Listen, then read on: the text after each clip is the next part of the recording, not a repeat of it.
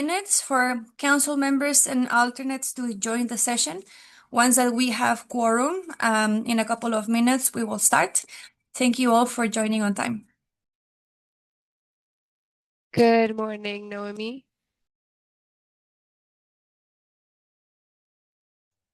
Good morning, Noemi. Good morning, Esperanza. Good morning. Cristina will put you in your Great, booth. thank you. Now, yes, thank you. Good morning. Good morning, everyone. Good morning, everyone. Interpreters. Good morning. Thanks for joining. We will start shortly. Good morning from our side as well to all. Okay. Good morning.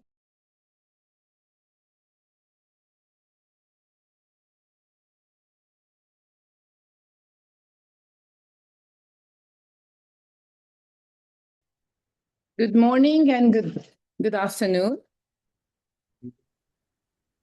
Good afternoon, Jasmine. Thank you for joining us. We should start shortly. Thank you very much.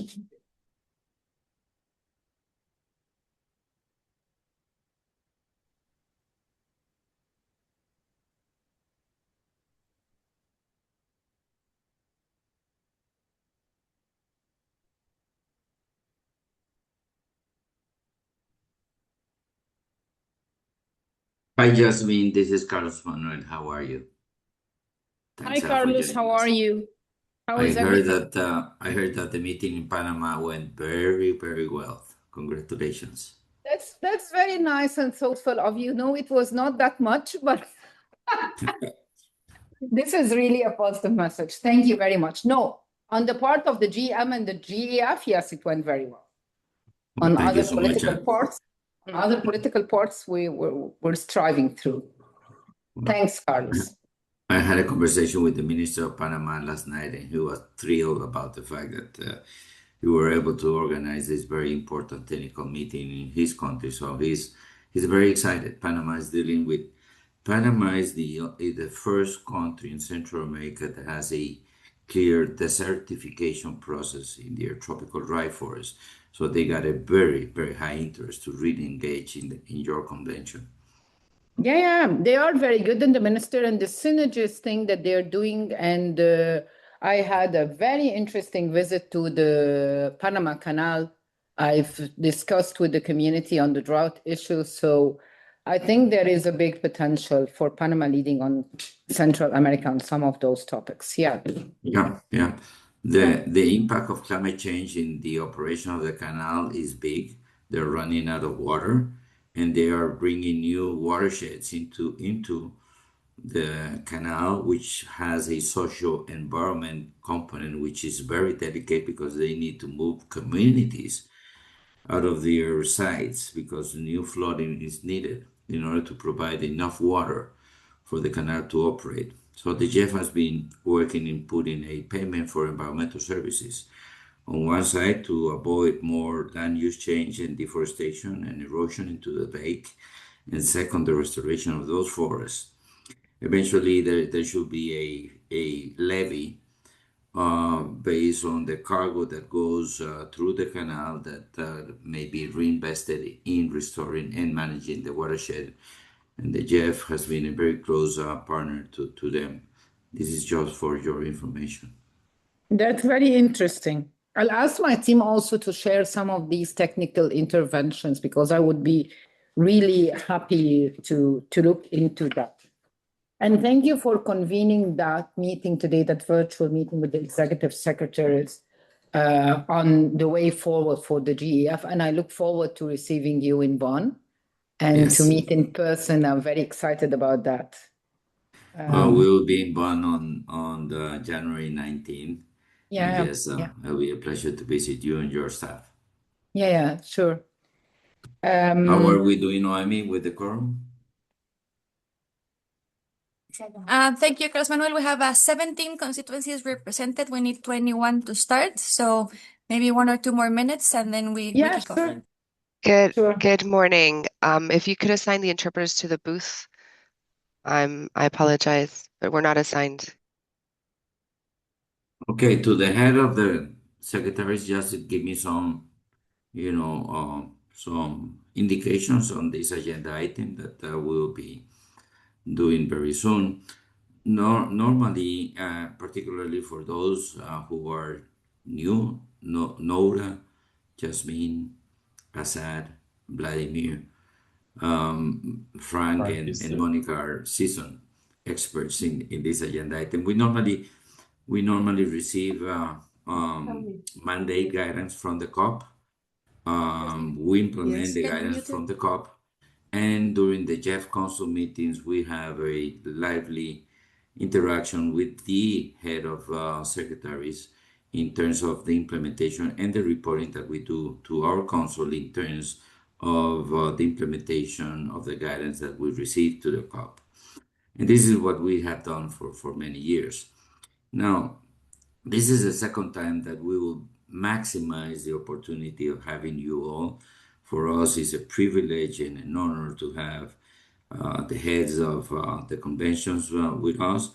And I think that besides the formality of being able ourselves, the council, to take a decision on a document that we present to them based on what we have done through the last 6 months in each of these conventions, this is a fabulous opportunity to have an informal dialogue within the head of the secretaries with the GEF Council. We don't have that many opportunities throughout the year to have these interactions. So we changed the format 6 months ago. And the idea today is that I will, come up with a couple of broad questions to you all, then some very specific related questions to each one based on your convention and the relationship with the GEF. And then I will open the floor for an exchange with council members, which is what I strongly believe is the most important element. And then we will finish with that. This is definitely a highlight in the GEF Council week of different council meetings.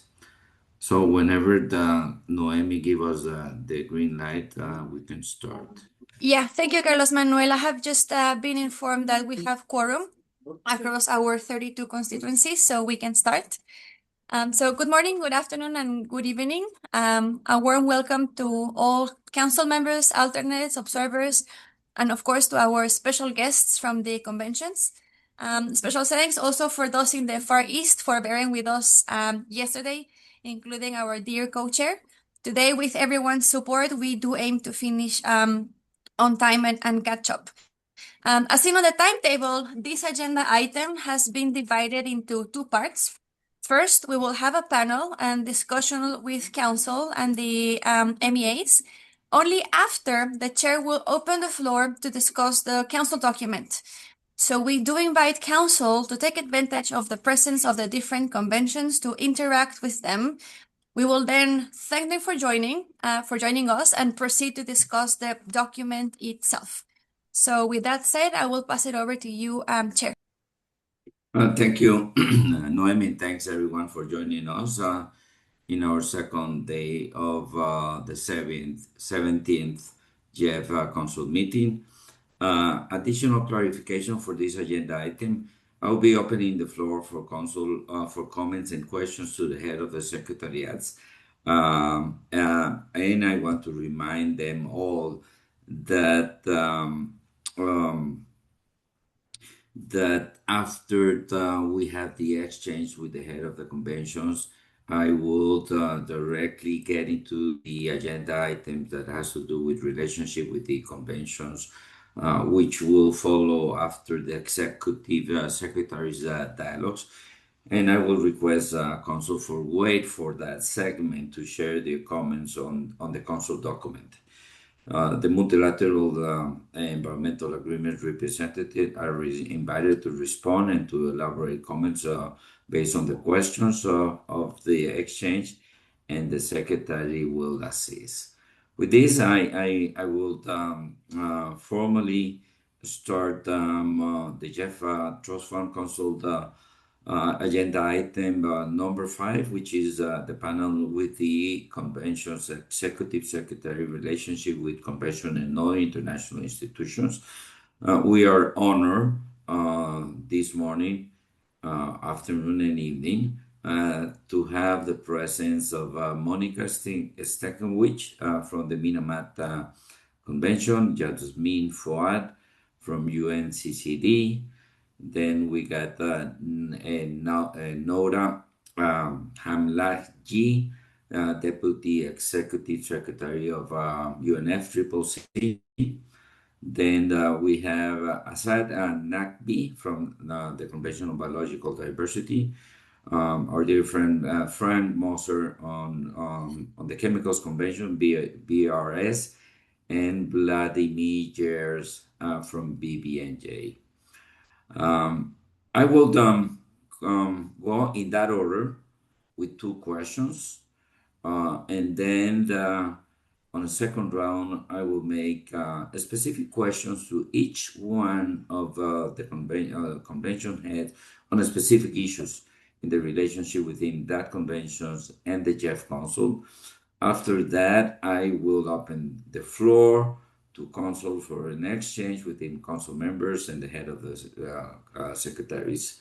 At the end of that exchange, we will thank them for their presence, and we will continue our internal GEF business in relation with the document that was presented on this one. Without further ado, I would like to ask the representatives from the convention 2 questions that are extremely relevant to the work that we do. The first question, and I will go in the order I mentioned, first Monica, then Jasmine, then Naura, then Asad, then Frank, and then last but not least, Vladimir. So the first question, the first 2 questions, is how can the GEF and your convention jointly strengthen synergies, particularly through integrated programming? How ambitious we can work together to work towards an ambition replenishment. And the second one is each multilateral environmental agreement has its focal points, and the GEF has its operational focal points. How are the conventions working together on national outreach and coordination, and do you have any suggestions on how to make the national level coordination more effective? It is not a secret to all of us that we're being challenged by the way that we operate at the country level, and the fact that we're talking about in synergies at the level of the convention, the fact that we're talking about complementarities and integration goes in every single direction. It's not just the GEF integrated in their portfolio, the Rio Convention and the Chemicals Conventions, but also, most importantly, being able to narrow the gap in terms of the operation at the country level. I was extremely impressed in Cali, COP16, when most of the CBD focal points didn't know the core operation of the GEF. And it is once more that time where we need to talk about this. So, Monica, the floor is yours. Thank you so much, Carlos Manuel, and fellow executive secretaries and dear council members, ladies and gentlemen. I would like to start by saying a few words, and maybe I come back to the details later, but just to send you a message that the Minamata Convention COP a few weeks ago went very well. And I always strive I always describe a success, not only what are the results, but also how they were negotiated. And I would say that the relationship among parties in the Minamata Convention are very strong. And many of us executive secretaries have just returned from the UNEA, when MEAs were given really a prominent place to showcase their successes and progress. And I would like to thank you, Carlos Manuel, and your colleagues for the very strong GEF Secretariat present at both our COP at UNEA. I think this really matters. I will start by saying that we all know that integrated programs will remain central in the GEF-9, and therefore I welcome your question and discussion how we can further mainstream mercury and chemicals to the entire IP's portfolio, but also in such a way that that can actually be tracked. And in some of those IPs, Amazon, Congo, and critical forest biomes, as well as pollution-free supply chains and sustainable cities, those have just recently started considering matters related to mercury, and those are also which have the strongest links to mercury. As we know, SGM is booming in Amazon, in other places due to the rising gold prices. Mercury is still being used in skin lightening products and other products, and we have also issues of mercury use in products overall and waste streams in cities. So I consider those IPs as a really low-hanging fruit. And for other IPs, and especially global wildlife for development, blue and green islands and food systems IPs, maybe there's a bit more work to do. For us, the blue and green islands IPs is important because it has a potential to build on islands program where mercury has been incorporated already. And how to do this mainstreaming. I think it's important that there are specific targets and sub-indicators. They are necessary for those programs really to track how mercury is being prevented or addressed. I would also add here human health, which is an important dimension for our convention. So we are looking forward for those programs to have a rigorous reporting on mercury and POPs mitigation and avoidance.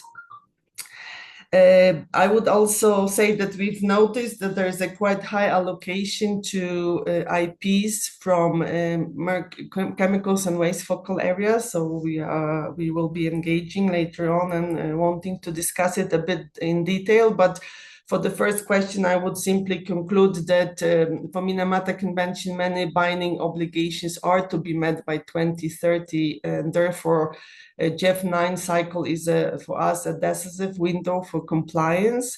And there is a strong expectation that by the end of the GEF-9 cycle, major progress will be achieved by parties. And I would say vis-a-vis also the financial constraints that we are all facing, I believe that multilateral support provided by GEF remains really indispensable, and bilateral efforts are helpful, but they cannot match the reach and coherence of the GEF. And in the times like this, I think it's important to as we continue relying on GEF as this multilateral approach allows for broader cooperation and partnership, and also allow us under the Minamata Convention to track progress and link investment to the actual results. So let me move on to your second question about the need to strengthen cooperation on a national level between the convention focal points and the operational GEF focal points.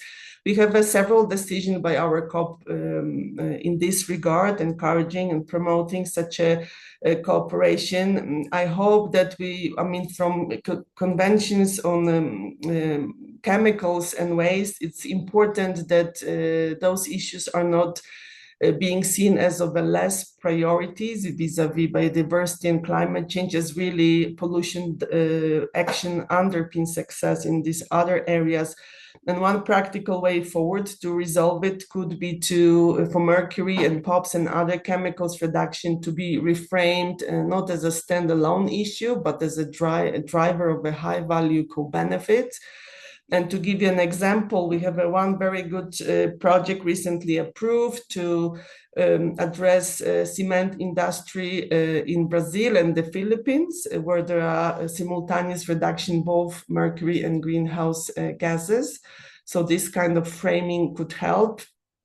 And I would also think that the importance of this national dialogue between national focal points, operational focal points, is that conventions focal points, they bring really substantive understanding of the treaty, of its text, and what needs to be achieved, while the operational focal points of GEF understand financial and procedural aspects. So there is a great value in bringing this together to provide the basis of development of good projects. And I know that GEF has been conducting these constituency workshops which to me have a potential to bring those counterparts together. Maybe one suggestion would be to seek that the program of those meetings is such that it speaks to both the MEA focal point and operational focal points. But we in the convention, really, due to I have to say, frankly, limited capacity in the secretariat, would continue rely on GEF in doing these connections in the workshops, and we would be happy to come in and support and to also advocate for higher participation. Thank you so much, and over to you, Carlo. Thank you so much, Monica, for your question. Two things I want to share. One is, as we look into GEF 9, we have identified the need to be able to invest much more in creating those operational synergies at the country level, and bringing this issue to the knowledge of the replenishment is extremely important. 22 years ago, the GEF did something very similar, which was investing in creating synergies across the Rio Convention at the country level. I was part of that process, and it was extremely useful. Just as a reminder to everyone here, let me give you some numbers about the proportions of GEF 8 total allocation with regards to the conventions or the topics of the conventions. In GEF 8, 36% of the budget, $5.3 billion, goes to biodiversity conservation, 16% climate change, 12% land degradation, 15% chemicals and waste, and 11% in international waters. All of these numbers are being reassessed in the next and third replenishment meeting, which is happening in Bonn.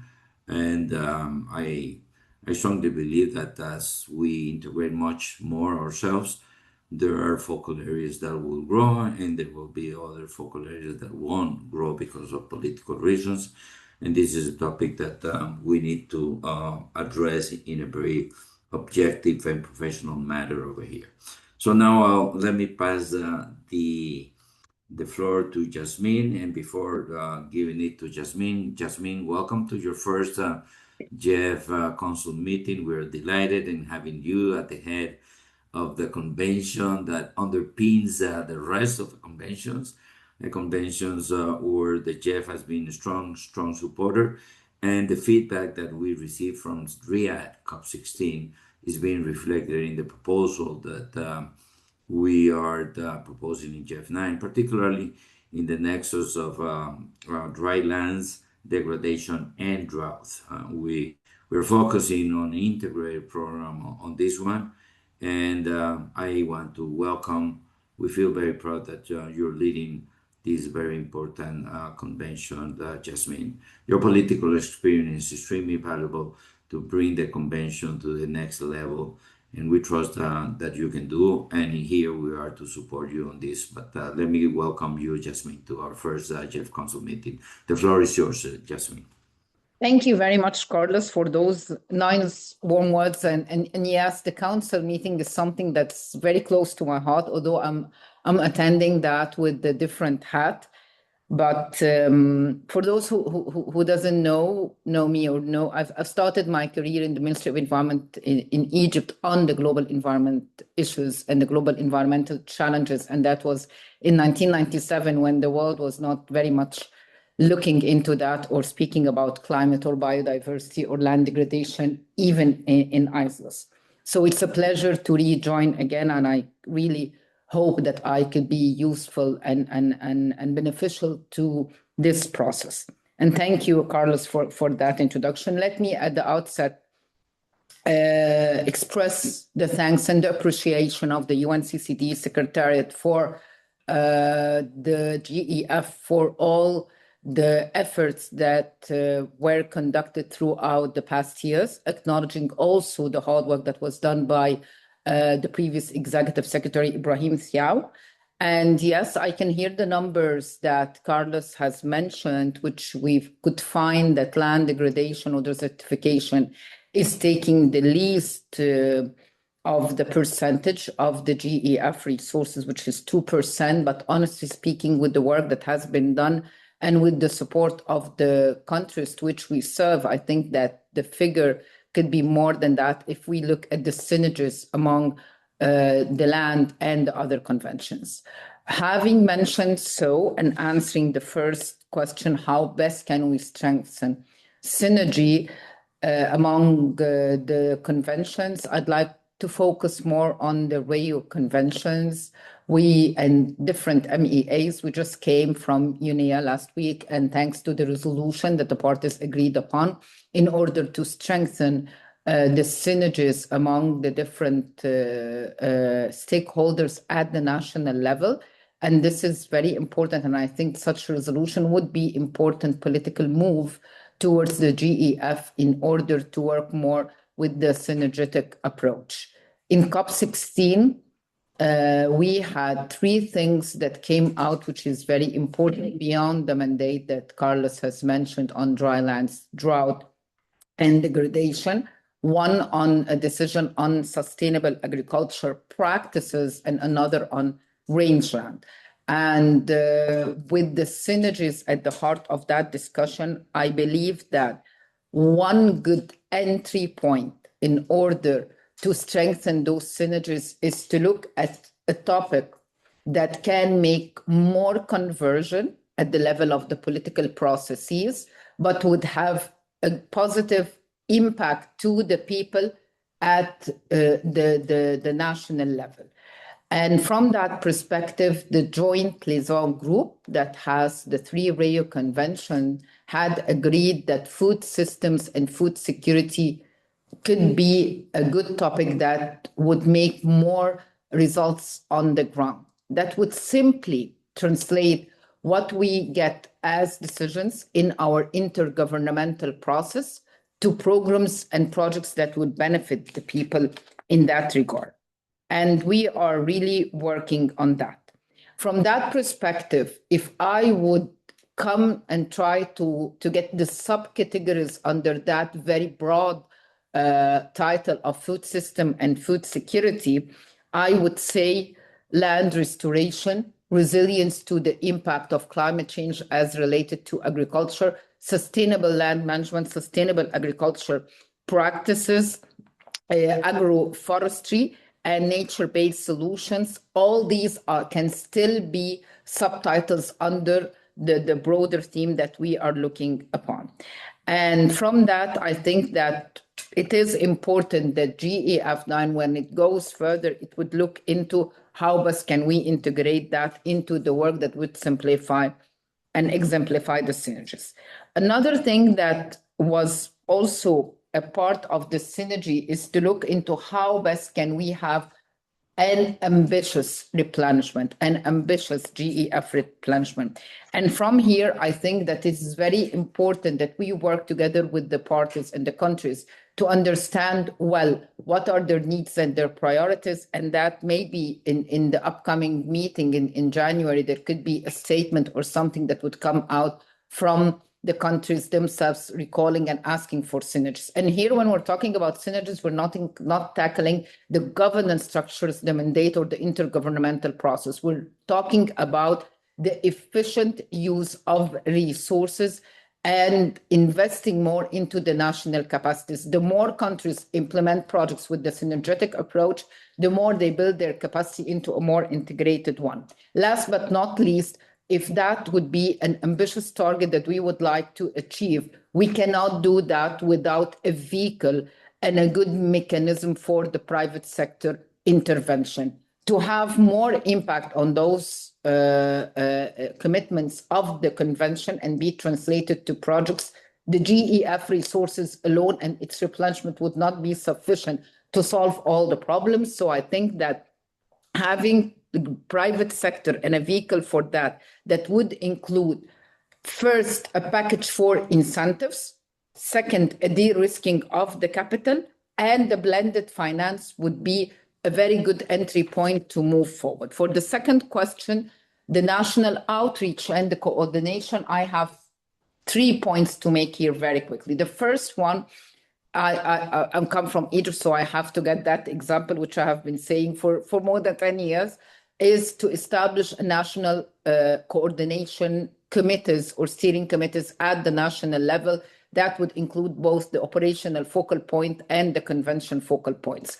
But actually, what is also, I think, is important to link into that process is the small grants program. I know that there are countries that had graduated from the GEF and they have their own mechanism, but the small grants program, I think, has been a very useful, unique tool that the GEF has been working on. And that linking that with the big size of projects would be very important. Second point related to how can we do that national coordination better, because the UNCCD is unique and has the global mechanism through what is called the Land Degradation Neutrality Setting Program.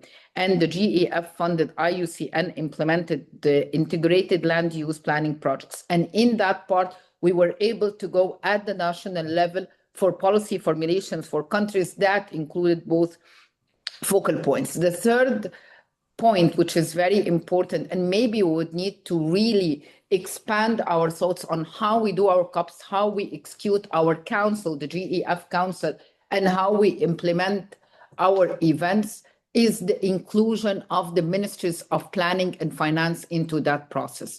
This is extremely important. If we keep dealing only with the operational, the political focal points, environment, foreign affairs, or even the technicalities and the expertise of the technical focal points, we're not enlarging the pie of utilization of resources. One of the very important methodologies of the GEF is to include the co-funding, and that meaning that we need to go at the national level to bring ministries of finance and planning into that process to see the added value and ensure domestic and international projects are going within the same direction. I thank you.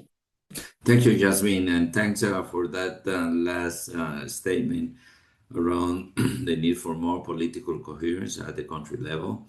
And yes, of course, this is music to our ears, and not just for what we have been doing in GEF-8, but also what we program for GEF-9. In GEF-9, Jasmine, for your information, we're promoting on a voluntary base countries to organize themselves beyond the political and operational focal points located in the Ministry of Environment or the Steering Committee, or using the already national environment councils at the level of the cabinet to take decisions on how the GEF resources should be done. So your idea, your recommendation is reflected in this whole of a government approach that we're presenting to donors in the replacement. Now I got the honor to move over to UNFCCC, Nora. Thank you so much. First, before I give you the floor, congratulations to the Secretariat, to Simon and everyone for the very successful COP30. Also, I want to express my congratulations to the Brazilians, to Luciana, our Brazilian Council members. Please, and my big regards to Andre Correa de Lago and everyone in Itamaraty, in environment, and everyone who makes it possible for a very positive and successful COP30. It was not easy from the operational point of view all the way to the high ambition political element, but over to you, Nora. Thank you, Chair Carlos Manuel, and also a good afternoon and a good morning for the Council Secretaries and all the colleagues on the call. So let me answer your two questions, starting with the first one. So I'll unpack it in just two parts. The first one on integrated programming. I would like to start by emphasizing the fact that parties do recognize that effective climate action requires indeed this systemic cross-sectoral approach. There is no doubt about that, rather than this fragmented intervention. And integrated programming offers such a vehicle to achieve that. At the same time, we would be remiss if we don't pass on also the feedback from many developing countries that we are getting, that while valuing and seeing the great value of integrated programming, they also flag the challenges related to the access, the technical complexity involved in it. So I think we should really come together and make a push in terms of technical assistance, additional technical assistance that we provide to make this integrated programming a stronger reality.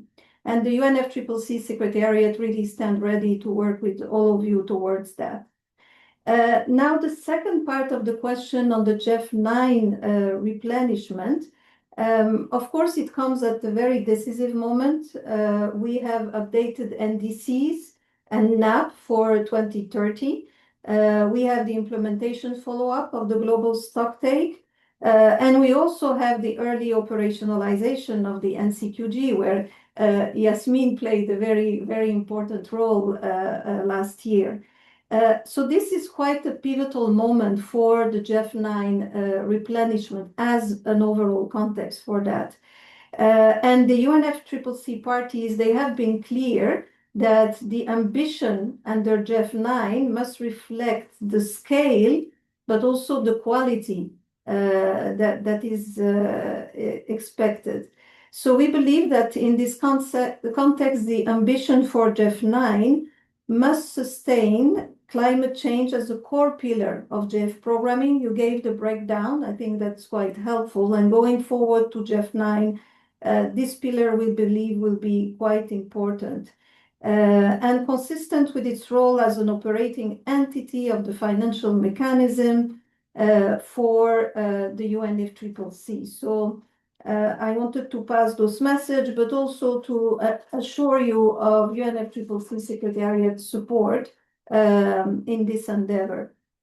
Now, the second question on national outreach and coordination, but also the national level coordination to be effective with the GEF. The first part, I would like to provide some of the things that we already do, and we already do quite well, I believe, also focusing on the Rio Conventions. We have the Rio Convention Joint Capacity Building Program. It provides already shared training, knowledge tools, capacity building to help national focal points work together and reduce a bit this siloed approach. So I think it's good to recall what we're already doing well and continue in that direction. We have the Baku to Belém roadmap to 1.3 trillion. It does highlight the nature positive pathways, such as ecosystem protection, sustainable land use, and agriculture. And here coordination across the MEAs will be important. And going forward, we will go also towards the same direction that was mentioned, going forward towards, food system and food security, where we believe will be an important priority. And there were discussions between the three Rio Convention towards that as well. Also, another level, those are the practical aspects. Another very important level will be the political messaging. And here aligning political messaging from the MEAs, and there are regular meetings of the executive secretary in that regard, but having the consistent high-level messaging gives also the right signal to the national focal points. Now, the second part of the question on coordination more effective with the GEF. And here, if we look at the national focal point from MEA and the GEF operational focal point, this can be achieved also by integrating the substance of the NDCs, the NBSAP, LDN target into the national machinery. It was already highlighted. So we're talking national development plans, sectoral strategy, public investment plans, and also very importantly, the budget cycles. And we are really fully in line here with the previous message to have this interministerial work at national level, including ministries of finance. I'm just emphasizing a point that was already made. This will be absolutely key to have finance planning coordinating with the line ministry. So this can be operationalized through a programmatic approach where we bundle climate, biodiversity, and land objectives. So I think in all those aspects, again, I would like to conclude by really committing UNFCCC Secretariat and on behalf of the Executive Secretary to work toward this direction with all the MEA. Thank you. Back to you, Tia. Thank you, Nora. And kind of a follow-up question on what you were expressing to us. What do you think are the key elements and emerging issues coming out of the land COPs that the GEF should begin preparing for now so that we can respond quickly to the mandate of the COP? Any specific item? For our COP30? Yes, coming out of COPs 30 that the GEF should begin preparing as we are engaging in the ninth replenishment. Yeah, so I think then there is quite, substance to share. First of all, I mean, you all saw that it was a COP of implementation. So there was a clear shift from norm setting to implementation. And this will put the GEF and other entities at the center going forward. It was also an important moment for multilateralism when it comes to climate change. Definitely, I mean, we are in a difficult geopolitical context, clear headwinds, and yet we had 58 decisions, which is the highest number of decisions since the last 3 COPs. But it's not only the quantity, it's also the quality of the decisions that were taken. And some highlights very relevant for GEF on adaptation. Of course, we had the decision on the GGA, the Global Goal on Adaptation, 59 indicators. And here it's a stronger emphasis on tracking outcomes going forward and again supporting this transition from planning to implementation. On technology, important decision as well. We had the BELEM Technology Implementation Program, and it establishes the first long-term implementation framework under Paris. And the CMA guidance was quite clear in designating GEF as key to supporting across the technology cycle. So I think that's also an important aspect to take from the COP. On finance, of course, party underscores the need to scale up mobilization. This included the Baku to Belém roadmap, but also the new work program on Article 9 and the work program on Article 2.1c. And of course, very importantly, the decision on tripling adaptation finance by 2035. So all those will be quite critical. COP30 guidance to the GCF, the GEF, but also the fund on loss and damage was also quite important and quite clear. And the message really is that operating entities must accelerate delivery, strengthen coordination. So this is precisely what we're discussing today, and address persistence access challenges. I think that's also in terms of guidance was clearly mentioned. So if I can summarize, if at all possible, summarize the whole COP30, I would say that anchoring also the replenishment of GEF 9 into those strong COP30 decision, at least partly, and the overall mandate that it gives to implementation and implementation at scale. And if this is to be implemented, of course, replenishment and the scale of the replenishment would need to follow that through. I think those are very linked. Also, it's a very strong message going into. Thank you so much, Nora. And for your information, the same way that the GEF has been supporting countries in the implementation of Paris Article 13 that has to do with transparency and being the financial element such a sensitive issue to parties, I want to make this offer to every single head of convention that the GEF can do the same thing with regards on the finances. The GEF can create the capacities at the secretariat and at the country level for countries to report and track on mobilization of financial resources from all sources, not just ODA, but also from all sources, particularly because of the Target 19 CBD that talks that by 2030 we should be mobilizing $200 billion from all sources. So with this, we'll move it over to Assad from CBD. Assad, you got your two questions, but let me add a third element so we can be able to go directly to the session with the council members. COP16 was an eye opener for the GEF, so to speak. On one side, we felt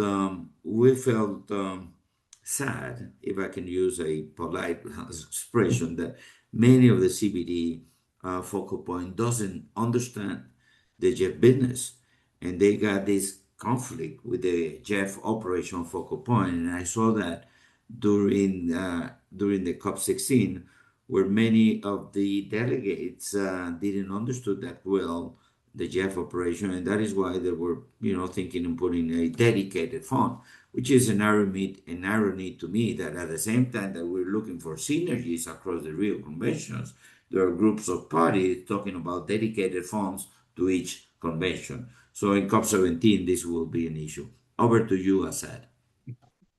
Well, thank you so much, and it's an honor to join the other MEAs with whom we work very closely. And so we are thinking, and we seem to have a vision for synergies, which basically calls for, I think we need a deeper rethinking on the word synergies, because it is becoming a buzzword now and it's everywhere and everybody interprets it very differently. And we need to control the proliferation of synergy initiatives as well. I think they're just somehow getting out of control in many ways. So there are 4 levels on which we are thinking. And as you mentioned, I think that will deepen the understanding of synergies, including between the MEAs, but MEAs and GEF. So the first level, I think we have discussed already quite a bit, which is the synergies between the Rio conventions. And there is a lot going on. You have heard about it.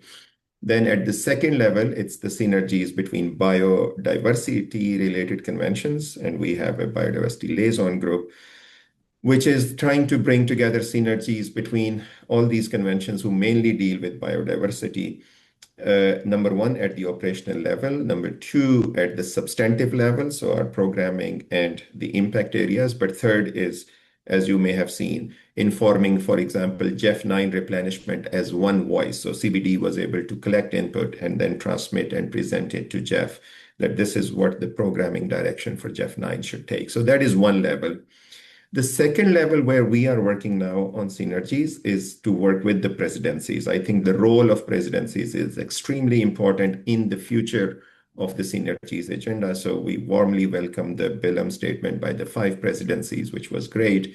And then at UNIA, where we missed you a lot, but we understand that you had a personal commitment, I was able to talk to the Armenian presidency and then Mongolian presidency. Both of them are looking, how do we bring same type of messages out of COPs? I think that's very important. But the real difference will be made once we have the synergies at national level, and especially between the national focal points. And I think that's where you are coming from, that people don't understand what it is.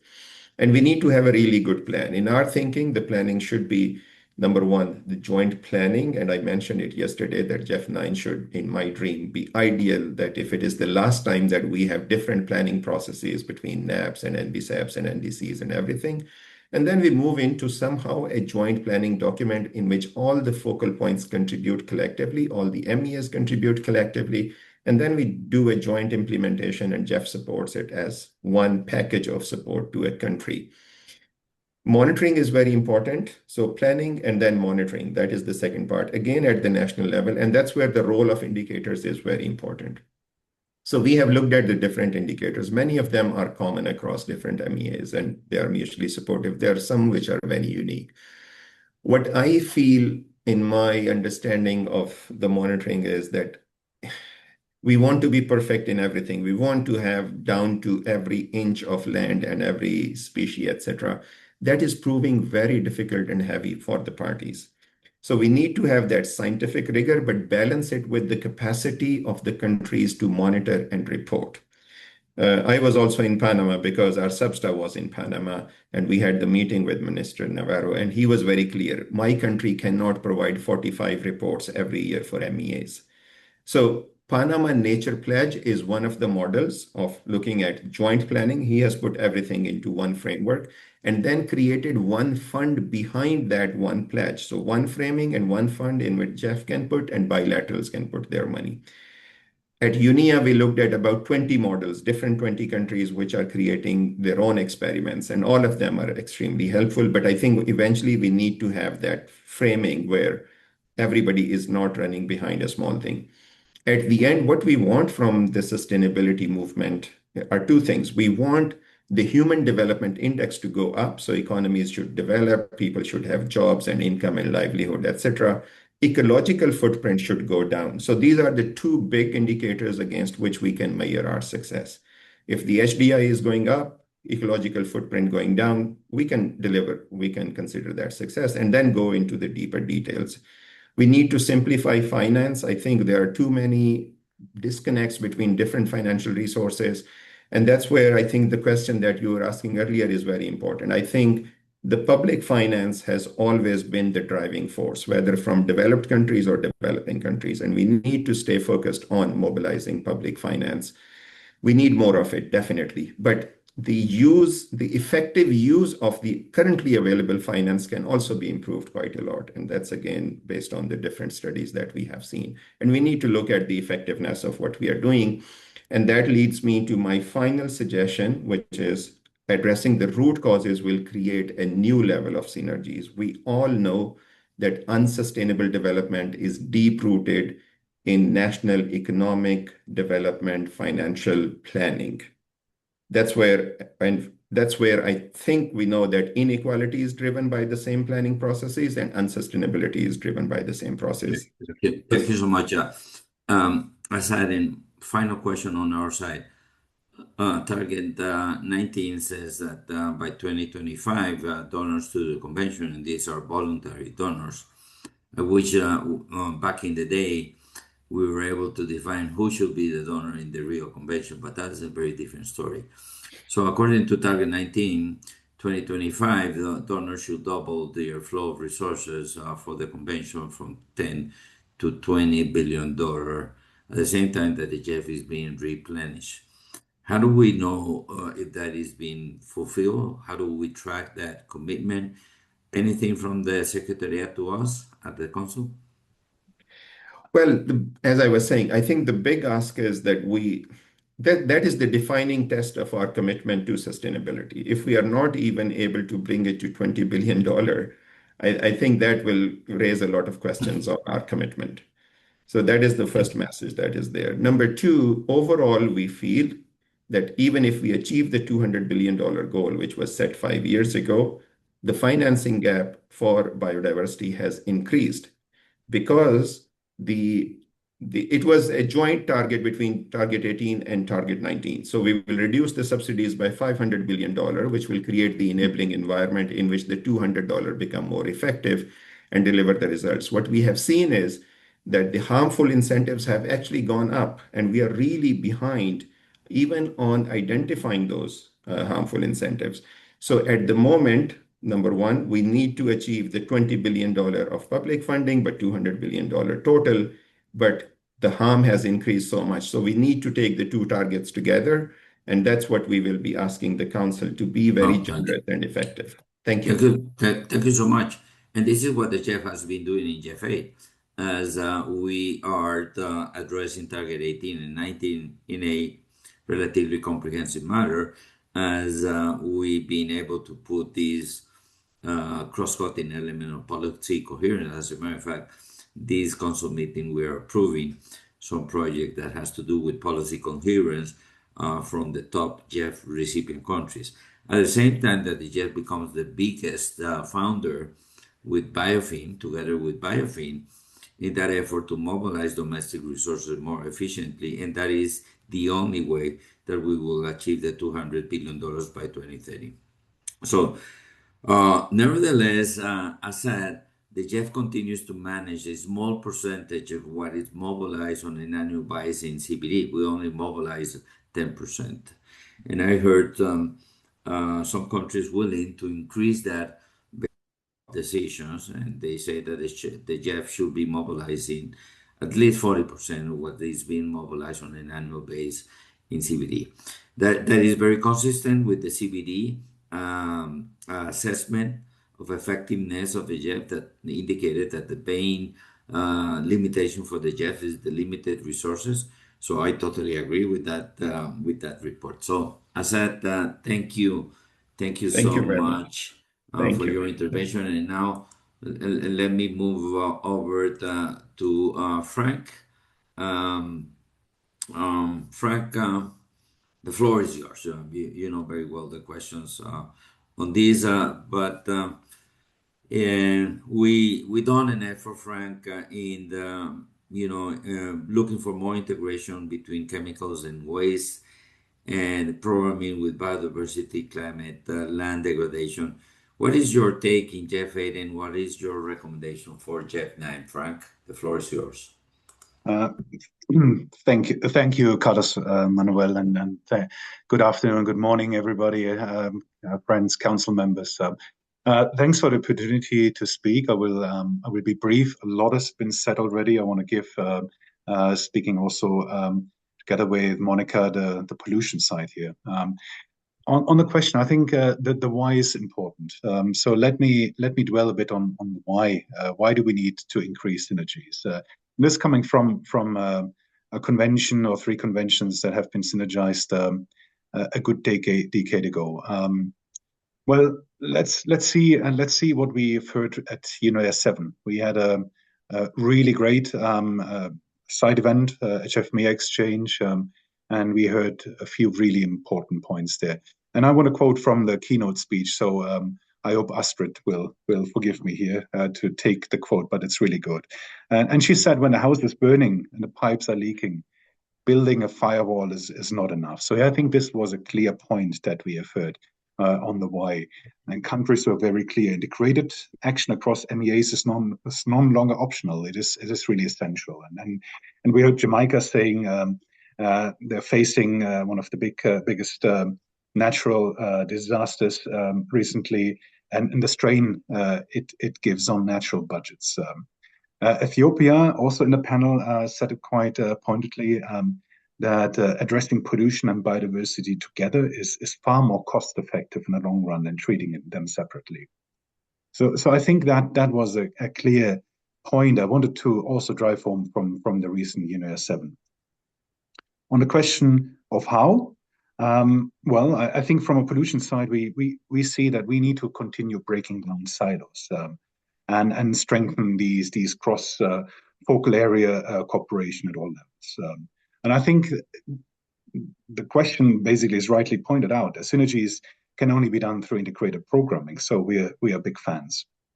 On the how, let me point out 3 points. First, speaking with one voice, and I think the UNES side event that BS and CBD have jointly organized is really speaking for itself there. We had a great feedback, so we need to align voicing.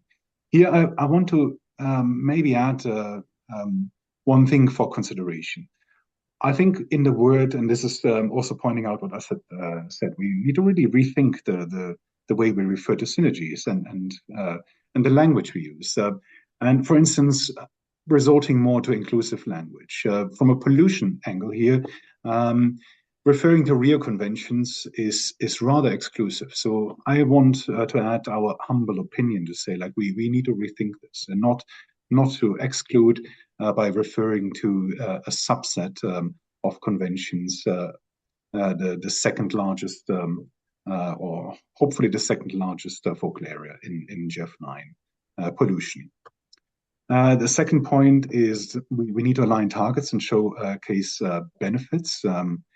And I feel here we should ensure measurable pollution reduction targets across all IPs. I think that's also Carlos Manuel response to the third question that you have. So I will go a little bit more into that later.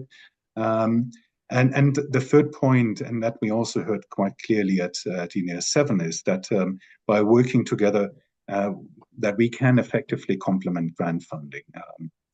For example, through crowding in private capital. And here we require really also measuring impact, and that we can only do together.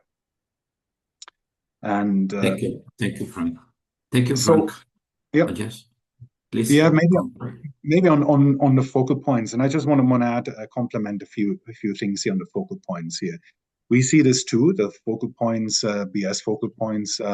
We have many. We have a whole subset of 3 focal points. Get them to talk to each other is challenging within the BS conventions. Getting them to talk outside of the BS conventions to the GEF focal points, to other focal points, is something really needed to strengthen. Few points here. I think, as Assad and others have said, like the secretariats, we continue working together. And I think we create an enabling environment, but I think we need to complement this enabling environment that we create through our internal processes. I think the GEF CSP is an underused platform. I want to point that out. I've been at a few, and we could use this more. And national capacity is important. So I want to point out that the special program for the chemicals and waste cluster was really instrumental to build that capacity. Thank you for that, Frank. And don't have any doubt that we look at the CES as the mechanism to improve those synergies at the country level. So thank you so much, Frank, for that. I now move to Vladimir. Hi, Vladimir. Thanks for Hola, joining Carlos us. Manuel. We were delighted when we heard that Sierra Leone did the final ratification, ready to deliver in terms of this early stages of implementation of the new convention. And what kind of actions or types of support can the GEF provide to the early implementation of the convention? Over to you, Vladimir. Muchas gracias, Carlos Manuel. Dear fellows, secretaries, distinguished members of the council, ladies and gentlemen, it's a pleasure to joining you today in this ensuring synergies, and this is in relation to your first question, will be extremely important.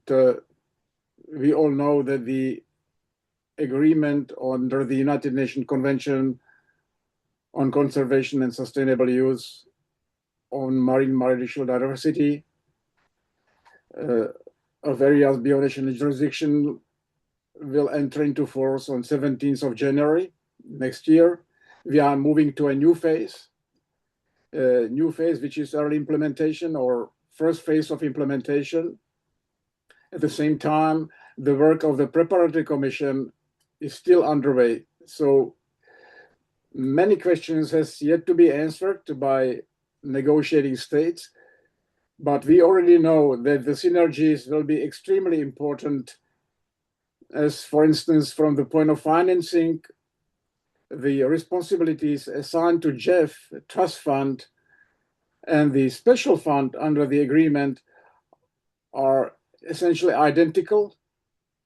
The synergies will have to be built so that we, number one, don't leave any elements of the package of the agreement behind. And on the second, that of course there is no overlap.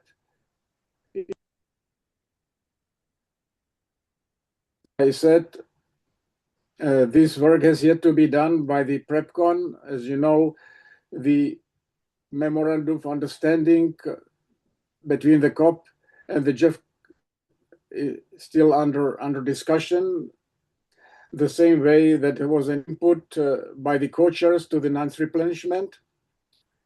However, as you said, there is a certain still lack of full understanding of how GEF operates.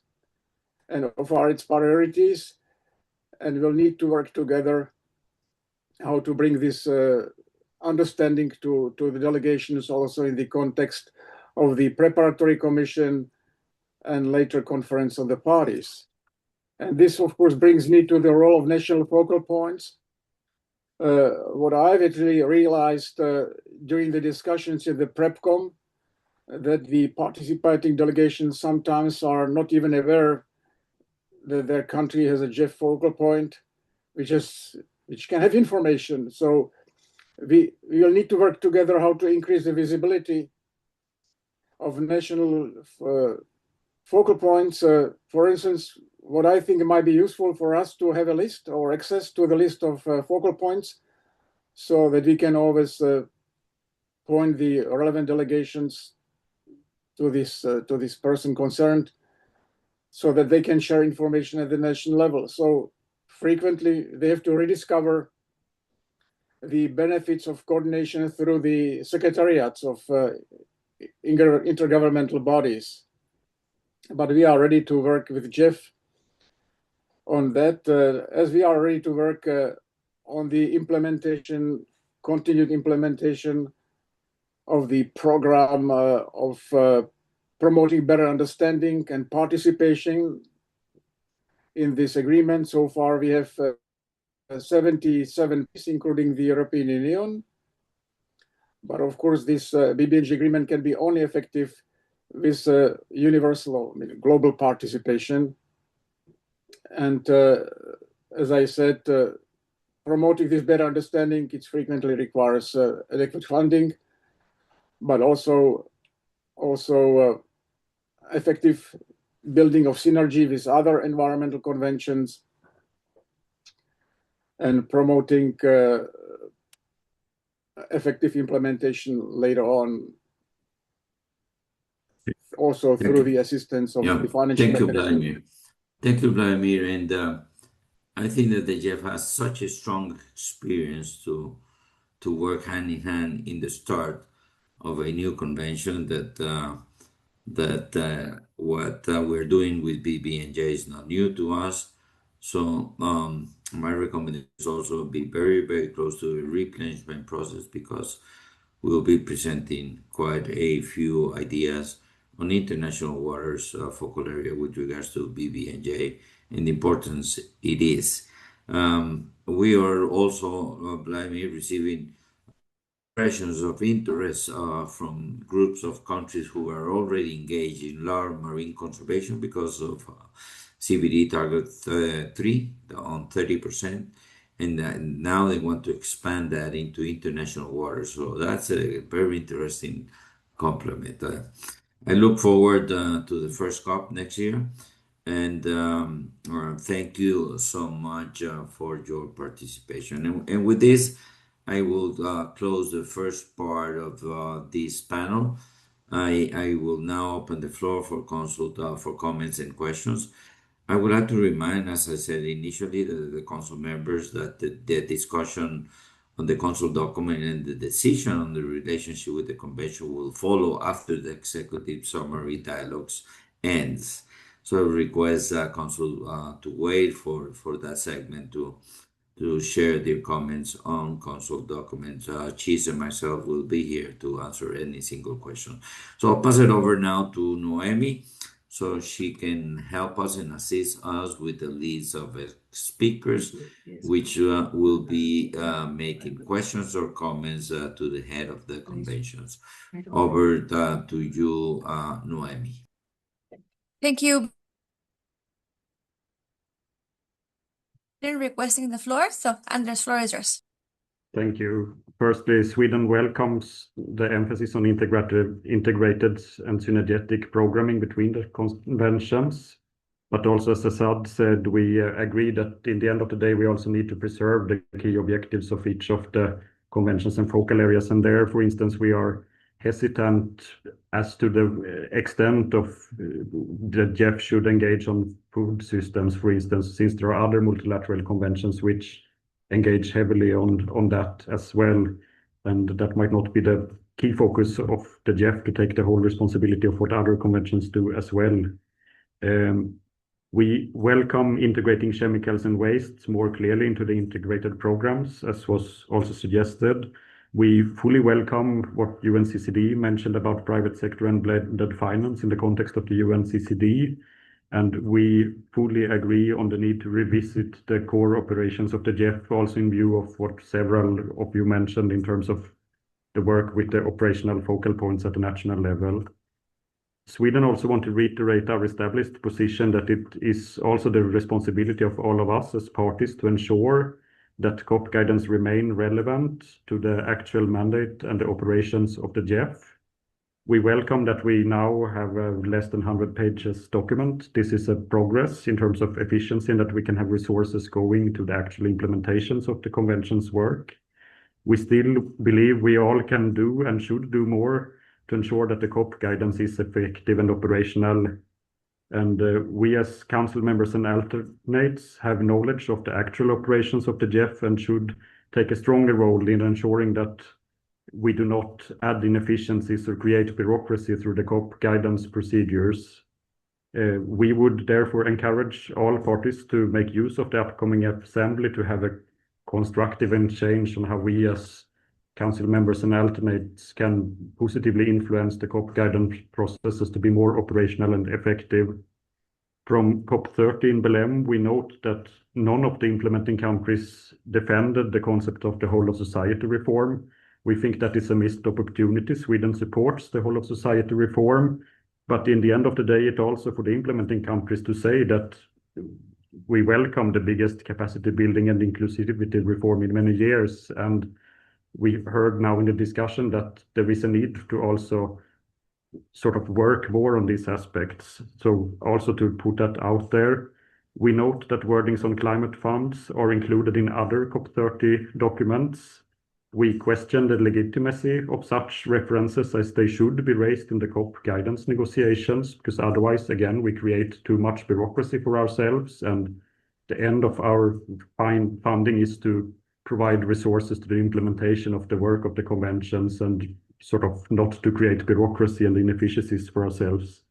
We note that there is an excessive technological guidance from the TEC, which is sometimes unbalanced, and we would open up also towards Samarkand for a discussion whether this adds value or not to what we already discussed in the council. And again, we would be very happy to have an exchange in Samarkand on how we can collectively take responsibility to ensure that the COP guidance becomes more operational and effective. Thank you. Thank you very much, Anders, for those comments and reflections. Next in line will be Faisal from the CSO network, followed by Luciana. Faisal, floor is yours. Thank you very much, Naomi. The GEF CSO network would really like to thank or acknowledge the many recent decisions by different conventions, acknowledging the importance of engagement of indigenous people and local communities and civil society in the implementation of the various conventions. In the context of synergy, how can we promote a whole of society approach to ensure multi-stakeholder engagement and in the convention implementation, and how can that be working together and integrated with the planning for GEF 9? Thank you. Thank you, This is a Faisal. question Faisal, this is a question directed to someone. To those convention secretary that, have made those recent decisions. I think that several of the conventions highlighted that. Thank you. Thank you, Faisal. We will now move on with Luciana and then Giovanni. Luciana, you have the floor. Thank you, Noemi. Good morning, good evening, good afternoon, colleagues. We would like to welcome the reports and the updates, and we believe it is essential to significantly deepen synergies and collaboration among conventions. We believe that the crisis of biodiversity loss, climate change, pollution, and land degradation are not isolated problems. They are interwoven dimensions of a single escalating global environmental emergency. And responding to this crisis with the urgency demands requires coordinated guidance. Our constituency also underscores that synergies are beneficial when they avoid duplication and improve effectiveness. However, they must not result in harmonized report systems, alignment of regulatory frameworks, or expanded GEF functions not explicitly mandated by COP decisions. We would also appreciate more transparency regarding the allocation of resources, as we encourage stronger cross-convention collaboration given the interconnected nature of climate change, biodiversity loss, and land degradation, and chemicals pollution. We also reaffirm the mandates must remain distinct and that cooperation must preserve the sovereign authority of parties and their national systems. It is important to consider the role the GEF will play in implementing the BBNJ agreement, as it constitutes one of the financial mechanisms with the trust fund established under its Article 52. In addition, regarding the future plastic agreements, we underline we should not anticipate or prejudge the outcomes of the INC process.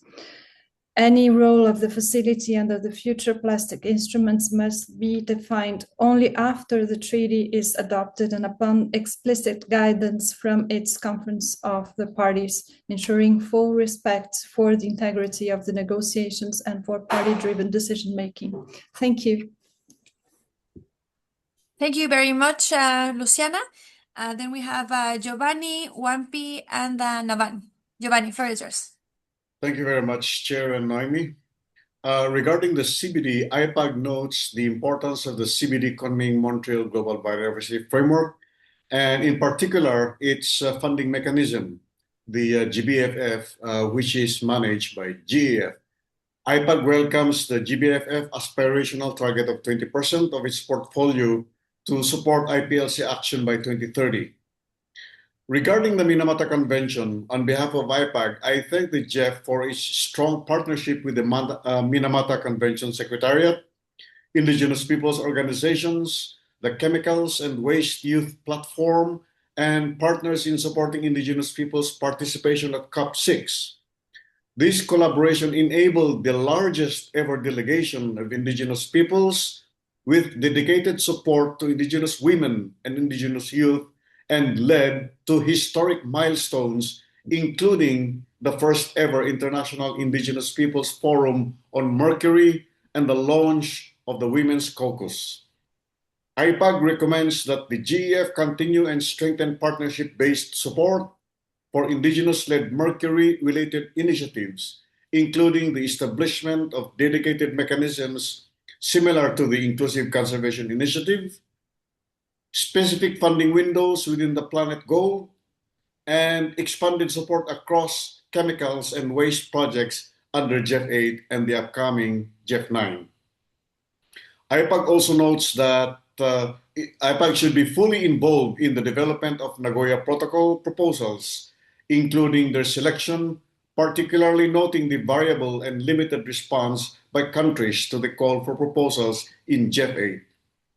Regarding the UNFCCC, we note that IPLCs are at the forefront of experiencing and responding to the impacts of climate change, and suggests GEF should support self-determined priorities and locally led actions to address the climate crisis and strengthen community resilience.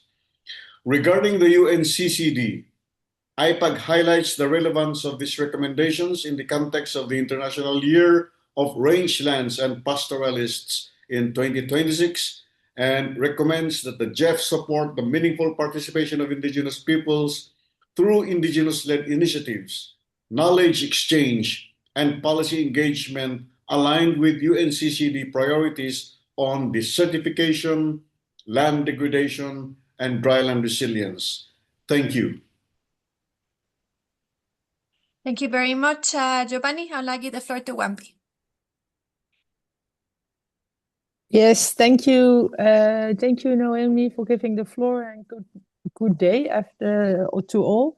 Thank you for all the presentations. I think was very helpful and impressive to see what everybody is doing. We agree that the increased collaboration between the GEF, the GCF, and CIF are important for policy refinement, efficiency, effectiveness, and also simplification. So we encourage the GEF to further deepen its cooperation with the different multilateral climate funds.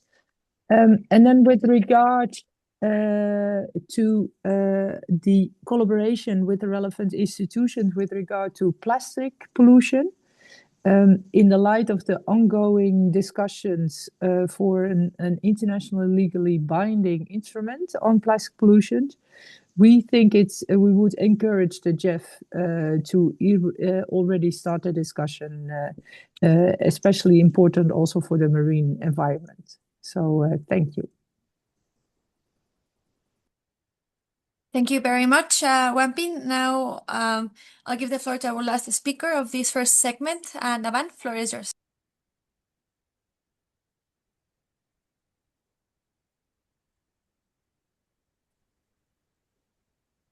Thanks, Naomi, for giving us the floor. Thanks for all presenters. On behalf of the East Asia constituency, we appreciate and support the extensive and continued engagement of the GEF with all MEA, particularly during their respective COPs and GEF-9 replenishment meetings. The significant contribution guidance of the MEA during the said meeting will help shape the GEF-9 program and policy direction, as well as the LDCF SCCF programming strategy document to its final form, that is transformational, aligning its programming with global environmental mandate and supporting country in fulfilling reporting and implementation obligation under the constrained financing condition. We request the GEF to ensure the inclusion of the key points raised by the MEA Secretariat in the programming and policy direction, and to encourage the MEA FPA to strengthen its collaboration effort at the country level, underscoring the GEF's central role in advancing coherent with other multilateral funds and country-driven global environmental action based on national priority in the GEF-9 programming of country allocation. Thank you. Thank you very much, Navan. And I just saw that China just raised the hand. So Wang, you have the floor.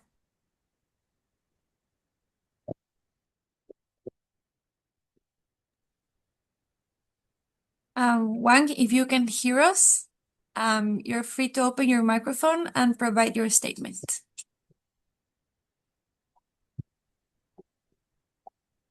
Yeah.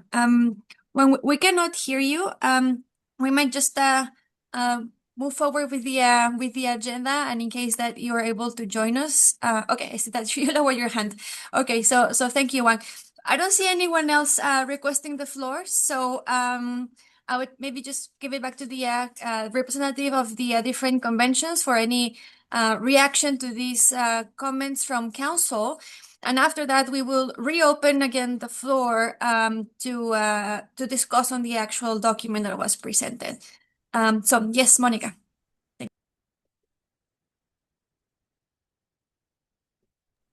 Thank you so much. I would like to respond to some of the comments, and one was made by Sweden about having too much bureaucracy and what kind of guidance is being given to GEF to make sure it's about it fits to the process. And I would really strongly support this notion, and overall for all of us to really when whatever we put on paper, really focus on the most important and strategic matters.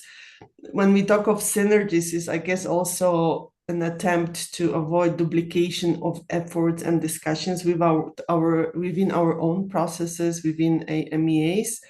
And the gain is to really have a clarity of mandate and the prioritization. So I thank you so much for that comment.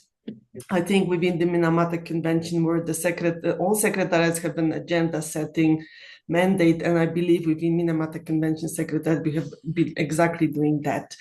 I would like to also refer to what our colleague from IPAC said and reiterate my really great appreciation to GEF Secretariat for supporting Indigenous people's participation. With a really small amount of money, we've managed to achieve a wider geographical representation, but also have women and youth, Indigenous women and youth participating.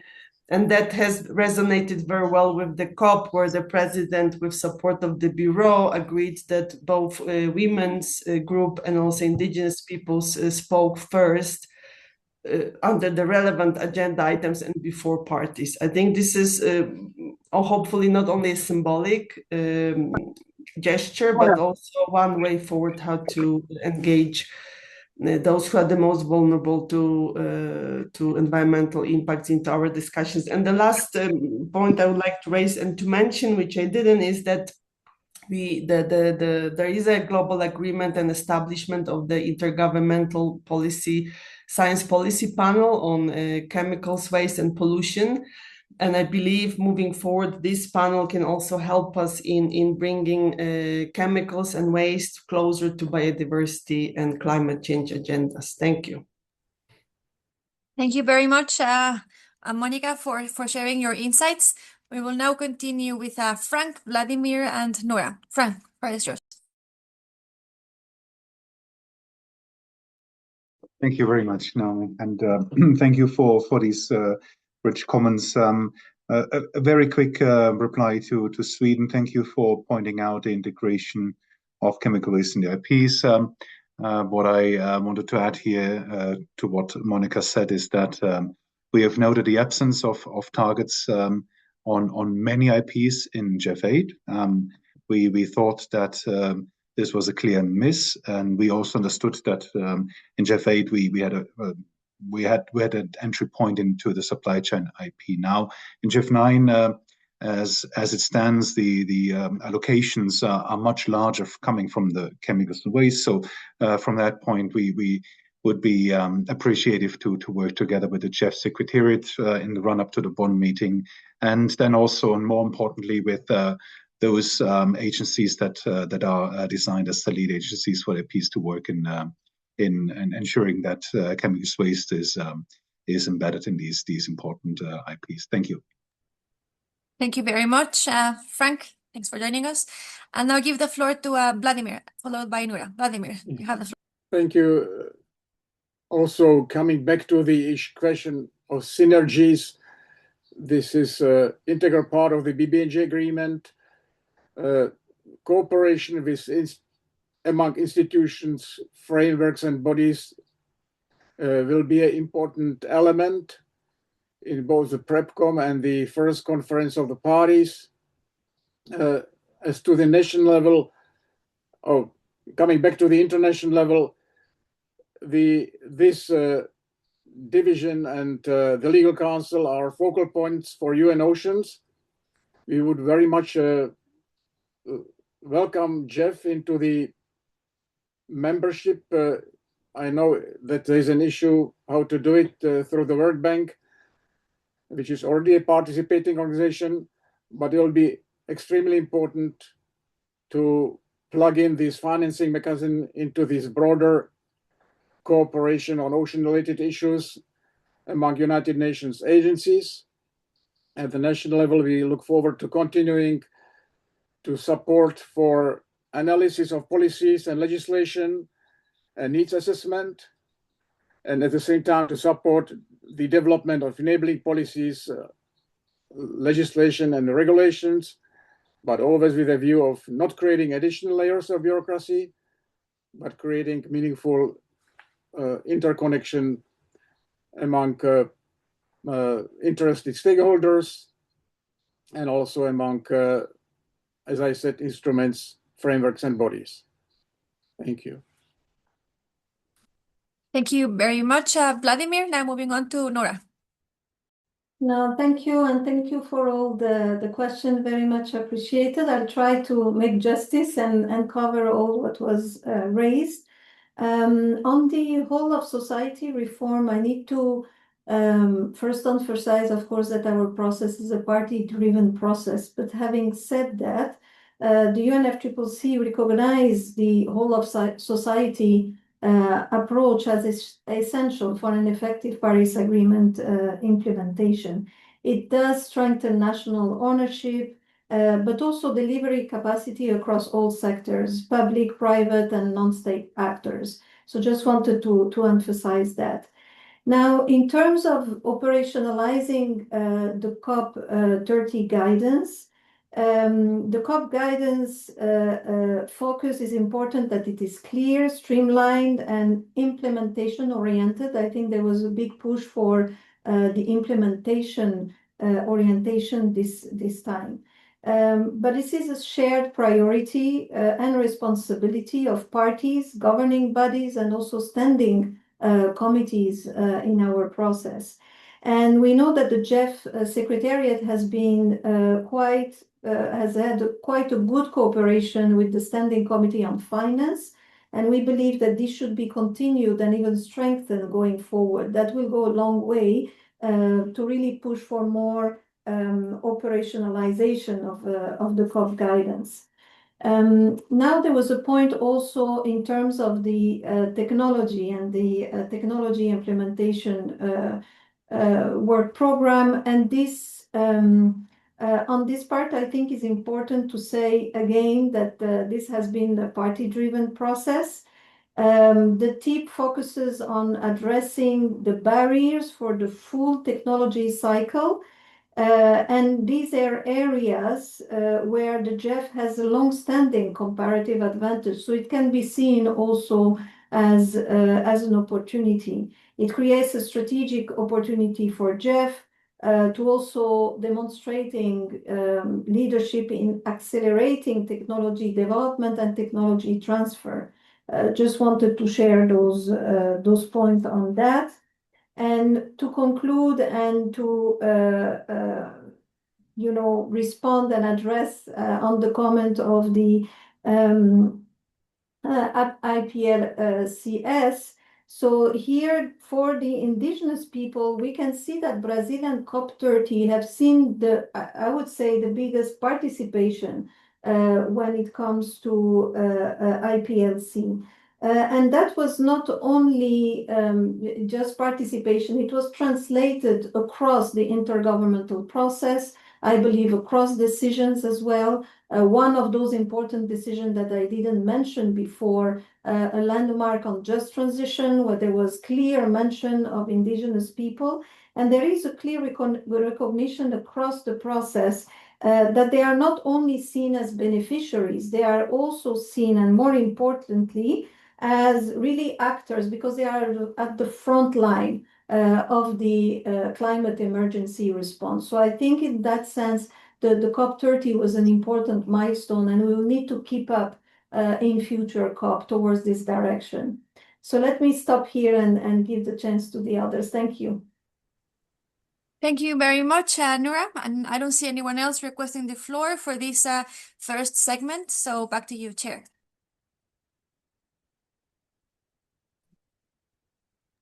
Oh, Assad, you raised your hand. Yes. We have Assad. Okay, yes, Assad. It was, I think my background is such that probably the hand is not very visible. So I just wanted to add 2 points. Number one, I just got the information from my team that what Carlos Manuel was mentioning. I think at the national level, the coordination between the biodiversity focal points and the GEF focal points has improved, and we have received those pieces of information now. And we are grateful to you that when CBD was collecting information on GEF 9 replenishment and the needs of the countries and parties, the GEF focal points were informed by your executive office, and we are very grateful to you to contribute to that effort, and that has resulted in more regular exchanges between the two sides of the focal point. So we are really grateful for that. And I think that will probably create the pathway for closer collaboration.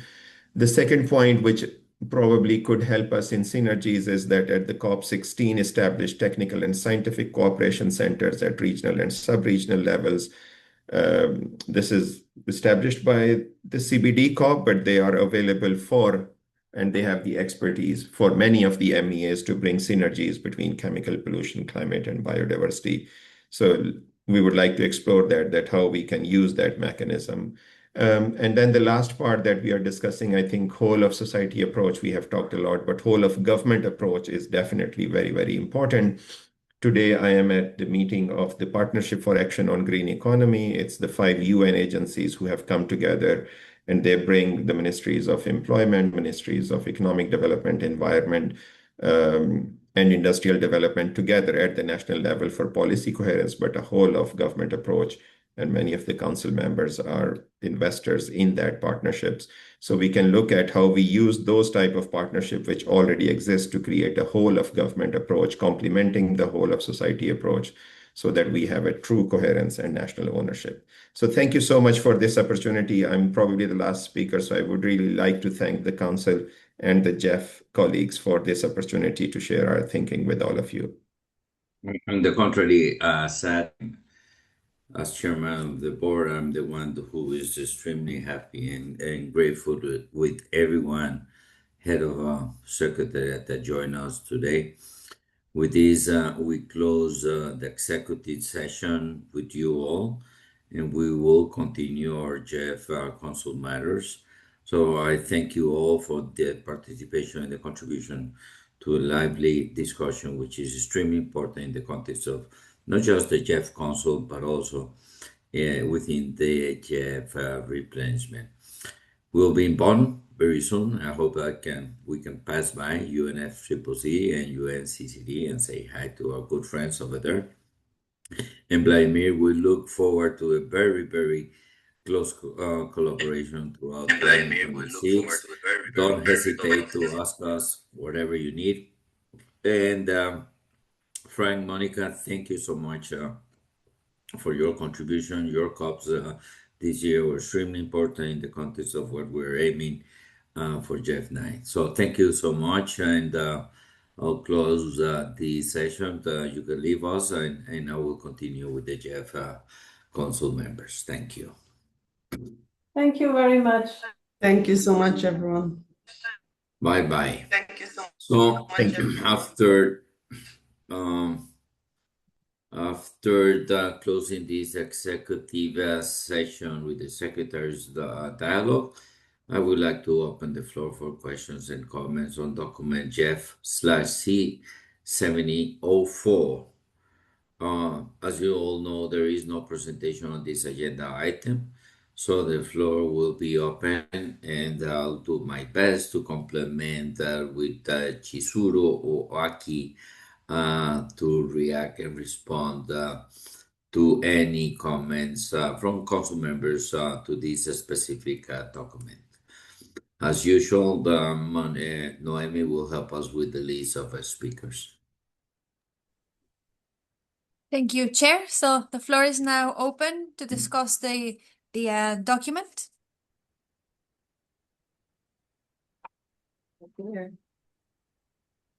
Everything was clear. Okay, good. Seems like there is not that. We have one request. Okay. We have Andre from Switzerland, Switzerland and Central Asia. Floor is yours, and then Mexico, Regina. Good. Andre, you have the floor. Thank you very much, Noemi. We would like to thank the GEF secretaries for the report about its engagements with all the conventions to which the GEF serves as financial mechanism and with numerous other international institutions. And we welcome the active participation of the various conventions and biodiversity-related MEAs in the GEF 9 replenishment process. We think that such cross-fertilization enhances policy coherence at both the international and national levels and illustrates the advantages of the GEF as financial mechanism for different conventions.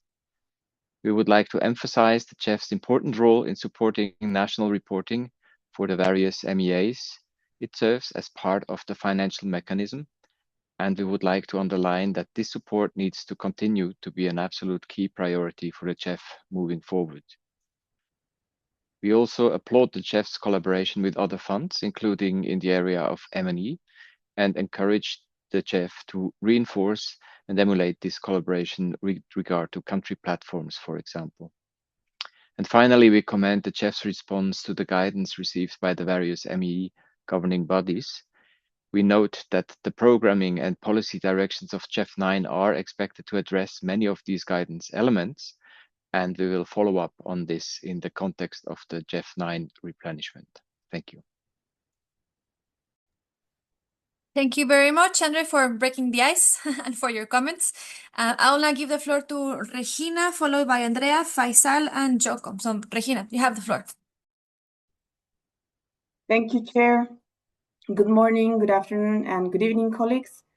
Our constituency appreciates the early action support already approved for the BBNJ. As the agreement enters into force, how will the GEF support countries in developing the enabling conditions needed for early implementation and compliance with emerging biodiversity via national jurisdiction obligations? We support the ongoing discussion on the limited accreditation of new agencies. Could the Secretariat please clarify the criteria and the expected timeline for moving this accreditation process forward? We consider it important to avoid generating negative externalities, particularly for countries with limited institutional capacity. For example, the updated guidelines on the dual role of implementing agencies are, at least in the short term, creating additional administrative burdens for governments rather than strengthening country ownership. At the national level, a gradual process to strengthen domestic institutions is a top priority. Additionally, in the context of the evolving climate and biodiversity finance architecture, our constituency welcomes the information on how the GEF is approaching coordination with the Fund for Responding to Loss and Damage, with a view to identifying potential synergies and, where appropriate, aligning priorities while fully respecting the distinct mandates of each mechanism. Finally, in response to the request from COP16, we encourage continued and structured dialogue among other existing funds as the Green Climate Fund, Climate Investment Funds, Adaptation Fund, and the Fund for Responding to Loss and Damage, while respecting their differentiated mandates in order to avoid duplication and maximize complementarity.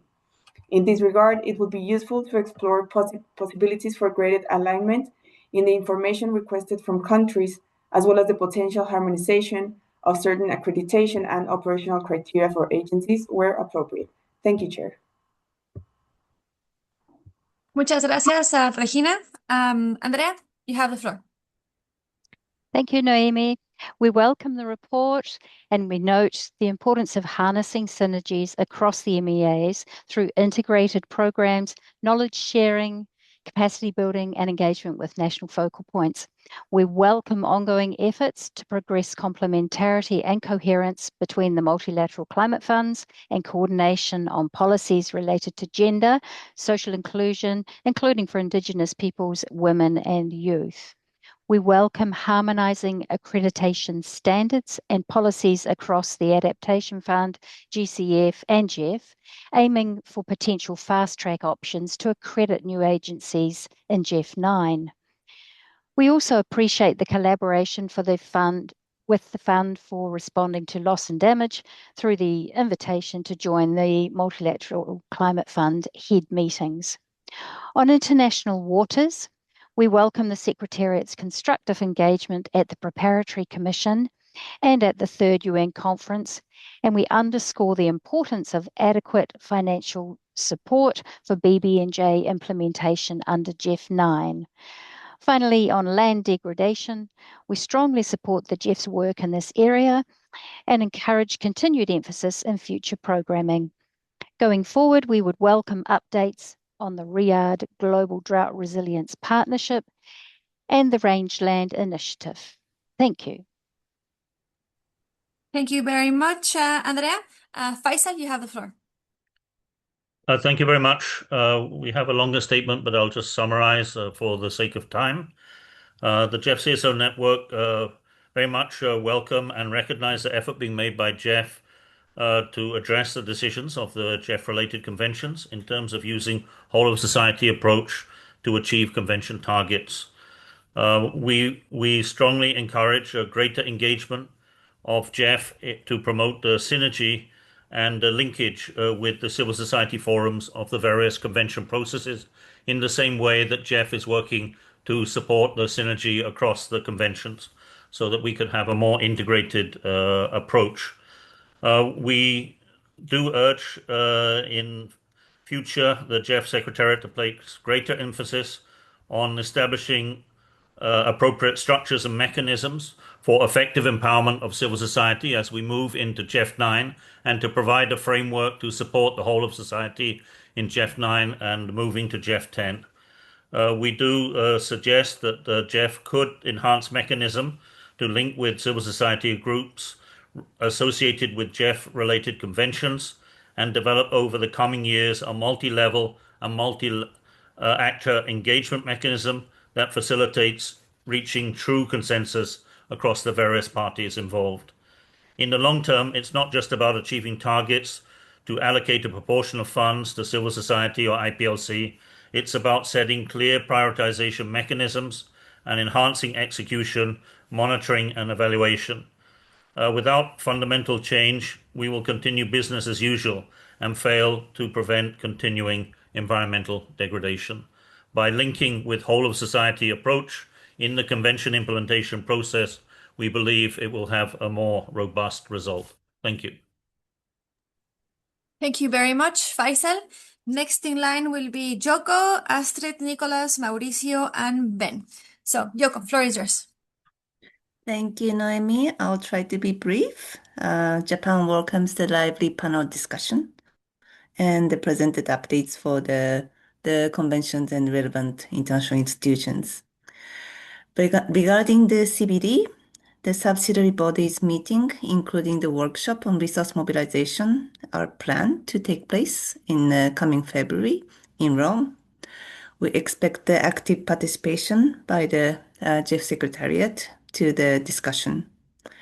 We hope the collaboration and synergies with other biodiversity-related conventions and CBD to be enhanced, and further resources mobilized from all sources so that the GEF funding continues to be utilized effectively and efficiently.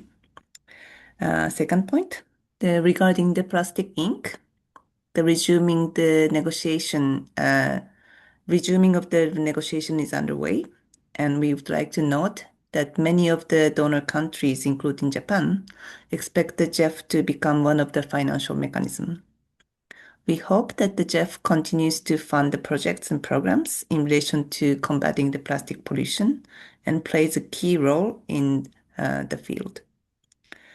Regarding the climate-related funds, we appreciate that the GEF continues to collaborate with GCF as well as Adaptation Fund and CIF. We hope the GEF continues to promote the access from developing countries. Thank you. Thank you very much, Joko. I'll now give the floor to Astrid, who will speak on behalf of Council Member Jonas from Denmark, Latvia, Lithuania, and Norway. Astrid, floor is yours. Thank you, Naomi. Our constituency welcomes the report, which we believe provides a very comprehensive and useful overview of GEF's engagement with relevant MEAs and other agreements and its response to the latest guidance from the governing bodies. We also appreciate the information document on GEF's engagement in the INC process. It provides very useful technical information about the possible steps involved in the designation of GEF as a possible financial mechanism for a potential agreement. Regarding the main report, we are generally supportive of the described activities, which we consider to be fully in line with the GEF's mandate and role as a financial mechanism for the conventions and agreements in the report. We welcome in particular the update on collaborative efforts to strengthen complementarity and coherence between the GEF and the other major multilateral climate funds, as already other speakers have referred to. We would like to emphasize that one of the strengths, as we see it, of the GEF is its ability to operate across MEAs and contribute to synergies between different conventions and agreements by taking a more integrated approach than funds that are focused only on one particular dimension of the global environmental challenges and crisis. So we therefore very much welcome the lively panel discussion that synergies featured so prominently in the presentations and was included in the questions. And And we also noted the reference to UNEA 7 and the new resolution on synergies and cooperation, which was adopted there last week, which we fully supported and believe is also relevant for the GEF's work. And in this regard, we would be interested in further reflections from the GEF Secretariat on how you work to promote synergies and policy coherence in your relations with the conventions, which of course we know that you do. So just if there is time, just now a few reflections looking forward. Thank you. Thank you very much, Astrid. And in the interest of time, I will go through the next four remaining speakers before we break to hear from Chis. So we'll have Nicolas, Mauricio, Ben, and Wang. With that said, Nicolas, you have the floor. Thank you very much, Noemi, and also thank you for this very interesting and insightful panel discussion. Germany would like to thank the Secretariat for its report and for its hands-on engagement with the conventions and the climate funds. This is a difficult job, we know, with the many agreements that GEF serves for, but it is crucial for the GEF's effectiveness and visibility. We appreciate that the climate funds are pushing ahead with the joint action plan. And as we already said, the joint report on results is a great step forward. However, we'd like to hear more about concrete plans and products the task forces are working on. Specifically, we would like to know when we will be able to discuss measures to make operations more coherent rather than just the reporting. It's good news that the Secretariat is now on the steering committee of the new Global Drought Partnership. Land restoration and combating droughts can be a key field to build new partnerships. And we think that the Secretariat should push ahead to win new GEF members and create opportunities for co-finance. We are happy that the BBNJ will come into force in January. That's a reason to celebrate. And since the BBNJ Special Fund is not yet operational, the GEF Trust Fund's ability to provide timely support to developing states parties in implementing the agreement is particularly valuable. The relationship with the Special Fund will need to be clarified, and any duplication or further fragmentation should be avoided clearly. And finally, we would like to say that it's unfortunate that countries have still not been able to agree on a global plastics treaty. And the GEF has very valuable experience in avoiding plastic pollution and would be a very efficient option to operate a financial mechanism. The Secretariat should showcase this clearly and frequently in the future. Thank you very much. Thank you very much, Nicolas. Mauricio, tienes la palabra. Muchas gracias, Noemí. Buenos días y buenas tardes a todos. La circunscripción sur de Latinoamérica apoya la decisión planteada y asimismo quiere señalar lo siguiente. Punto 1, queremos resaltar el apoyo del GEF a los países en relación a la preparación de informes nacionales bajo el CBD a través del proyecto Umbrella Program to support the revision and updating of the National Biodiversity Strategy and Action Plan and the production of the 7th National Reports, proyecto que da soporte a 139 países y que otorga donaciones de $100,000 por país. También a la preparación del primer reporte nacional bajo el protocolo de Nagoya, con el proyecto Support to Preparation of the First National Report on Implementation of the Nagoya Protocol on Access to Genetic Resources and the Fair and Equitable Sharing of Benefits arising from their utilization. Este proyecto da soporte a 96 países y otorga $30,000 a cada país.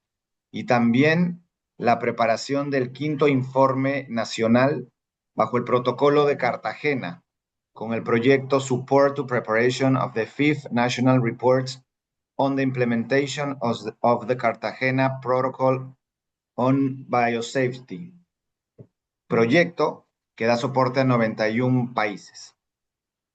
Como punto 2, si bien reconocemos y valoramos el apoyo del GEF para la elaboración de los informes requeridos por las convenciones, en la práctica los recursos suelen desembolsarse con retraso, lo que limita el tiempo disponible para preparar dichos reportes de manera adecuada.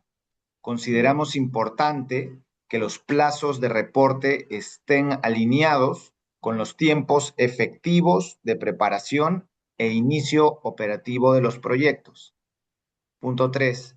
Queremos resaltar que resulta prioritario asegurar que la cooperación del GEF con los convenios internacionales respete las prioridades nacionales y marcos regulatorios de los países en desarrollo, evitando cargas adicionales de reporte y nuevos requerimientos no mandatorios.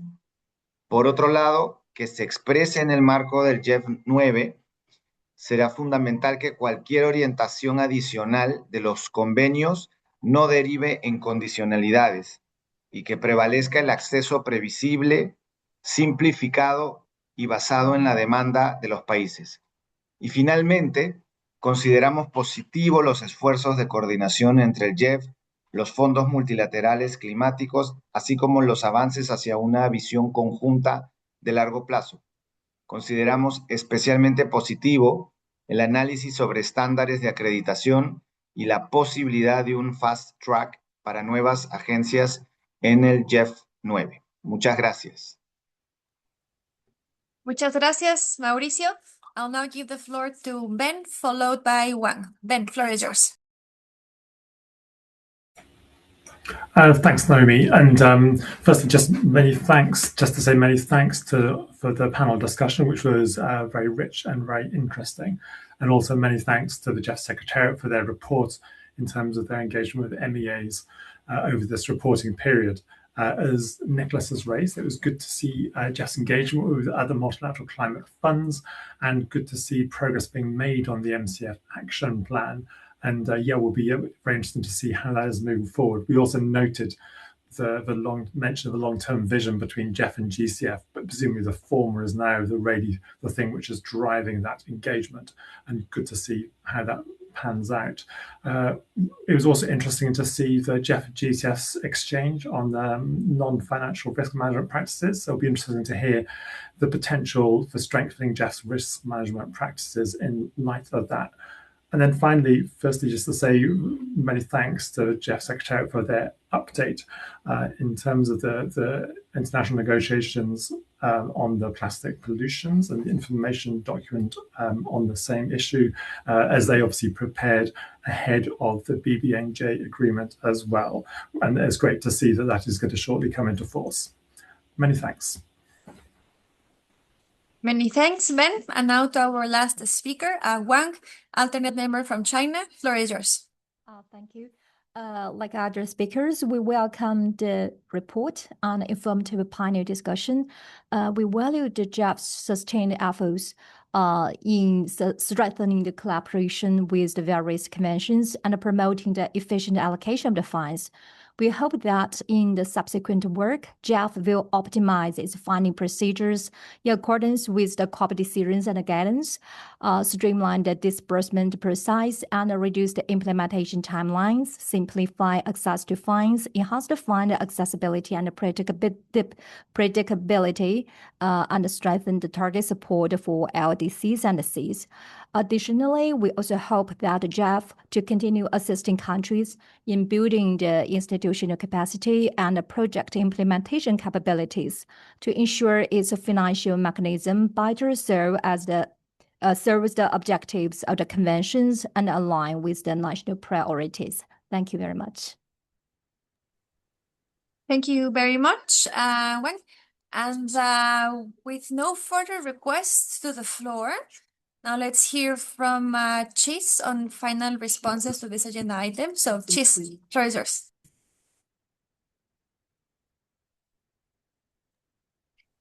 Thank you so much, and thanks for these very encouraging words about the report as well as the Executive Secretary's session. Let me try to respond briefly to a set of very good questions raised in no specific order. I think there was a request from a couple of council members, first and foremost, for us to include an update on the drought partnership in the future reports, and we'll be happy to do so moving along. There were also questions on the GBF, I'm sorry, BBNJ. And there was a question, a specific question from Mexico on what we're going to do in terms of supporting the implementation. There are elements that are being proposed in the GEF 9 programming directions package touching upon this particular issue. And as we all know, this is still to be negotiated. But the other element that we want to make sure is that because there is a PrepCom process ongoing that Vladimir from Dualos talked about earlier in the session, we also want to make sure what comes out of that particular process can also be well reflected in the GEF 9 support that we're going to provide regarding the BBNJ. Okay, so there was a question regarding the GEF participation. I think this was from Yoko-san from Japan. Expect active participation in the CBD process. We did nominate an expert for the resource mobilization workshop. We're waiting to hear back from the CBD Secretariat, and we're also aiming to have a robust representation as well as engagement in the CBD process moving forward. And thanks to a number of you who recognize the work that's ongoing on plastics as well as the information document. Once again, the information document highlighted how we have engaged in the INC process so far, and also it highlights how the plastic support, I would say, since from GEF 6, as well as moving towards GEF 9, could be included without prejudging any decisions to be made. And I just want to highlight that we have taken a comparable approach to these pending MEAs that may or may not conclude and may or may not have any decisions regarding the financial mechanism. And if it's going to be inclusive of the GEF as part of the financial mechanism, we take a fairly standard approach to make sure we do not prejudge that the particular decisions to be made, but just to make sure that we are ready to move ahead to support should the member states decide to request the GEF to come in that arena. There were also questions about making sure we avoid any duplication. On the BBNJ front, Article 52 on the financing, that spells out the GEF trust fund's role as well as the special fund. That particular article already talks about avoiding the duplication, so we're very cognizant of that, and we will continue to monitor the process as well as the actual operationalization of the other part of the financial mechanism to move forward. Mauricio Southern Cone raised very, very good points about the reporting support and making sure that the countries get the resources to comply with the timelines. We're cognizant of this, and I think the project cycle modification as well as simplification has been quite helpful to enable countries to get the resources. We also have done, for example, in the climate change arena, stacking or basically providing resources for multiple reports in a bundle that would enable countries in a 2-year cycle for the BTRs, for instance, to have much more secure access without having to come in to request the BTR support one by one. So I think there are some good lessons emerging from the GEF support in this particular area, and we will make sure that this isn't an important function of the GEF that we as a secretariat will continue to keep an eye as well as work with the agencies to make sure the countries do get the resources, as well as the support necessary for them to be aligned with the reporting deadline as well as the cycles. And I think this touches also upon the points raised by Ms. Wang from China. Okay, so last but not least, there were some questions regarding the synergy decisions as well as how we are working with the conventions. I think this was a question from Norway. A couple of examples quickly we can provide is that we are very active. We took a very active engagement in UNEA, which took place last week in Norway. I'm sorry, not Norway, in Nairobi. And there were a number of side events as well as plenary conversations regarding synergies across the MEAs. And we were fortunate to be provided with opportunities to share our perspectives as a financial mechanism and how integrated programming as well as resources can be the catalyzer for countries to continue to engage in support across the MEAs that could also have multiple benefits across the board. And we also had a couple of side events where we had executive secretary as well as senior representatives of MEAs engaged along with countries. So we're really underscoring the messages of how the GEF can be helpful in terms of promoting synergy across the MEAs that we serve. So with that, I turning back to you, Noemi, and perhaps Carlos Manuel wants to come in and Yeah, yeah, it will be me. Yeah. Thank you, Chis, for your reactions to the council members' comments and questions. We just concluded the discussion of this agenda item. So I would like to invite the council to adopt the draft decision that is included in document GEF/C70/04. I see no one asking for the floor. So decision taken. Thank you so much, Cheese, and thanks everyone that has been able to participate in this agenda item. Thank you so much. With this, we conclude this agenda item, which is agenda item number 5 on conventions, relationship with convention and other international institutions. Now we pass it over to agenda item 6 and 7 that will be presented together by IEO. For that, I will ask my dear co-chair, Richard, to chair these sessions of agenda number 6 and number 7. Richard, the floor is yours. Thank you very much, Carlos Manuel. So as Carlos just mentioned, recognizing we're running slightly over time, we're going to bring these two items together like we did the last council meeting. So that's bringing together agenda items 6 and 7. So the first is an evaluation of food systems integrated program and management response. And the second is the 8th comprehensive evaluation of the GEF management response. So to initiate the presentation, I'd like to invite Ms. Geeta Batra from the GEF IEO to introduce document GEF/E/C70/02 on the evaluation of GEF food system programs and document GEF/E/C70/01, the 8th comprehensive evaluation of the GEF. Over to you, Geeta.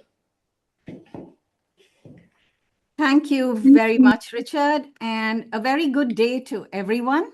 On behalf of the Independent Evaluation Office of the GEF, it's my pleasure to present this session at the 70th Council meeting together with my deputy Fabrizio as well as our comms officer, Jimmy. In this session, we'll present the current and forthcoming evaluation work program and provide a brief update on our key knowledge and communication activities. Today, we are presenting two working documents, the evaluation of food systems and the 8th comprehensive evaluation of the GEF, integration towards greater impact. We've also included 4 information documents. 3 present essential findings from evaluations on the Small Grants Program, the use of advanced technologies in the GEF, and agency concentration. These findings are embedded in OPS 8, and they're just provided for information based on request for the evidence, as they do not include any recommendations. The fourth document presents findings from a joint transformational change evaluation conducted jointly with the Adaptation Fund, the Climate Investment Funds, the Green Climate Fund, and the GEF IEO. This joint transformational change paper synthesizes evaluation evidence from the four funds to examine how transformational change is defined, operationalized, and assessed across their portfolios. While approaches differ, all four funds emphasize systemic change, scalability, and sustained impacts beyond individual projects. The paper highlights the shared challenges in measuring long-term transformation and opportunities for greater alignment and learning across funds. I wanted to give you a brief office update before we start the evaluation evidence. Our travel has increased this year as we conducted verification and ground truthing of OPS 8 findings with multiple country visits covering most regions. Despite the significant effort required to deliver OPS 8 on schedule, we remained actively engaged in knowledge and communication activities to disseminate findings and build evaluation capacity. High demand topics included thematic evaluations like sustainable forest management, sustainable cities, as well as methodological innovations, including AI and geospatial approaches. For the first time, the COP featured an evidence pavilion in Belém, where we partnered with 14 MDBs and climate funds to discuss key evaluation findings. We thank the CEO, Carlos Manuel, for sharing his perspectives on how independent evaluation evidence supports decision-making in the GEF. Our evaluation video series, EvalVision, continues to be an important communication tool. The most recent episode focused on nature-based solutions with upcoming work on the Amazon and sustainable cities. In terms of digital reach and learning, I'm happy to announce that our new website, which we invested in heavily, is having the intended impact with over 16,000 visitors in 2 months, twice our previous annual traffic. Not surprisingly, OPS 8 is the most downloaded document. We encourage you to check out the OPS 8 e-reader, a format that we will adopt for all our evaluations going forward. Our online training tool and course has reached 1,850 participants and is being used by regional evaluation hubs in Asia Pacific and Africa, and is now being expanded under phase 2. And not to be left behind, we are also actively engaged in social media. Our social media platforms have been very active, with engagement increasing by more than 80%, and that's not from a very low base, over the past 3 months, and followers growing by 30%. With that, I will now hand over to my colleague and Deputy Fabrizio to present the findings and recommendations from the food systems evaluation. Over to you, Fabrizio. Thank you for the floor. So, distinguished council members and participants, the evaluation on food system programs had 3 elements of focus. The first was the progress made by the GEF food system programs in achieving integrated results by applying a systems approach. The second was the additionality of a programmatic framework. And the third was a contribution of the programs to transforming food systems. So this focus was on transformational changes. Now, the evaluation covers 5 GEF food system programs in the period between GEF 6 and GEF 8. Altogether, these programs financed 84 child projects in 32 countries and through 8 agencies. They mobilized $821 million of GEF funding and 6.3 billion in co-financing. And the evaluation evidence draws on portfolio reviews, geospatial analysis, interviews, country case studies conducted in Ghana, Indonesia, Peru, and Tanzania. And these country case studies illustrate diverse food system contexts, challenges from commodity-driven deforestation to fisheries management and land use governance. Now, looking at the overall relevance of the programs align strongly with the global conventions. That was very important. Also very important was they align with national strategies. As an example, in Tanzania, two programs, FOLUR and FSIP, were vetted by the Vice President's office and were integrated into national strategies and plan, such as the National Rice Development Strategy and the National Environmental Master Plan. In Indonesia, there was a case of intersectoral synergy across forestry, marine systems, and livestock. And additionally, in Ghana, the food systems work complemented the RED Plus initiative and the National Land Use Planning. Now we look at the relevance of design. And across the portfolio, we found that 92% of projects focus on production, but fewer than 40% targeted post-production. This is why we said the initial focus was production-centric.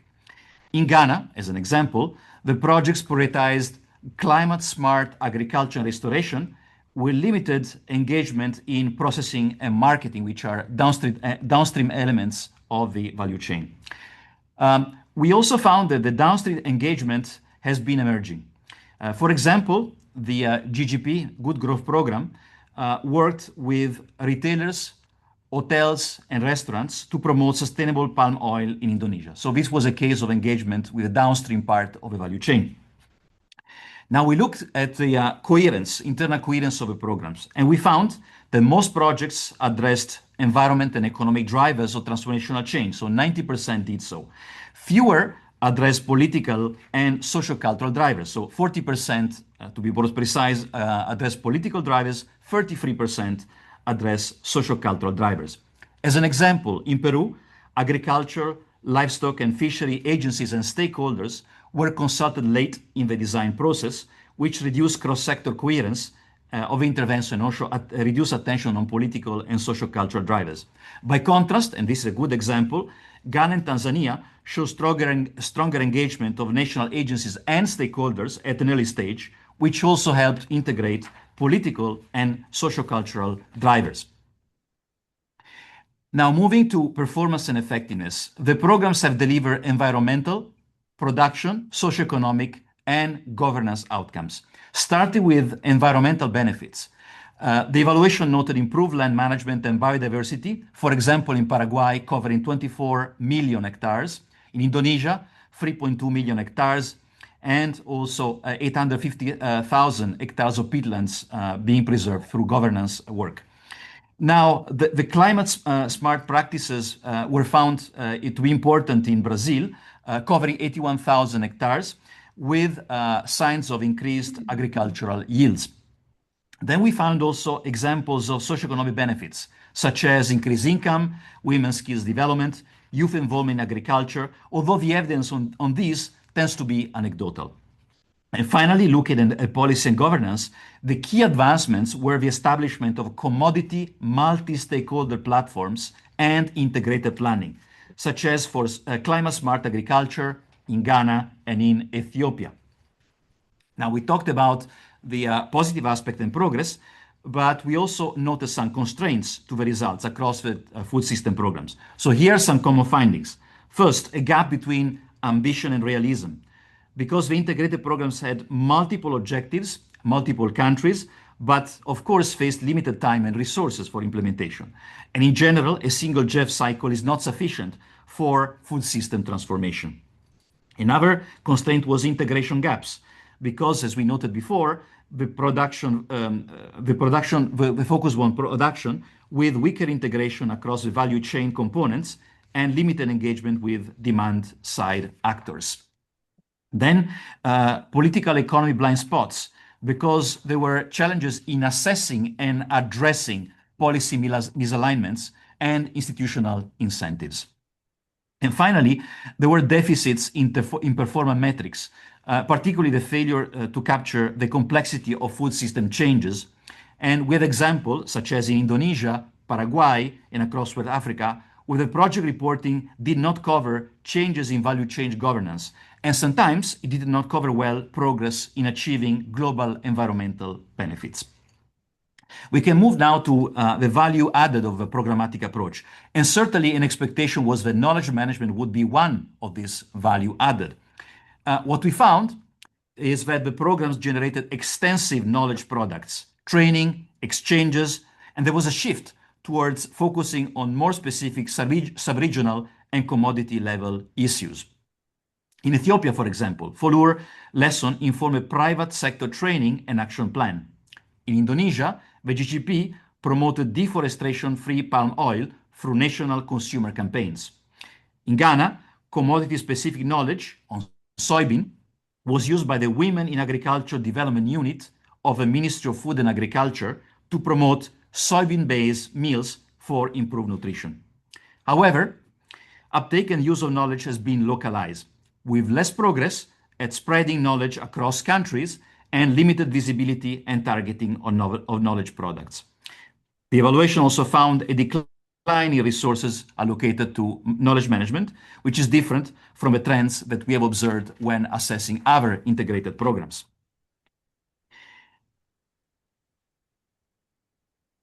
Now, we can look at the programmatic value addition, so areas of progress towards transformative change. So what are the domains of progress towards transformative change? Across the board, we found that an important area of progress was generating cross-ministerial and cross-sectoral collaboration that supported policy coordination. Another element of progress was in private sector engagement. An example was in Uganda, where there was support to the sustainable coffee through the collaboration with Nespresso, financed via a $4.5 million loan from IFC.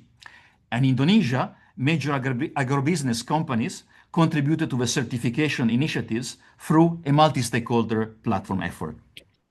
Programs, another area of progress, programs also foster innovation. For example, digital platforms, traceability tools, payment for ecosystem service schemes, and participatory extension models.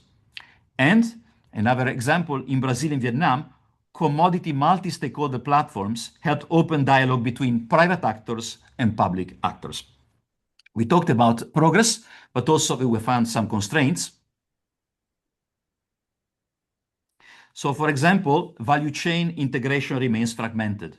To give an example, in Ghana, project focus, and we said it also before, was on productive capacities and ecosystem services, with less engagement with processing and distribution.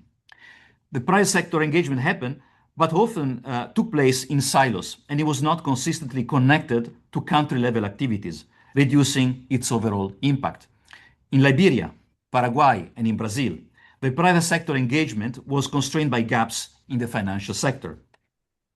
Sustaining and scaling up results beyond individual project was challenging due to insufficient attention to political and social drivers. So with results such as limited behavioral changes, as we noticed in one program in Indonesia, trust building with producer was limited sometimes, as in we found, for example, in Paraguay, Folur, and across the board, incentives and political economy barriers were under-addressed.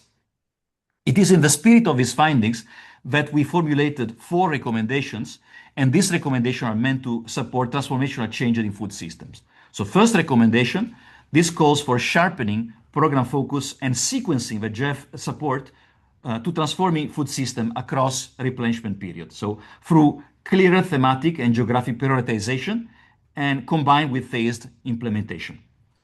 Recommendation number 2 focuses on stronger value chain integration. Programs should deepen engagement with post-production segments of the value chain and its main actors, connecting producers with private operators, markets, and financial institutions. Recommendation number 3 emphasizes the need to elevate political economy and behavior change analysis in food systems programs in the design and implementation of the programs by identifying institutional incentives, adoption barriers, and governance constraints early on. Finally, recommendation number 4 focuses on improving the customization of activities and knowledge products to country needs for strengthening knowledge uptake. Tailored support, better timing, and continuous engagement with the country partners are essential to ensure that knowledge from project and the overall programs informs design and implementation. Thank you, and with your permission, Co-Chair, the floor will go back to our director. Thank you very much, Fabrizio. At this stage, I would be very remiss if I did not congratulate the TTL Carlo Carugi, who led this evaluation, a very comprehensive evaluation of food systems over the past 1 year. Thank you, Carlo. With that, I'm going to go on to the 8th comprehensive evaluation of the GEF. So for those who've heard it several times, by now I'm sure you've memorized some of the conclusions and the recommendations. But for those who haven't, this will probably be the last time that our office is presenting the OPS 8. The title of the report being Integration for Greater Impact. The structure of the report, it's structured around 5 main sections: overall performance across focal areas, policy coherence, socioeconomic co-benefits, followed by enablers of transformational change, including integration, inclusion, private sector engagement, risk, and innovation. And it then examines the institutional and partnership framework and covers planning for GEF 9. In case you haven't had a chance, this OPS 8 e-reader makes it really easy to read this report. It has an interactive microsite, clickable charts and graphs, intuitive index and navigation, and progressive scrolling. So what did OPS 8 cover? And I'm going to go through actually very quickly because I'm assuming that you've all read OPS 8. So I'm just going to give you the highlights today.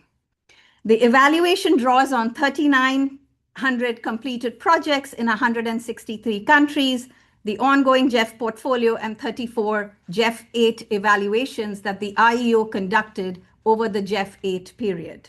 Methods included portfolio and country analysis, geospatial analysis, surveys, field validation, and AI-based text analytics. OPS 8 was supported by an external advisory panel. Their statement on the quality of the report is included in the annex to the report. We had peer reviewers, reference groups, all ensuring independent oversight and quality assurance of the IEO's flagship report. I'm going to quickly get into the conclusions and recommendations of this report. Not surprisingly, the GEF stands out as a uniquely relevant financing mechanism for global environmental action. The GEF remains aligned with conventions it serves, with national priorities, ensuring programming is country-driven while advancing global commitments, with integration further strengthening this alignment. The GEF has increased its focus on the most vulnerable countries, with Africa's share rising from 25 to 27%, support to LDCs from 17 to 19, and allocations to SIDS from 8 to 11%. On overall performance, the GEF delivers consistently strong results across global and country-level interventions. Overall, 82% of completed projects achieve satisfactory outcomes. Sustainability, as in all other funds, remains more challenging, with 64% of projects rated moderately likely or higher, particularly difficult in fragile and conflict-affected settings. Land degradation and international waters perform more strongly, and across all contexts, sustained behavioral change is the key to long-term sustainability. The GEF's catalytic role is evident in the scaling up of its projects by other partners. We found in the case of at least 17 GEF projects that have been scaled up by the Green Climate Fund, mobilizing about 1.4 billion, an average of 33 million per project. In India, for example, GEF-supported coastal pilots were scaled up to reach over 1.7 million people with satellite data confirming healthier mangroves that strengthen protection against coastal hazards. Third, the GEF's focal areas deliver significant environmental outcomes. GEF projects have expanded and strengthened. We heard yesterday in the monitoring report, GEF projects have expanded and strengthened protected areas, biodiversity mainstreaming, restored degraded landscapes, promoted sustainable agriculture, advanced renewable energy and energy efficiency, phased out harmful chemicals and reduced pollution, and improved cooperation in shared basins and marine ecosystems, just to highlight a few. But GEF clearly delivers benefits beyond environmental outcomes. So GEF projects have generated important socioeconomic benefits, including improved livelihoods, health outcomes, but these are unfortunately not always consistently measured or reported. While strong examples exist, such as ecotourism in Mexico and forest-based enterprises in Nepal, clearer indicators and more systematic monitoring are needed to better integrate social and economic outcomes alongside environmental benefits.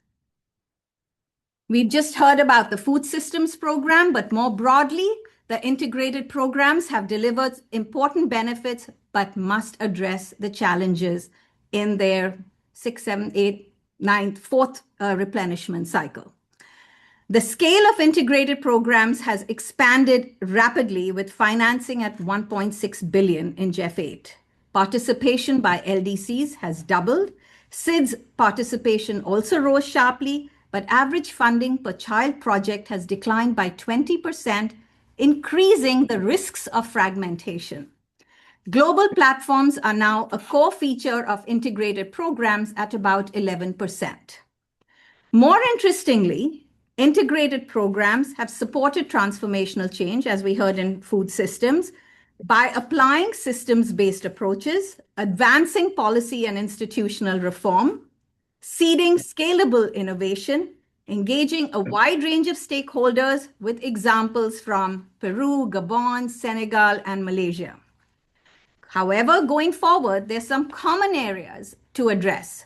One is they need strong institutional embedding, deeper private sector engagement, more deliberate risk-taking and innovation, and we heard a lot about that yesterday, clearer demonstration of additionality through improved knowledge, and finally, results management to achieve transformational impact. Inclusion has clearly advanced, supported by good, strong GEF policies, clearer operational guidance, and growing engagement with civil society. The safeguards and inclusion frameworks are improving. Gender equality and Indigenous peoples' participation are systematically embedded, as seen in projects like the Citarum River Basin in Indonesia. At the same time, inclusion needs to be more consistent beyond gender. You've got to give greater voice to youth, Indigenous people, and local communities. So deeper local empowerment remains an area for focus going into GEF 9.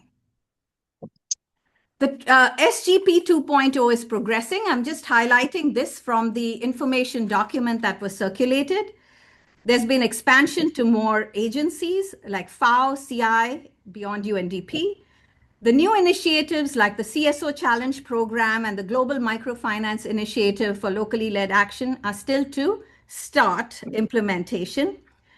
There's been a strengthening in administrative processes with the transition to SGP 2.0, but it has added some complexity at the country level, and people are still not clear about the way SGP Israel 2.0 is progressing. So some need on information and better education. So this has been a hot issue topic throughout this replenishment process, that private sector engagement needs strengthening. It has expanded significantly in the GEF.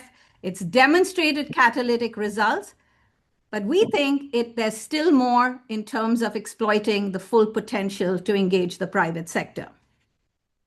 So through blended finance and market transformation, the GEF takes on risks that others avoid, enabling commercial capital to flow towards environmental priorities. In agriculture, in renewable energy and conservation finance, where clearly partnerships have opened markets, and there are now a few proven new models. The GEF's convening power, its role in standard setting and producer responsibility systems are its comparative advantage. So what needs to be addressed is overall GEF and agency capacity. Regulatory and policy frameworks are really, really critical, and encouraging agency complementarities to benefit from both market transformation as well as blended finance initiatives. The twinning of the two is what will bring out the best in private sector engagement. More explicit management of risk and innovation have gained a lot of visibility in the GEF with the risk appetite framework, but both seem to be constrained by structural and operational limitations. So what do we mean? We see that most projects are in the low to moderate risk range, even though sometimes the biggest breakthroughs come through by taking on a bit more risk, albeit within the GEF risk appetite framework. We've seen this, for example, with the Rhino Bond, which has brought in private investors into wildlife conservation for the first time, and with pilots in land restoration and agroforestry. Technological innovation is going to be very, very critical, as Rosina also pointed out yesterday in her presentation, the STAP presentation. About 2/3 of GEF projects use some technology, whether it's satellite monitoring or drones or digital platforms. But only 10% are really pushing the frontier with advanced technologies. And our team visited AI driven monitoring in China. It enabled real-time monitoring in the Shishan incinerator in Kunming, and it was scaled up to 22 incinerators, meeting Stockholm Convention standards.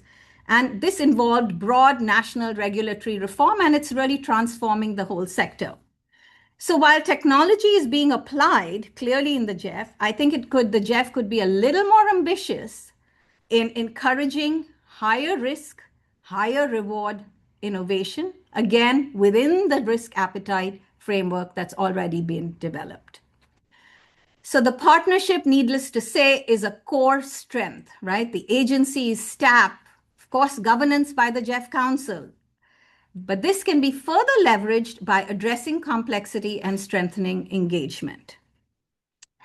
In general, we find, and I am not putting up the slides we've already discussed at the replenishment, showing that certain shares of certain agencies have been declining.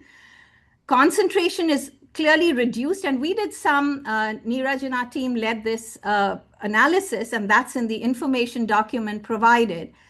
What would be the effect of maximum shares being capped at 25%, 20%, 15%? Clearly, concentration is reduced with the application of lower caps. But there's also costs which escalate with lower thresholds.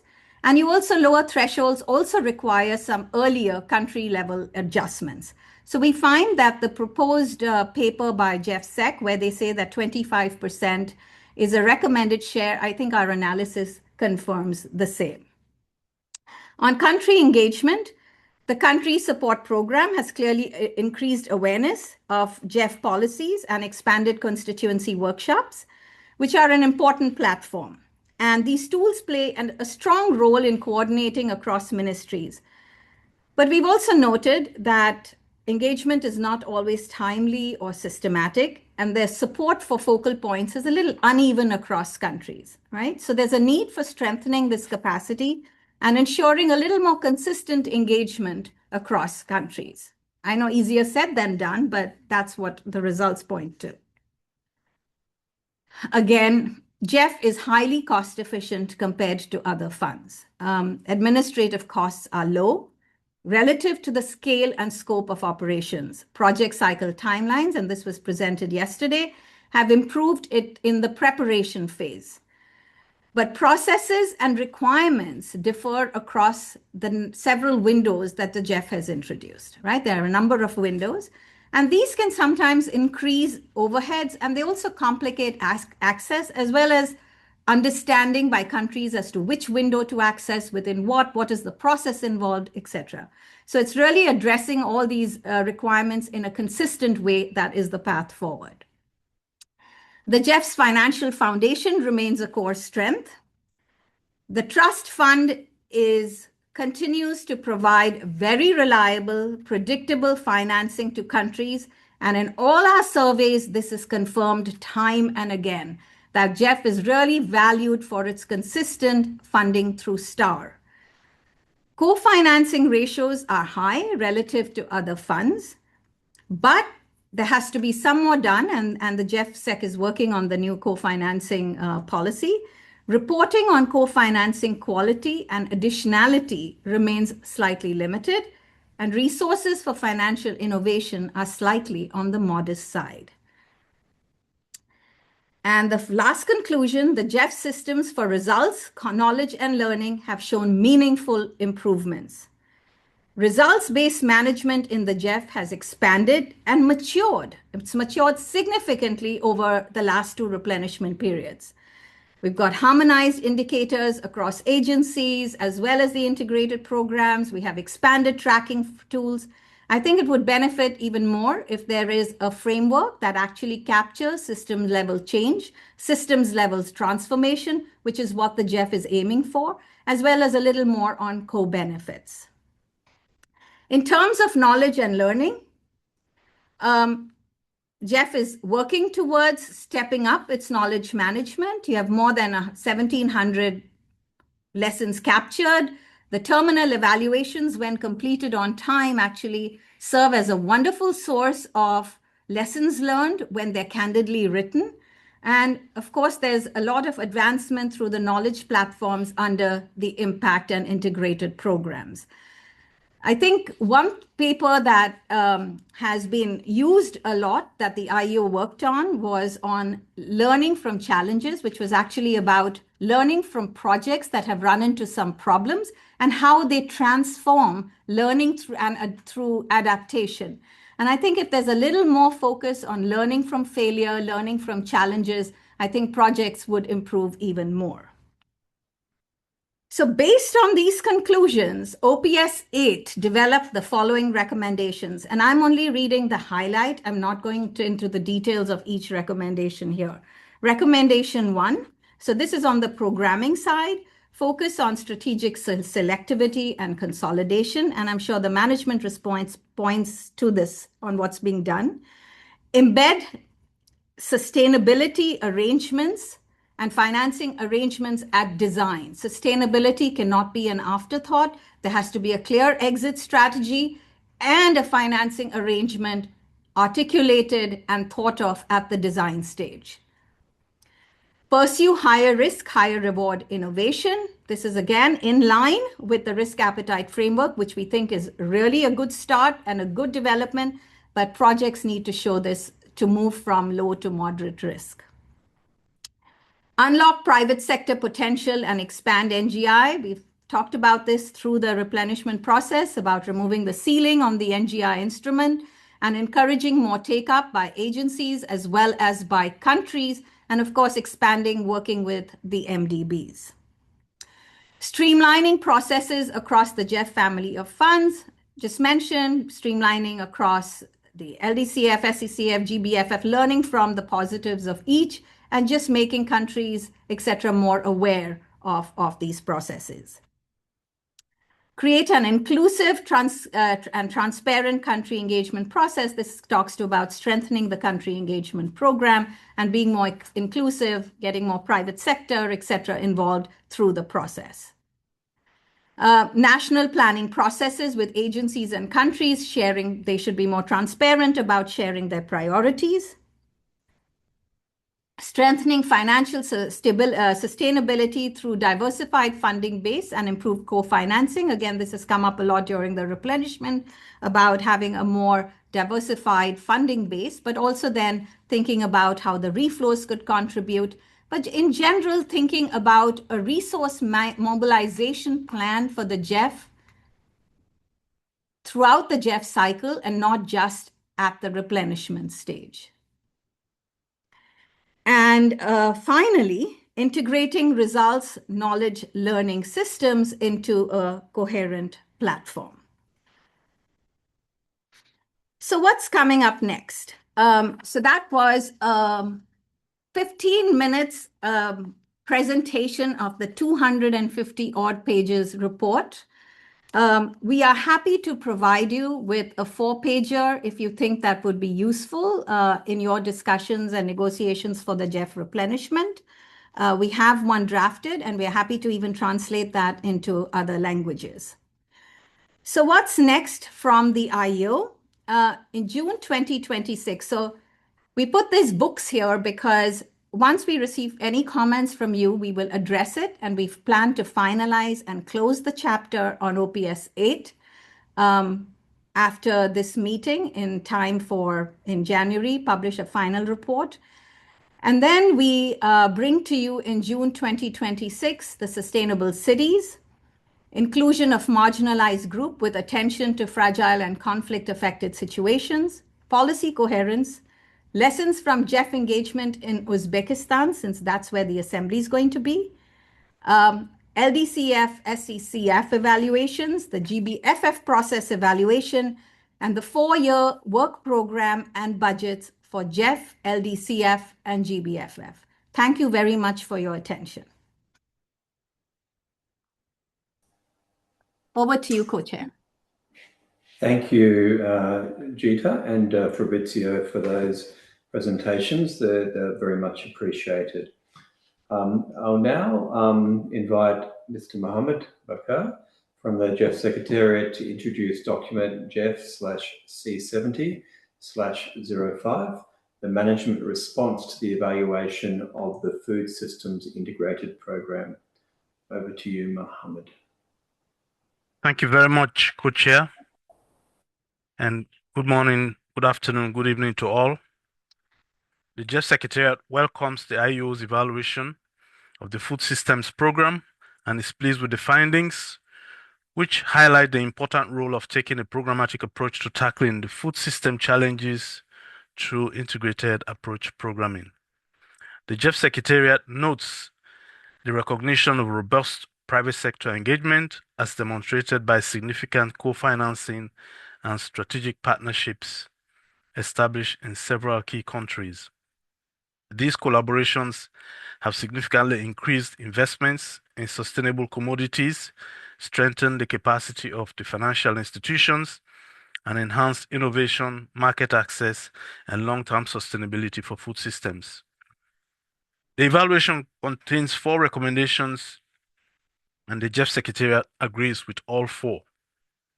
Recommendation 1 calls for the Secretariat to sharpen program focus and phasing across GEF replenishment periods.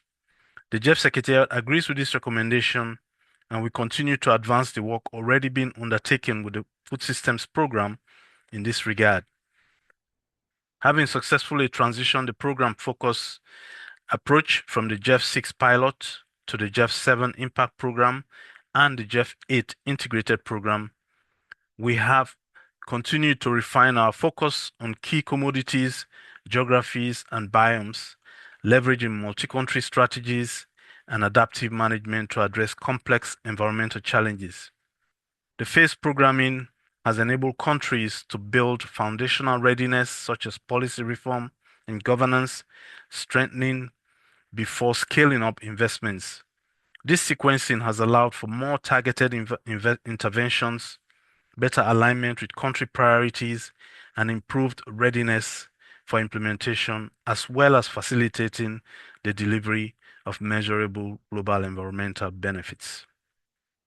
Recommendation 2 calls for the GEF Secretariat to expand focus on value chain segments beyond production and on vertical value chain integration in order to fully realize the benefits of an integrated program approach.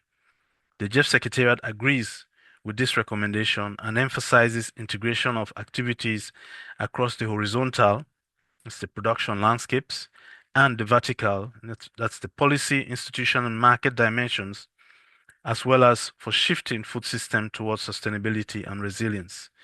Private sector engagement is proving vital for driving innovation and investments across the value chain. Partnerships with global buyers, financial institutions, and standard-setting bodies have increased co-financing and market access for sustainable commodities. The GEF Secretariat will continue to leverage successes in environmental impact and private sector engagement to promote vertical and geographic integration throughout the food systems. Knowledge exchange, private sector engagement, and social inclusion will remain key pillars of this approach. Recommendation 3 calls for the GEF Secretariat to increase attention to political economic dynamics and behavioral change in food systems transformation in design and implementation. The GEF Secretariat agrees with this recommendation and recognizes that addressing political economy dynamics and promoting behavioral change are critical for achieving transformational impact in food systems. The GEF Food Systems programs specifically supports countries on promoting alignment with national policies and priorities, successfully integrating environmental objectives into agricultural, livestock, and fisheries framework. Behavior change is already a feature of the GEF 8 Food Systems Integrated Program, especially within the Global Coordination Platform project facilitated through the country docking process. The GEF Secretariat will continue working with the GEF agencies on mechanisms to mediate trade-offs and promote behavioral change, prioritizing engagement with countries committed to policy and institutional reforms. Recommendation 4 calls for the GEF Secretariat to strengthen country docking to enhance the knowledge value of country engagement with the Global Coordination Project. The GEF Secretariat again agrees with this recommendation and acknowledges the evaluation's findings that country docking, which is essentially the process of matching country needs with program technical support, is challenging but essential for maximizing the value of integrated programs. Effective country docking and knowledge exchange are essential for realizing the added value of the integrated program modality. To further strengthen country docking, the GEF Secretariat will ensure that coordination projects remain active and adequately resourced throughout the child project lifecycle, enabling timely and tailored support. In conclusion, Co-Chair, the IU's evaluation provides a useful and insightful assessment of the GEF's journey in food systems programming. It affirms the strategic relevance of our work while offering actionable recommendations to enhance our effectiveness. The GEF Secretariat is committed to advancing food systems transformation through focused, phased, and integrated approaches. The findings from the evaluation on coherence, knowledge management, governance, private sector engagement, and environmental outcomes will guide future programming to deliver global environmental benefits, foster innovation, and support sustainable development while ensuring alignment with country priorities and readiness. The GEF Secretariat is fully committed to applying these lessons to strengthen the design and implementation of current and future food systems programs. Let me close by thanking my colleague, Peter Umune, who led most of the review and the preparation of the management response, and also all of our colleagues in the Secretariat who have been very instrumental in advancing the food systems agenda. With that, I thank you and hand back to you, Co-Chair. Thank you very much, Mohammed, for setting out that management response. I'll now hand over to invite Mr. Claude Gasson from the GEF Secretariat to introduce document GEF/C70/06, the management response to the evaluation of the 8th comprehensive evaluation of the GEF. Over to you, Claude. Thank you, Co-Chair, and good morning, good afternoon, and good evening, dear Council members and participants.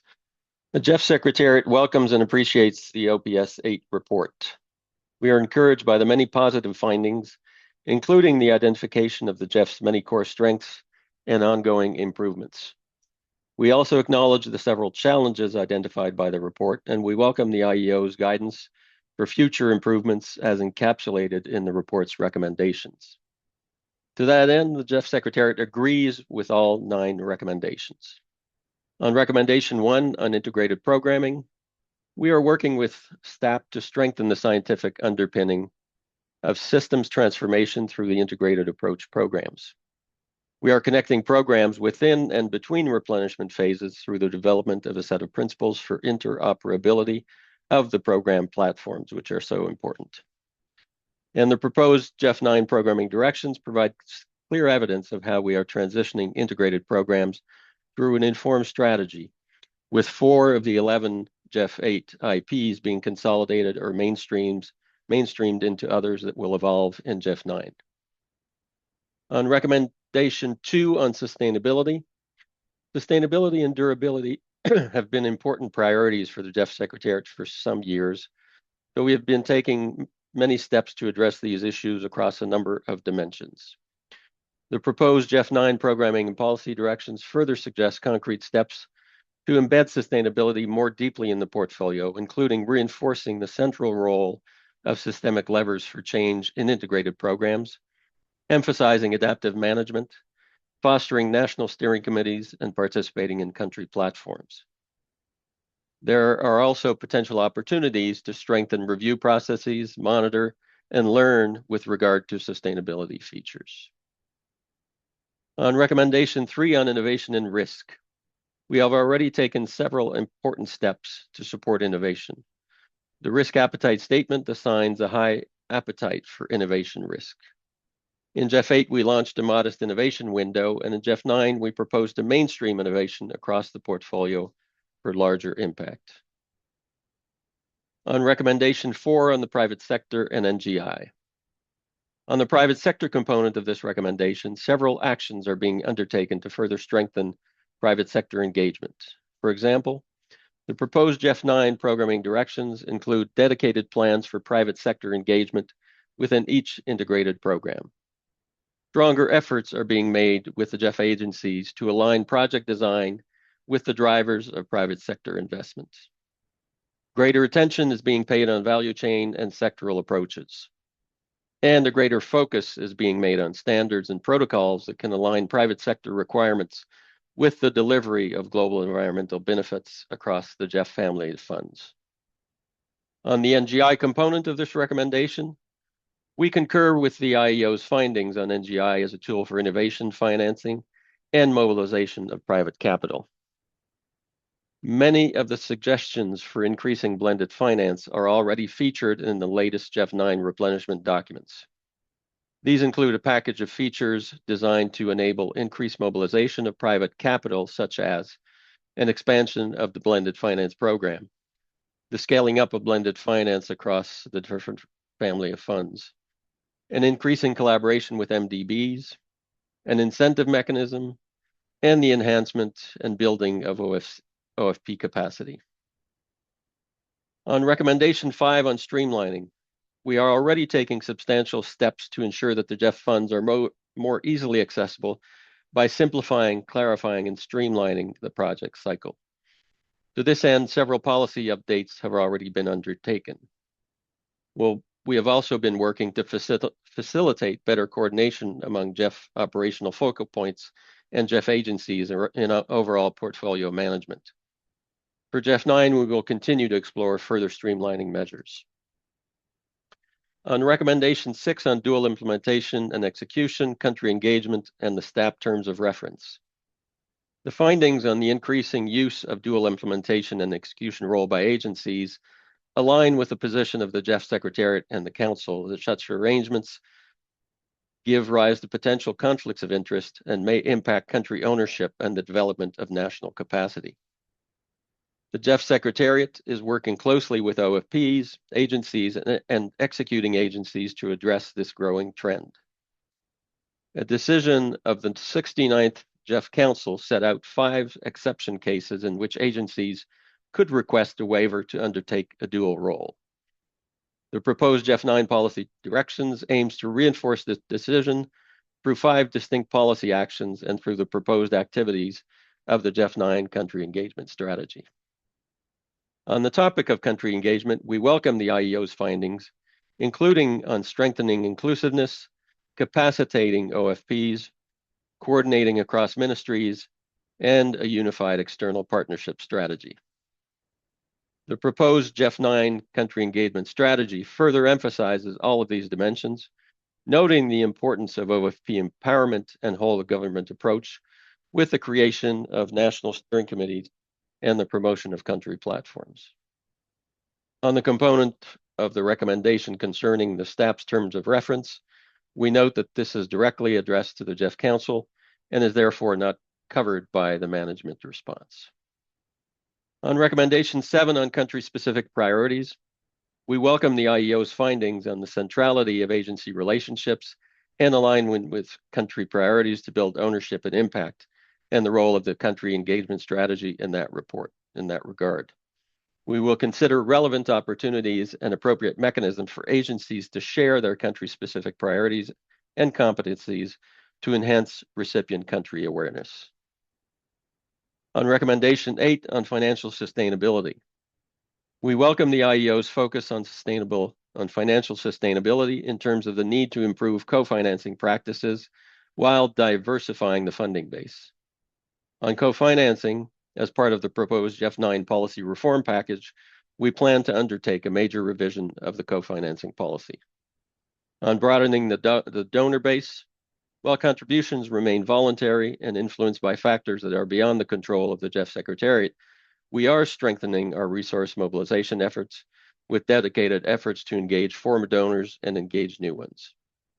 And finally, on recommendation 9 on knowledge and learning, the action areas proposed by this recommendation are already a core priority for knowledge and learning across the GEF partnership, including the development of a robust knowledge platform and an emphasis on adaptive management. Evaluation and monitoring approaches are also being strengthened to capture systemic change and co-benefits and coordinate progress at the program level. In conclusion, the OPS 8 provides a valuable assessment of the performance and progress of GEF across multiple dimensions, identifying key opportunities and key challenges. Building on ongoing processes and lessons learned, we will pursue these recommendations through ongoing implementation and through the upcoming GEF 9 programming and policies. With that, I thank you and hand you back to the co-chair. Thank you, Claude, for stepping through and providing a comprehensive management response to the OPS 8 evaluation. With that, I would like to open the floor for any questions and comments from Council, and that can be bringing together both evaluations for comments and questions. And I'll hand over to Naomi to manage the requests for the floor. Thank you. Thank you very much, Mr. Co-Chair. Floor is now open. We're starting to receive the list of speakers. We're going to start with Anders from Sweden, followed by James, Ben, and Luciana. So Anders, floor is yours. Thank you, and thank you also to the IEO for these reports, which are extremely valuable also in our internal evaluations ahead of GEF 9. Firstly, on the food systems, we have some concerns with the potential overly focus on food systems. To be frank, we recall that there are also other organizations also working on food systems and that the GEF is not an extended arm of the FAO. So simply to say that this risks coming at the expense of other core objectives of the GEF, such as scalable results on biodiversity conservation and climate mitigation, which are also important to take into account in GEF 9. Would have been useful to also evaluate results in LDCs with more difficult conditions or vulnerabilities in the report on food systems. We note that the metrics indicate limitations to capture systematic change, and this raises legitimate questions ahead of GEF 9 as to what extent the GEF should focus on food systems to the extent we do today. On the small grants program, we recall that the program has relatively high transaction costs, and we also note that it has a strong focus and reliance on the UNDP and FAO in its implementation. On the 8th comprehensive evaluation of the GEF, Sweden fully welcomes the report. It's extremely useful to us also in our internal processes, and we fully welcome its recommendations and the management response to them. On recommendation 1, we support fully integrated programs ahead of GEF 9, and in particular the need to deliver impact at scale in sustainable urban development and cities. The continuation and scalability should be reflected in the exit strategy, so useful that this is highlighted. We therefore also welcome recommendations 2 to secure long-term outcomes through sustainable financial arrangements. We welcome more focus on innovation in recommendation 3, and also to say that we as donors are prepared to accept more technology and innovation risks, as was very well highlighted by the IEO, that this is also useful to achieve more results and scalability, while we remain, as was discussed yesterday, cautious on traditional accountability-related risks. On recommendation 4, we strongly welcome it, in particular to unlock private sector potential, to expand blended finance and a non-grant instrument is critical. And again, very good examples in the report in this regard. Enabling conditions such as policy reform and standards will accelerate the sustainable transition, and very useful that you also very clearly highlight the convening power and standard setting role of the GEF, which to us is a very unique advantage of the GEF, which not many other organizations can do when it comes to the sustainable agenda linked to the MEA implementation. On recommendation 5, Sweden welcomes reducing application complexity and improved efficiency. We, however, recall that the family of funds concept is not necessarily an advantage to us as a donor, but co-programming between the funds somehow also implies that some of the smaller funds are also not sufficiently independent, and that some of these projects could potentially have been programmed in the GEF as a whole. As highlighted yesterday and in Kazan, we fully support the review of the terms of reference for the staff. On recommendation 7, we have heard the call for more inclusion of OFPs and country ownership, and we fully support this. On recommendation 8, we fully share the need to broaden the donor base. In the long run, a country of 10 million should not have as large share as we do. We remain recommitted to GEF 9, fully clarifying that, as we see that the GEF delivers results and is a cost-efficient organization. So just to put that clear, we are committed to GEF 9. This is by extension also a message for future COPs, that sort of finance in the long run is also dependent on substantial results in implementation of the NDCs and BSAPs, etc. Because in the end of the day, these are the results we need to see and to discuss in the COPs to justify substantive financial contributions. Thank you again for a very useful and good report. Thank you very much, Anders. I just wanted to remind the council that we have some 40 minutes remaining for this agenda item, and we have a list of 20 people requesting the floor. So I will again invite everyone to be concise. I also see that some representatives are requesting the floor twice. The member and the alternates. I would just invite if you could make one intervention on behalf of the constituency, so we are more efficient. And again, if you would like to share more detailed comments, written statements are also very much welcomed. So with that said, I will give the floor to the first 10 in the interest of time, and then we will go to the remaining 10. So next in line will be James, Ben, Gisela, Andre, Catherine, Lauren, Mamsamba, Stefan, Nicholas. Then we will break for some comments and continue with the list. With that said, James, you have the floor. Thank you very much, and I'll endeavor to follow carefully your guidance. We join in thanking the IOE for the evaluations, which are indeed timely. I think just going succinctly to a few points, we support the with regards to the evaluation of food systems programs. We support the recommendation to expand the focus of programs from production to vertical value chain integration, given the importance of robust agricultural commodity supply chains in attracting investment, building industries, and creating jobs, goals that we support through trade, investment, and technology partnership. Given the importance of the private sector in strengthening such value and supply chains, we take note of the persistent challenge that was identified in terms of scaling private sector engagement, and would welcome comments from the Secretariat on steps it is taking to address this challenge and how it could more effectively incentivize private sector participation. We have concerns with the third recommendation. We believe strongly that the GEF's food systems work should focus on concrete value for money and tangible project outcomes, such as noted in the first recommendation, to establish clearer program boundaries and priorities, rather than expending resources analyzing political economy factors. Moving now to the 8th comprehensive evaluation. We similarly, in this report appreciate the chapter on engagement with the private sector, including the informative findings regarding constraints to GEF's private sector engagement, and that we hope by identifying these barriers that GEF can identify steps to increase the efficiency and effectiveness of projects involving the private sector.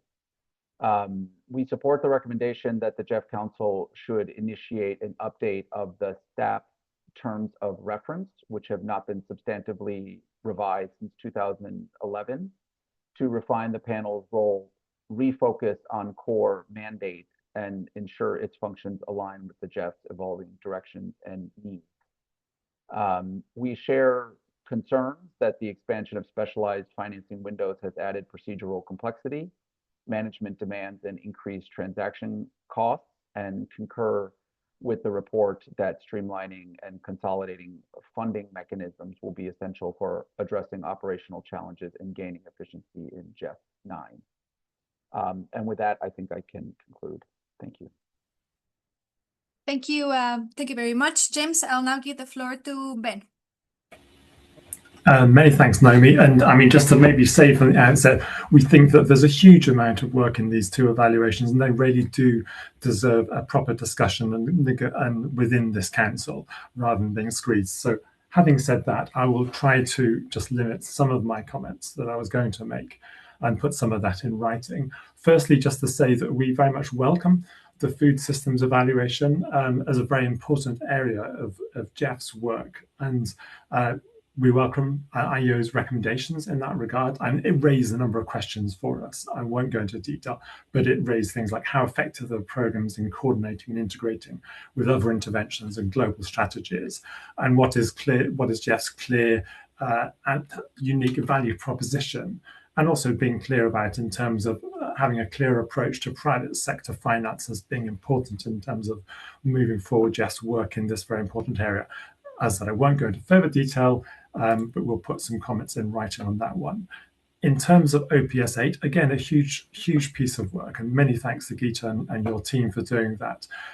We always welcome this piece of work, and it's a crucial document for us in approaching the GEF 9 replenishment and also the GEF 9 partnership more broadly. I want to just highlight just a number of the recommendations rather than going to each of them in turn. Recommendation 3, in terms of, we've always been clear that to get transformational change, you need to have greater innovation and need to potentially take higher risk within the GEF risk appetite. That work needs to be moved forward. Also on recommendation 4, in terms of unlocking the private sector potential and expanding the use of NGI, yes, we see that as particularly important. And also we read from the evaluation, this is about using the strengths of agencies, for example, on MDBs. We also heard Gita say that this needs strengthening of the capacity of the GEF and agencies as well. And just finally then on recommendation 6, which was, as pointed out, was uniquely by Claude, was uniquely focused at us, the GEF Council, to look at this. The evaluation stated that the current structure and scope and governance needs to better align to the evolving needs of the GEF, and we need to look at the terms of reference. I think it's worth pointing out that the GEF instrument states that the Council can approve and periodically review the mandate composition and the role of staff. That's 20F of the instrument. As Claude has said, this is not for GEF Secretariat to take forward and comment on that recommendation. It's for us, the Council. And so we very think that, as Gita said, this is the last time this OPS 8 report will come to us. This is the right time for us to basically take a recommendation and decision on this. And so we suggest adding to the decision text for this item to the management response. So we suggest text, and I'll just read it here, but I'm happy to put it into the chat. Request the GEF Secretariat to commission a review of the STAP to cover and take forward the issues raised by the GEF's Independent Evaluation Office under the authority of a time-bound council working group. And we could also potentially suggest that this should be completed in the next 12 months. I'll put that in the chat so everyone can see that and to save time. I'll leave it there. Many thanks. Thank you very much, Ben, and indeed that will be very much helpful. So Gisela, floor is yours, followed by Andre. Thank you very much, Noemi. I would like to second Ben in thanking Geeta and her amazing team for the huge work done. And I focus our comments on the OPS 8. We welcome the final report, and we welcome also the management response, the positive response. It is reassuring to see that the GEF continues to be a high-performing facility with over 80% of projects rated satisfactory. This confirms that GEF remains a solid investment for global environment.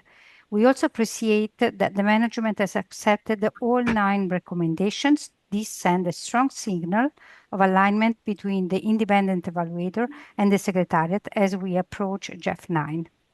Systematically engaging with the private sector is critical in view of the next GEF cycle, and we strongly support recommendation 4. Removing barriers and building capacity for blended finance can unlock larger transformative investment and attract institutional and commercial funding. We commend the Secretariat having already embedded these in the GEF 9 programming direction. The evaluation highlights a persistent gap. While project outcomes are good, their long-term sustainability is significantly lower, especially in fragile contexts. And we fully support recommendation 2 to embed this sustainability at the design stage. On monitoring sustainability, the management response accepts the need for better sustainability planning. Beyond project design, how does the Secretariat intend to track sustainability after project closure, given the current limitation on post-completion monitoring? On other issues raised in the review, we also agree with the call for fewer but deeper integrated programs. The evaluation rightly points out that complexity can become a barrier for countries. As we move toward consolidation, it is vital that this does not unintentionally reduce access for smaller countries, in particular LDCs, who may struggle to fit into large, complex programmatic framework. I would like to support Ben's proposal to include in the decision text to commission a review for the terms of reference of STAP. And in conclusion, we look forward to seeing these recommendations translated into concrete action in the upcoming policy proposal. Thank you very much. Thank you very much, Gisela. I will now give the floor to Andre. Thank you very much, Noemi. We thank the IEO for the evaluation of the Food Systems Integrated Program and the Secretariat for the respective management response. And we strongly commend the GEF in its shift towards being more systemic through a food systems lens to ensure a more comprehensive response for increased food security, environmental health, and socioeconomic benefits. We would encourage to be more systematic in embedding considerations for nutrition and healthy diets, also in supporting only production-oriented activities, as these could condition the choice of practices being supported. So, for example, agroecology or crop diversity. We fully and particularly support recommendation 3 on increasing attention to political economy dynamics and behavioral change in food systems transformation at design and during implementation. And we encourage continuing to increase the percentage of projects actively engaged in knowledge sharing and or with joint activities with other donor-funded initiatives. And for OPS 8, Switzerland welcomes the 8th comprehensive evaluation of the GEF and the Secretariat's management response, and we generally agree with the recommendations and the respective management response. We specifically support recommendations 1 on the transformational impact, recommendation 2 on long-term outcomes, 3 on high risk, high reward, recommendation 7 on national planning processes, and the important recommendation 8 on reducing reliance on a limited group of donors. While we also support the other recommendations, we would like to stress some elements that will be important for successful implementation. On recommendation 2, we think that the future strengthening of country focal points and platforms through the country engagement strategy, as well as increasing policy coherence and stakeholder collaboration, will be of prime importance to achieve higher and more sustainable long-term outcomes. For successful implementation of recommendation 4, it will be, in our view, key to strengthen domestic enabling environments. On recommendation 5, we welcome streamlining and efficiency, but these potential gains must obviously not come at the expense of quality or decreased sustainability. The OPS 8 is a critical input for the 9th replenishment, and we will serve as the basis for evidence-based decision-making and knowledge management. So it goes without saying that we will take all the recommendations into account in our preparation of the 3rd replenishment meeting of GEF 9 and expect that any actions flowing from the recommendations are duly reflected in the decisions on the 9th GEF replenishment. And for the proposal of UK, I think we can support that, but I will check the text again that Ben has recently posted in the chat. Thank you very much. Thank you very much, Andre. And I'll give the floor to Catherine, followed by Lauren and Mansamba. Catherine, floor is yours. Yes, can you hear me? Yeah. Oui, Okay. Catherine, on t'entend bien, oui. Okay, I'll speak in English this time. So thank you to the IEO for the significant work in developing the findings and the analysis for OPS 8, along with the other evaluations. First, I'd like to say a few words on the food system evaluation, which Canada welcomes together with the management response. It was insightful to read that the GEF has been engaged in shaping food systems since its first replenishment, and that the GEF food systems program are highly relevant to addressing environmental challenges within food systems. And we were pleased to read that the GEF food systems programs have delivered substantial environment benefits while also generating significant food production and socioeconomic outcomes. We recognize that EFAD and FAO are already integrating many of the recommendations through other processes which align investments with country priorities and readiness. We believe that the focus beyond farm-level production should be expanded to deliberately target the missing middle of the food system, so the post-production segments like storage, processing, distribution, to ensure that crops safely and efficiently reach consumers. And we also agree that advancing gender transformative market systems approaches by expanding access to assets, finance, leadership opportunities, and care infrastructure is essential to ensure that environmental gains achieved through food systems programs are converted into inclusive outcomes with tangible improvements in nutrition and food security for women, smallholder farmers, and vulnerable communities. On the food systems evaluation, we would also like to emphasize the need for early analysis for subsidies, market power, regulatory dynamics to safeguard nutrition and climate objectives and guide policy dialogue, while at the same time, blended finance can mobilize investment in nutrition food value chains and ensure that smallholders and women-led enterprises benefit from fair standards in procurement, while reducing the risks of policy reversals and strengthening inclusivity. Now, just a few words on OPS 8. Very briefly, we find the recommendations are valuable in framing what is feasible and will advance the GEF partnerships agenda for GEF 9 replenishment.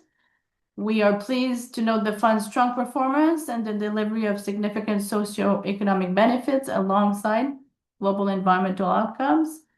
And we also appreciate the management response and the agreement with the recommendations, in particular, number 8 on strengthening the GEF's financial sustainability and reducing reliance on a limited group of donors. And for the sake of time, recognizing the long list of speakers after me, we will share our specific comments and questions in writing. Thank you. Thank you very much, Catherine. I'll give the floor to Lauren, followed by Mansamba, Stefan, and Nicholas. Lauren, on behalf of Norway, floor is yours.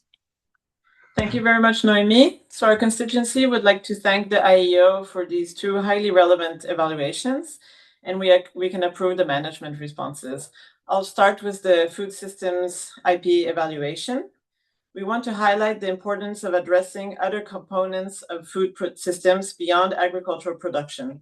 So for an example, in terms of environmental impacts, we especially want to highlight the crucial role of reducing food loss and waste, which now account for about 8% of global greenhouse gas emissions. Like Switzerland just mentioned, we agree with the evaluation's recommendation to increase the emphasis on nutrition and access to adequate and healthy diets. We also see the need to address systematically gender gaps in food systems. Then we have a question to the GEF Secretariat. So in addition to the recommendations addressed in the management response, we would like to hear whether or how the GEF Secretariat will follow up coherence, both internal and external, with regards to the implementing agencies. So the evaluation mentions that IFAD and the World Bank have effectively linked GEF interventions with their own country programs and projects. But to which extent have the other implementing agencies succeeded here? Then on OPS 8, we encourage the GEF to further strengthen measures to ensure long-term sustainability and to follow up on earlier IEO recommendations on sustainability, particularly in LDCs and fragile contexts. Similarly, we note the need for deeper integration of local leadership and inclusive practices throughout the project cycle. We urge the Secretariat and agencies to continue strengthening stakeholder engagement and assess support for locally led solutions, especially in fragile and conflict-affected settings. We believe that commitment to agency performance monitoring could benefit from even greater transparency and accountability, including public reporting and clear consequences for underperformance. And this should be considered for GEF 9. Finally, we support the Secretariat's efforts to scale up private sector engagement and blended finance, and we would like to see further innovation in these areas during GEF 9, responding to the challenges that are identified in OPS 8. Thank you very much. Thank you very much, Lauren. Mamsamba, on behalf of the CSO Network, floor is yours. Thank you very much, Naomi. Like you said, I am presenting on behalf of the civil society organization, and I want to take the opportunity to also thank my colleagues who have just also made their comments.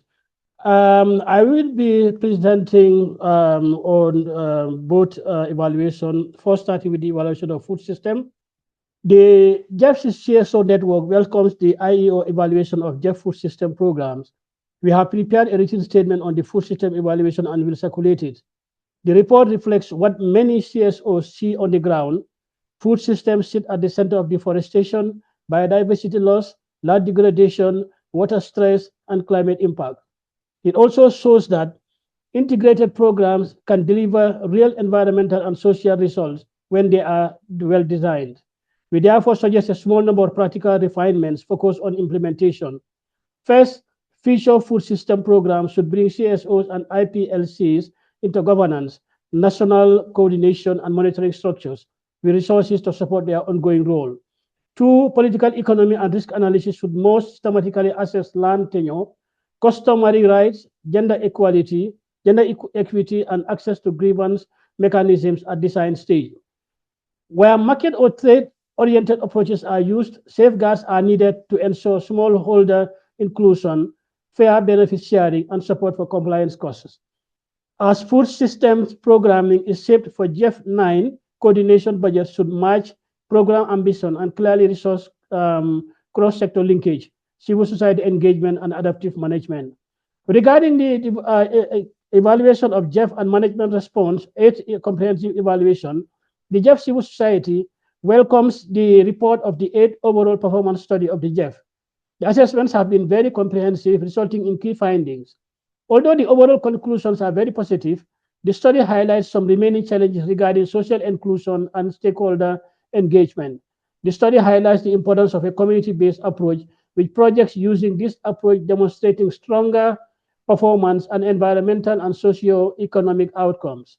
Despite this, it seems only a minority of recent projects fully applied good practices around accountability, participation, and resource devolution, and this needs to be addressed.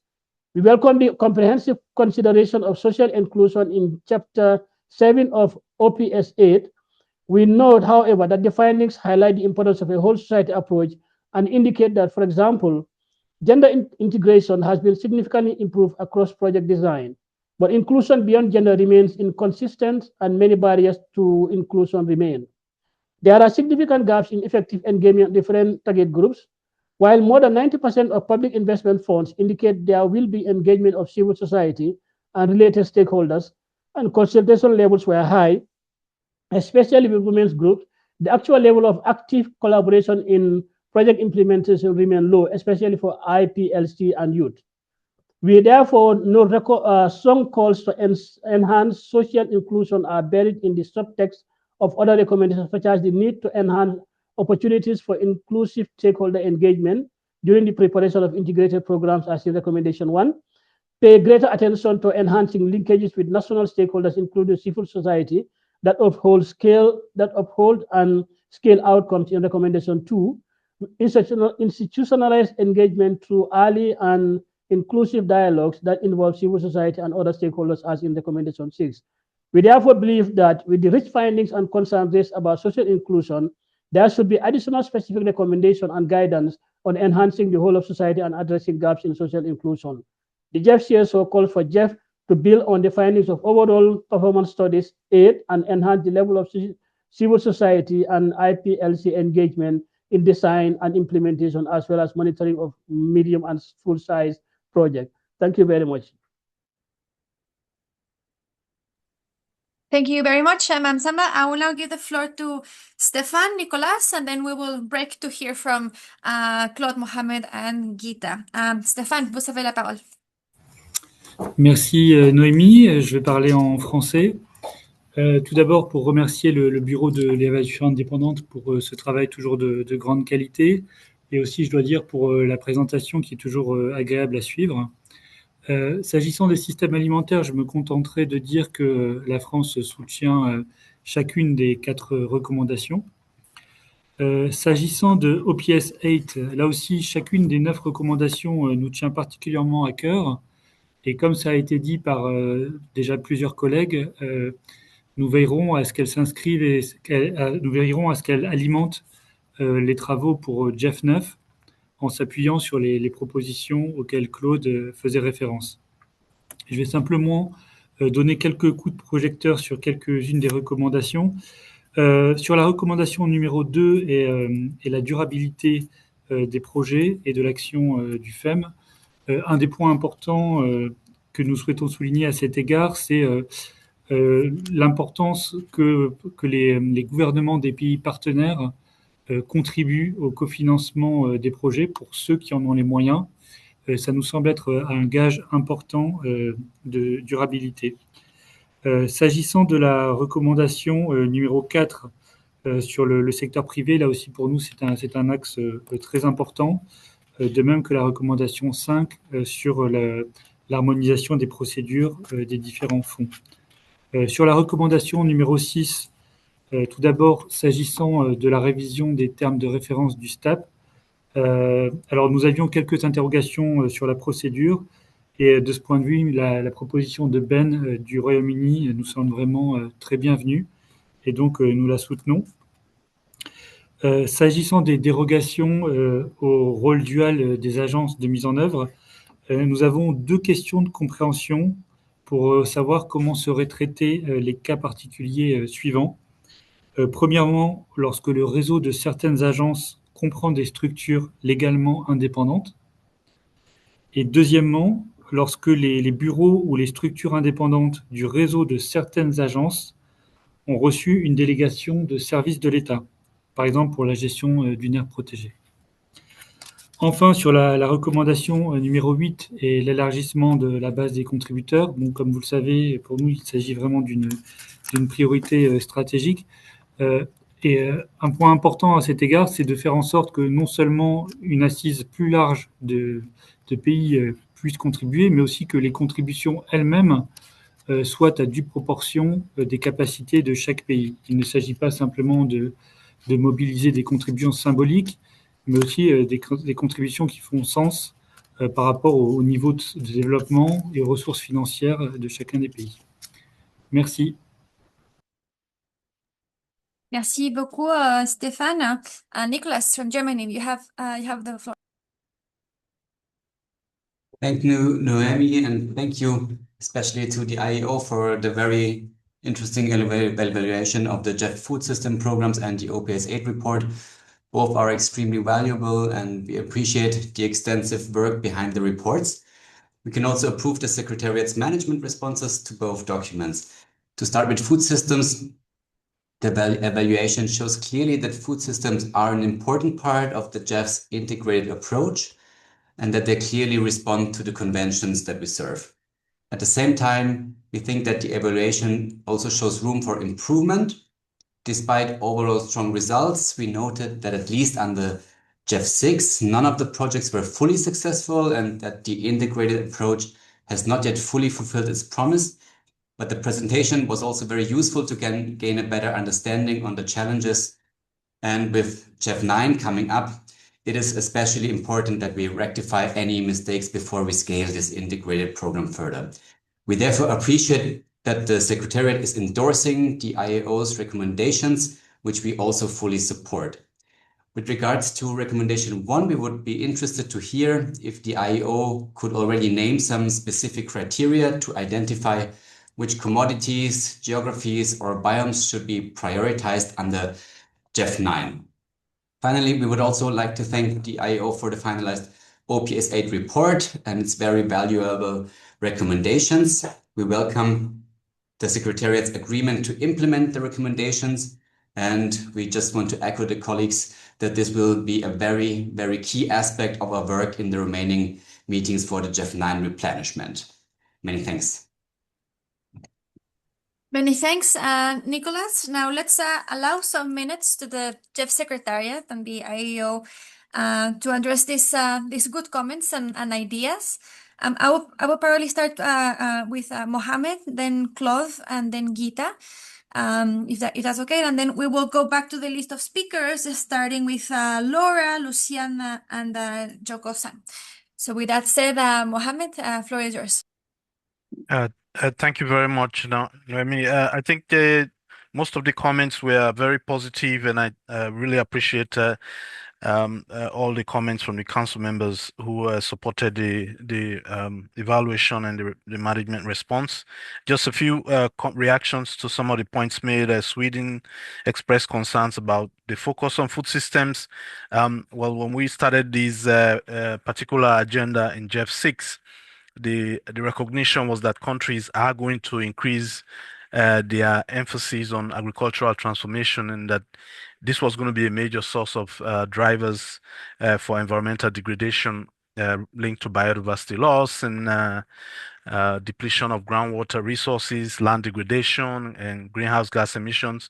So the GEF's approach is to ensure that the practices that are embraced by countries will be tailored towards delivering global environmental benefits by shifting those practices towards the ones that are more environmentally friendly and consistent with our mandate under the convention. So even though we call the program food system, our focus still remains on the environment dimension, which is what the IU has made very clear.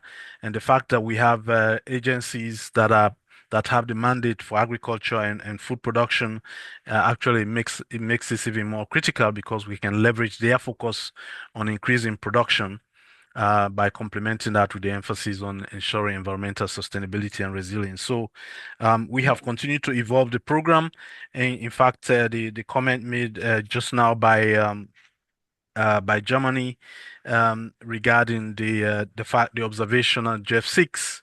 Indeed, when we started the GEF 6 program, the focus was on production. It was ensuring that smallholder agriculture was embracing practices that were environmentally friendly, and less so on the supply chain. And as we move towards GEF 7, we have increasingly emphasized the need for a vertical dimension to ensure that we deal with value chains and bring in private sector on the consumer side and the demand side, building on our commodities program as well. So we have continued to evolve and learn, and we'll continue to do so.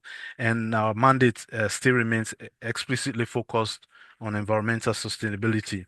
Regarding the question from Lauren on how we achieve coherence internally. Well, as I mentioned already, by working with the agencies that have a primary focus on agriculture, including the MDBs for that matter, this is giving us a chance to leverage major investments that they are embarking on to help countries transform their agricultural production systems.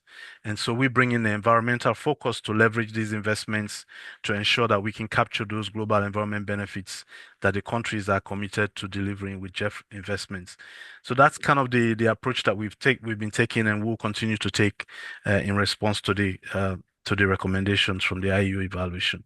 So I'll stop there, Noemi, and back to you. Thank you very much, Mohammed. I'll now pass it over to Claude. Thanks. 3 points I'll address. First of all, thanks to everybody, and again to the IEO for the report on OPS 8.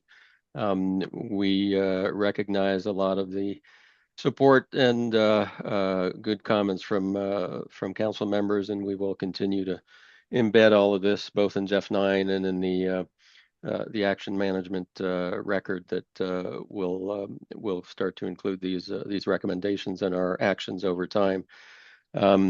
In terms of the most important, I think, recommendation, or one of the most important ones that we also have heard a lot through the GEF 9 negotiations, is the private sector engagement across the board. And despite the fact that there is progress, and I think the IEO report mentions this both in the case of the food systems and overall, there's still tremendous room for improvement. We did mention several examples. We did mention this through a couple of examples in the food systems, but let me just reiterate what we have been trying to do in response to this. Obviously, the IP, the impact programs, integrated programs in GEF 9 will now have a major focus on integrating the private sector into the program design even more than we have in the past. Focusing on, as Mohammed said, on supply chains, I think is going to be important. The policy aspects, we have also looked at this. This is perhaps I wouldn't say the most difficult one, but we have a facility that is geared towards public funding that we are trying to find access points for the private sector. And a lot of those are less conceptual or thematic, and they are more process oriented. Therefore, a lot of our streamlining efforts are also trying to address some of these efforts, so that will continue. And the GEF 9 policy directions is trying to address some of these. And then the country engagement strategy, I think, will not just put a focus on countries, but also on whole of society, and that will bring in private sector as a major stakeholder. The whole NGI approach and blended finance in GEF 9, again, is geared towards the private sector engagement as well as bringing in private capital. So there's a lot of effort going into that. I just want to reiterate some of these aspects. Specifically to Stefan's question on the dual role of implementing agencies and executing agencies. In the case specifically of agencies, GEF agencies that have quote, independent national entities like World Wildlife Fund, Conservation International, and others. During the accreditation process, it was determined what was considered independent and not. And in both cases, the network of these organizations is basically considered as one and not independent sets of different agencies. Therefore, World Wildlife Fund as a network is considered the GEF agency, and whenever there's a request for either a country office or another office of that agency to execute a project, if the implementing agency is the same, they have to go through the same process of a dual execution exception. We have done this in the past. It's I wouldn't say straightforward, but there are ways that we assess this, and it's also now codified in the new policy and the new guidelines, and that is how we go about it. There are reasons and very good cases where the same agency can actually execute projects. The global platforms are one such example where the lead agency on an integrated program basically also executes the global platform because they are the lead, and that's important for them to do so. So the codification of this is fairly, I think, clear now. Lastly, on the question of STAP, we appreciate Ben's comments and others that have supported additional language in the decision text. I would like to suggest a slight modification to what was proposed, and I can cut and paste this into the chat. Just to respect the instrument and the authority of council with respect to managing STAP. It's not the GEF Secretariat that has this mandate nor authority. And we would propose that the language actually reflects this in terms of it being the council that is requesting a evaluation of STAP as opposed to the GEF Secretariat. Now, the GEF Secretariat will support this administratively in terms of hiring any consultants and providing support to a working group. But just to make it clear that who leads this and who has the authority to make further decisions, it would be the GEF Council. So I will cut and paste that language, and you can all decide whether that makes sense to modify the language of the decision in that respect. Over to you, Noemi. Thank you. Thank you very much, Claude. And I have already pasted here in the chat the updated recommended council decision per Ben's recommendations. And I will now hand it over to Gita, and then we will go back to the list of participants. So Gita, the floor is yours. Thank you very much, Naomi. I want to start by just thanking the GEF Council for its incredible support over the last period, replenishment period, and in particular during the OPS 8 process. I also want to thank the GEF Secretariat and the agencies without which, and of course the entire IUO team, without which this report would just not have been possible on time. So thanks, Anders, Gisela, Lauren, Catherine, Stefan, Andre, James, everybody, Nicholas. We've engaged a lot with your constituencies, and so thank you very much. I had only two specific questions for us. One was on from Anders, Sweden, on food systems. Do we have enough results on LDCs? We have analyzed the portfolio. We can definitely do more. And we did have a case study on Tanzania in LDCs, but this is something we will pay attention to going forward. And a point that Gisela raised, and of course, this is a recurring theme on sustainability. And I want to say that during this GEF 9 upcoming work program, we are going to focus a lot on sustainability in terms of a methodology, in terms of actually getting clear information 3 to 4 years past project closure on the ground. And in addition, we are doing quality at entry to look at the path to sustainability being identified. I think these were the two main questions in addition to the acceptance of recommendations. So thank you again. Thank you very much, Gita, and thank you also, Ben, to your response in the chat. We will now continue with the list of speakers, starting with Laura, Luciana, Jokosana, and Andrea. So Laura, floor is yours. Thank you, Noemi. Yeah, we would also like to thank the IEO for your hard work in preparing these reports. Our constituency also welcomes the Food Systems Integrated Program Evaluation Report and the Management Response. For us, agriculture and food systems are still top priorities. And like already mentioned by other colleagues, the private sector is also really important for developing the sector and supporting sustainable livelihoods.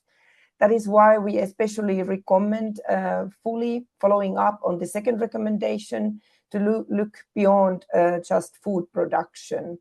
Many project focus is on productivity, which is good, but it's just as important to look at the whole value chain, so processing, market access, and so on. And we would like GEF to address this in future programming. Finally, we have one question related to this report. The report says the framework is mostly based on assumptions about benefits of a programmatic approach. It also notes that there is little evidence that these projects deliver more impact than standalone ones, though they do influence design. So we would like to know if you have any analysis to show the added value of this approach. And then a few comments on the OPS 8. We would also like to thank IEO for this final version. And this, along with the MOPAN assessment, is indeed very useful for us also internally when preparing for the coming replenishment. We agree with the findings of the OPS, especially on GEF's role, and that GEF holds a distinct position within international environmental finance architecture. We also welcome GEF Secretariat's agreement with its recommendations. We also endorse the findings that the STAR system supports country ownership and long-term planning and has multiple benefits beyond the focal areas, for instance, food security and livelihoods. We agree with the study that there is a room for GEF to work far more closely with the private sector, not only for increased mobilization of resources, but also for sustainability gains. And regrettably, the study finds that private sector engagement at GEF remains still inconsistent and below its full potential, and that significant barriers exist for using non-grant instruments. Therefore, we strongly support enlarging the NGI window substantially as recommended by the evaluation. And finally, we can also support UK's proposal about the STEP review. Thank you. Thank you very much, Laura. Luciana, floor is yours. Thank you, Noemi. We have some comments on the food systems first and then on OPS 8. So on food systems, we appreciate the evaluation and take note of the advances in sustainable land management, restoration, integrated landscape planning, innovation models, including regional initiatives in our countries. We also recognize the several national projects in our region were acknowledged by informants, but not captured in the evaluation's formal scope. We underline that food systems transformation must remain country-driven, context-specific, and aligned with national development strategies. Recommendations involving policy reforms, value chain standards, certification schemes, or institutional restructuring must not become implicit expectations, performance benchmarks, or conditions for support. We observe that the evaluation places considerable emphasis on private sector mobilization. While private actors can play an important role, we stress that non-monetary national contributions such as public research institutions, extension services, traditional knowledge systems, and territorial governance are equally central to resilient food systems. These contributions should be duly recognized within GEF programming and not overshadowed by narrow financial metrics. Engagement with global certification schemes, harmonized market standards, or traceability requirements should remain voluntary and consistent with national regulatory frameworks.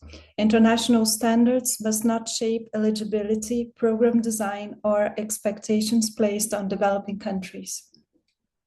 Innovation, blended finance, and technology accelerators can add value when requested by countries, but they must not redefine concessionality, introduce higher risk burdens for national institutions, or privilege financial instruments over grant-based support, particularly in sectors where environmental benefits depend on long-term public investments.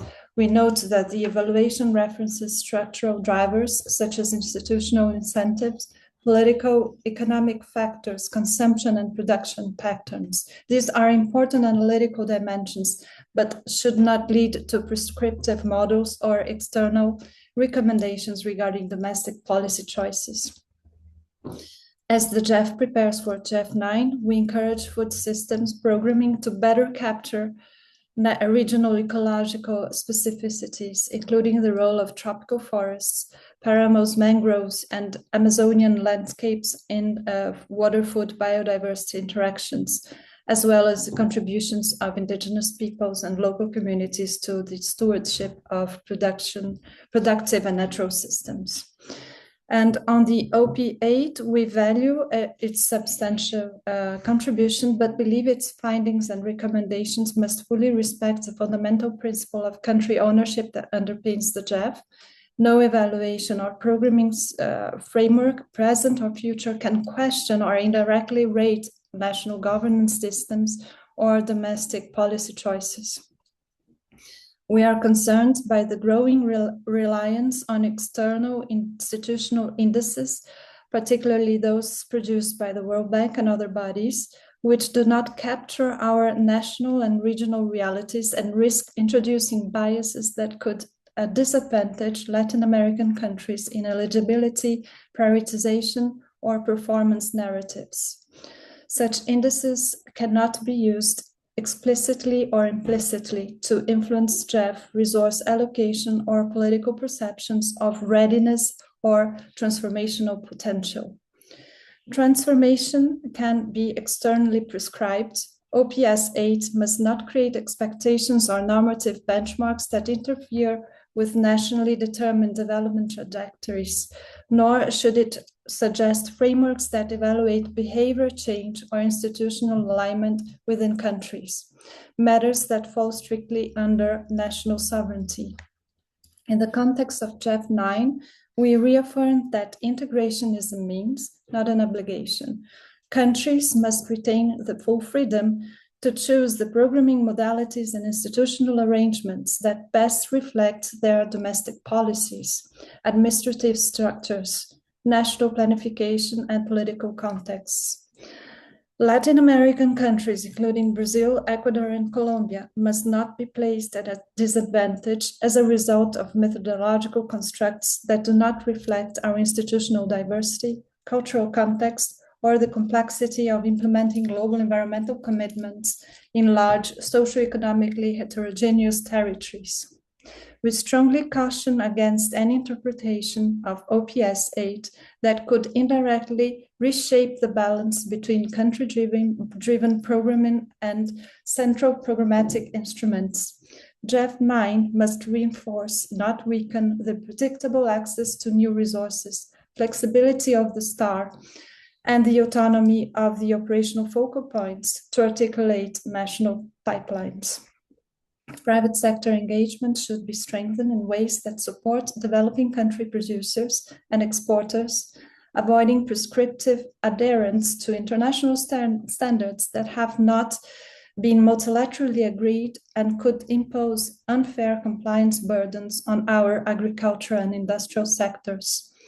The STAP plays an important role, but its advisory mandate must not expand into governance, shaping, or normative guidelines. Scientific input is welcome. Prescriptive frameworks that override national policy directions are not welcome. We underline, finally, that the evaluation must support, not constrain, countries' ability to plan at scale. Transformational change depends on long-term national commitments, predictable finance, adequate flexibility, and programs that are aligned with national institutions, not on external assessments of what a transformative pathway should look like. I thank you. Thank you very much, Luciana. So we still have 9 remaining participants. So what I would suggest is that we go through them all, and then we break again to hear from the Secretariat and the IEO in the interest of time. And again, a reminder to be mindful of the time as we are already over the schedule. So with that said, Joko-san, floor is yours. Thank you, Noemi. I will focus my comment only on the OPS 8. Japan appreciates the presentation by the IEO on the evaluation and the following management response. We are pleased to know that the GEF management agrees with all 9 recommendations of the OPS 8 and hope they will be reflected well in the programming direction of the GEF 9. Especially on recommendation 4, we would like to stress the importance of mobilizing resources from the private sector and realizing the blended finance in order to handle the growing financial needs. Fundamental strategy and incentives are indispensable for engaging the MDBs in order to realize more co-financing. Regarding the recommendation 5, streamlining the programming process is important for supporting LDCs and SIDS. We hope the GEF country continues to focus on helping the most vulnerable countries while paying attention to the regional balance. Regarding the recommendation 8, we would also like to remind that the growing financial needs cannot be met with a contribution solely by the traditional donors in light of the current global economic and political circumstances. We would like to call on all parties, including the recipient countries, to contribute to the future GEF cycle. Thank you, over. Thank you very much, Joko. So next in line will be Andrea, Regina, Mauricio, Arliu, and Navan. Andrea, floor is yours. Thank you, and thank you so much for all the work on these papers. We welcome the OPS 8 and the management response and acknowledge strong outcome performance across the portfolio. We do note the need to address the sustainability gap. We emphasise embedding financing and exit strategies at design and linking outcomes to domestic budgets and complementary finance. We encourage operationalising the GEF risk appetite to prioritise high risk, high reward initiatives with safeguards and building pipelines for digital tools, nature-based solutions and frontier technologies. On private sector engagement, yes, expand the use of NGIs and strengthen capacity for blended finance and financial structuring across agencies and countries. On co-financing, we support improving quality and transparency, standardise definitions, verify contributions at midterm and at completion, and recalibrate targets for SIDS and LDCs. On country engagement, we recommend inclusive dialogues and strengthening operational focal point capacity to coordinate across sectors and funds. For Pacific SIDS, we underscore the importance of tailored approaches, including design support, realistic sequencing, and fit-for-purpose co-financing expectations, given capacity and market constraints. And on the food systems evaluation, we welcome the food systems evaluation and its clear analysis of how GEF food systems programs are operating and contributing to global environmental benefits. On the scope, we support adding a recommendation for a comprehensive food systems approach to address food systems, food consumption, reducing food loss and waste, and promoting healthy diets. And we suggest future programs measure and report on food and nutrition security outcomes, not only income generation or environmental benefits. Thank you. Thank you very much, Andrea. And before I give the floor to Regina, I just wanted to I will post in the chat an amendment on the decision with a suggestion of the United States that has been endorsed by Ben, just for everyone's review. So Regina, floor is yours. Gracias, Noemi. Thank you, Chair. We thank the GEF Secretariat and the Independent Evaluation Office for its thorough analysis, which provide valuable insights into the fund's performance, emerging trends, and strategic challenges. We welcome the evidence of strong overall results and the progress achieved in integrated programming, social safeguards, and operational efficiency. Regarding the private sector engagement strategy, we recognize the significant opportunities identified to enhance impact, mobilize additional resources, and scale up results, including through non-grant instruments. At the same time, we know that this approach may also present potential challenges, particularly related to the increased use of loan-based instruments and the associated risk of debt accumulation for recipient countries. In this context, We underscore the importance of ensuring that private sector engagement is carefully calibrated to country contexts, aligned with national priorities, and designed in a manner that safeguards fiscal sustainability and development outcomes. Thank you. Muchas gracias, Regina, y continuamos en la región de América Latina con Mauricio. Tienes la palabra. Many thanks, Noemi. With regard to the evaluation of the food systems integrated program and the management response, the Latin America Southern constituency would like to highlight the following points. National circumstances should be taken into account in the design of programmatic indicators for the projects that are part of the food systems programs. The findings of the evaluation confirm the importance of prioritizing sustained and realistic improvements rather than expectations of a structural transformation. In this regard, we believe that the GEF should not focus on financing structural transformations, but rather on what it is mandated to do, which is support incremental cost to achieve progressive improvements in projects in line with national capacities. We wish to emphasize that the institutional diversity of countries requires integrated programs under GEF 9 to maintain broad and flexible approaches that allow the participation of all countries in accordance with their national circumstances, regulatory frameworks, and strategic priorities, avoiding restrictive definitions that could limit access or condition eligibility under GEF 9.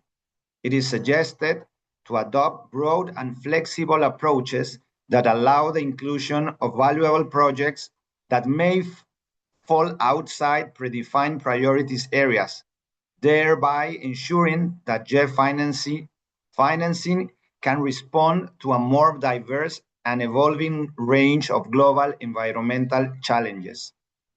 On the other hand, and with regard the 8th comprehensive evaluation of the GEF and management response, the Latin American Southern constituency supports the proposed decision and also wants to know the following.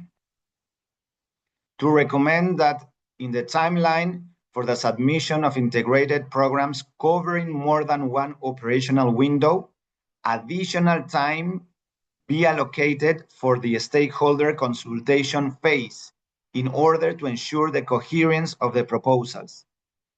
To note that the establishment of national interministerial GEF committees in countries should be voluntary and left to the discretion of each country. Each government may decide whether to establish them according to its priorities, institutional capacities, and context, as their purpose is to support coordination and alignment of projects with national policies and global commitments, but they do not constitute an obligation. The non-grant instrument should be maintained as an independent and voluntary financing window. Likewise, the participation of national financial institutions in the NGI should be allowed in order to strengthen alignment with national priorities, promote access to innovative financial resources, and ensure greater effectiveness in the implementation of GEF projects.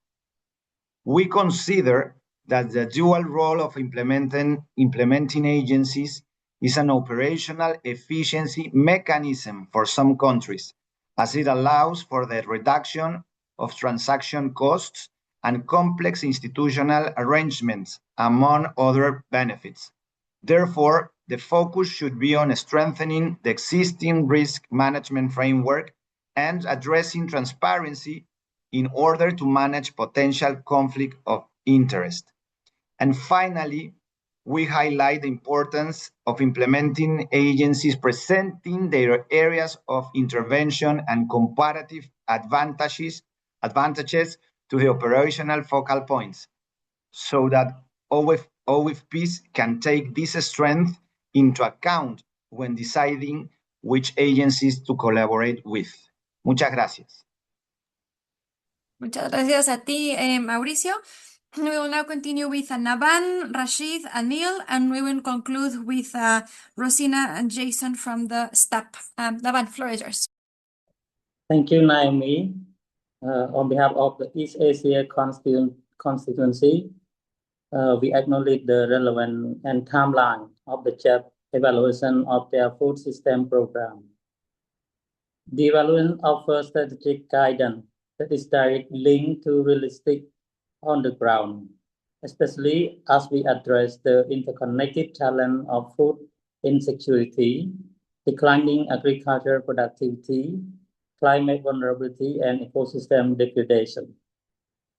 The evaluation highlights the need to move beyond the production-focused approach with a need to adopt a value chain perspective.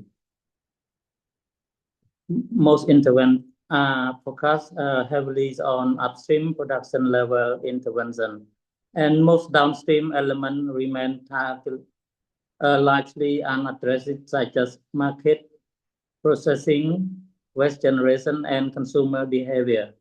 With this regard, we recommend future food system programs to further emphasize value editing, circular economy model, market trend analysis, land finance, as well as green enterprise development to create stronger economic incentive for farmer and MSME. It is also important to further support the institutionalization of landscape and system-based planning with integrated land management, embed within planning framework across relevant sectors that would further link agriculture, environment, nutrition, and climate, among others. Thank you. Thank you very much, Navan, and apologies, Aliou. Your name was before Navan's in the chat. So in the interest of keeping the order, Aliou, we will continue with you, and then Rashid, Anil, and the staff. So Aliou, floor is yours. All right, thank you very much, Naomi. IPAC welcomes the evaluation of the GEF food system programs and management response, noting that vital importance of food system for indigenous people. IPAC suggests that IPLCs be closely involved in all relevant recommendations arriving from the GEF food system evaluation. And of course, the need to integrate projects based on indigenous people's food systems and knowledge and connecting with existing platforms such as the Coalition of Indigenous Peoples Food System, among others. Thank you. Everyone. Thank you very much, Aliou. I will now give the floor to Rashid, followed by Anil. Rashid, floor.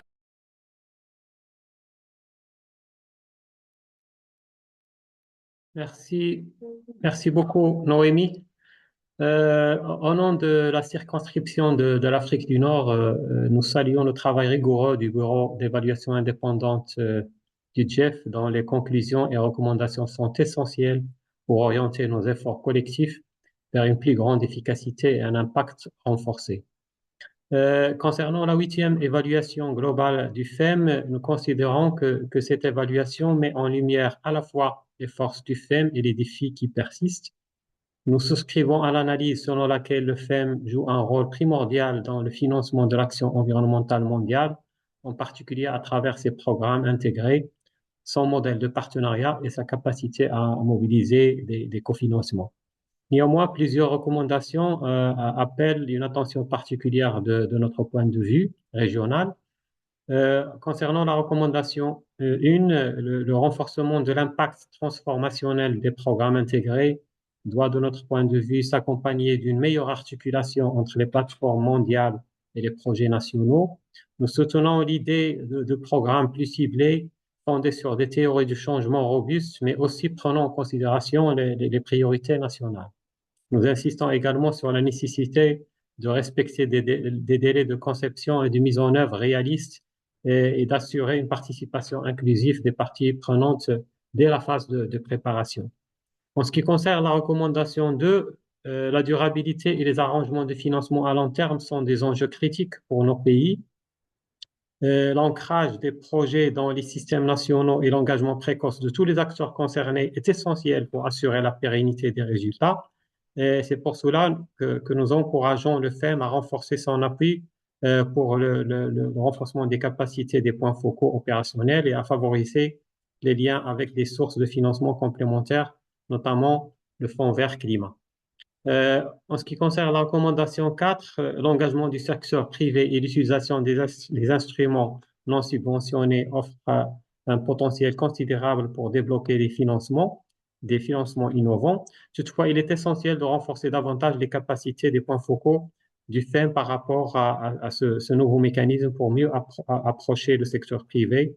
Dans ce sens, nous appelons à un accompagnement technique accru des pays pour tirer pleinement parti de ces instruments. En ce qui concerne la recommandation 5, la simplification des processus est une attente forte de nos pays, en particulier pour ceux dont les capacités sont limitées. Nous saluons les efforts déjà engagés, notamment dans le cadre du Fonds pour la biodiversité. Nous encourageons le FEM à poursuivre l'harmonisation des procédures et des modèles de projets pour réduire la complexité et accélérer la mise en œuvre. Enfin, nous soutenons pleinement la recommandation 9 visant à intégrer les connaissances, les résultats et l'apprentissage au sein des plateformes cohérentes. Au sein d'une plateforme cohérente, cela est indispensable pour favoriser une gestion adaptative et une innovation continue dans son intervention. Par ailleurs, cette action devrait être accompagnée de ressources adéquates. Nous souhaitons également que ces recommandations, avec les ajustements nécessaires et les clarifications fournies, soient prises en compte dans le cadre de la préparation du FEM9 et nous croyons que grâce à un partenariat renforcé, une programmation plus stratégique ciblant les priorités nationales et régionales et un engagement en faveur de l'innovation, que le FEM pourra relever les défis environnementaux globaux, en particulier dans des régions comme la nôtre, fortement exposées au changement climatique, aux impacts des changements climatiques et à la perte de la biodiversité. En ce qui concerne l'évaluation, le deuxième point relatif à l'évaluation des programmes des systèmes alimentaires, nous soutenons les 4 recommandations et nous avons un commentaire par rapport à la première recommandation relative à l'affinement du focus programmatique et la mise en œuvre par phase.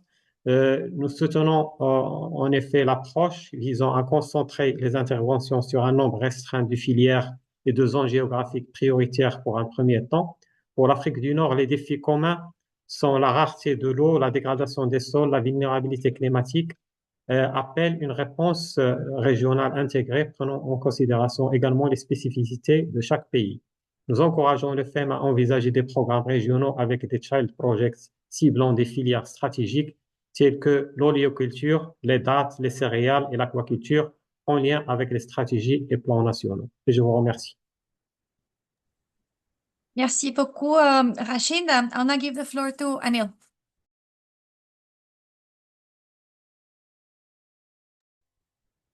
Yeah, hi. Thank you, Naomi.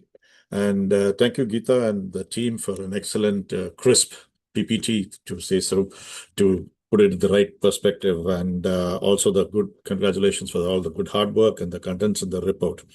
Outset, I support all the recommendations, and also thanks, Hope, that correction of your text is good, and we also support that. But and I don't want to repeat sort of comments which was already in my mind regarding what Andre, Lauren, and others have said. But I have a question for you, Geeta, on this. When you were doing the evaluation, especially the three countries which you had put it in your presentation, is one of the reasons for the real kickoff of the agriculture sector, the food system sector, related to access to finance, because that is one of the critical thing which is affecting. Did you all touch upon that, or it may not be from GEF project, but it could be also the general thing, because all these countries, they have a fairly good agriculture value supply chain policy and the logistics policy they have. So that is one of the things which I wanted to really look in, because that was one of the findings which came out in one of the bank evaluations. So that's why I had this question, because you were right down in the field. It wasn't the same. I'm just trying to tally that. So that's one part which I have to say. And coming to the sustainability part, I support all the OPS 8 findings and evaluation. Coming to the sustainability part, I think going further ahead now that we are on the end of the tunnel for GEF 8. But I think for GEF 9, we should see, especially in the case of LDCs and others, I think we should seriously start thinking of how we could, GEF could have or support country-specific, sector-specific risk-sharing facility, which can help, that can be in collaboration with MDBs. That's what Yoko was telling. That's where your leverage with the MDBs come in. Like you have the MEGA second loss guarantee and everything. They can go into the market, raise money, as well as GEF can step in to give in the risk-sharing facility, which would enable the small and the marginal farmers, bring them into the mainstream, and also help them also to start looking into how they can have that entire supply chain system, at which are the points you can have the entry, because that opens up a lot of finances, both for the state as well as for the private sector to also come in, because they come into the comfort zone, because the private sector need volumes. And that is where in the LDCs and a lot of other countries, the volume, accessing that volume is where the problem is. So this can address a lot of that. So that is one of the recommendations which I have. I don't want to get into the design part of it now. It's too early. We can probably discuss it later. But that is one thing I think GEF should start seriously thinking of, because that's where you can leverage the private sector. You can leverage the MDBs to scale that up coming in, because they come with good ratings and the confidence levels increases in this case. So that was the other one which I had in mind to put in here. The last but not the least is did you find anything in the market, going back to your evaluation on the food system? Is there any market, I would say restrictions. Restrictions is not the right word, but it is more reticence from the market to access to, to go and work deep inside. Is that something which you all found in your evaluation? Because I didn't see that there. If you have not found, it's okay. You've not gone and dwelt into that. Maybe for future evaluation, it'll be helpful before the GEF funding goes through. So that is that. And otherwise, thank you. It has been a good job. Thank you. Thank you very much, Anil. And with that, we will now hear from our last intervention. So I will hand it over to Rosina, who will then turn it over to Jason, who requested the floor on behalf of the staff. So Rosina, over to you. Oh, thank you. And I'm sorry, once again, I'm on after hours. But thank you so much. Yes, of course, Council should approve an updated STAP terms of reference. And I just wanted to mention that UNEP manages STAP the way the World Bank manages our sister organization, the IEO. And as you may know, UNEP recently reorganized, and we are now under the Chief Scientist's Office, which is great. And so Jason Jabor is here from UNEP on Zoom, and he does have a draft terms of reference that they would be ready to table with Council now, if that would be helpful for your consideration. Jason, over.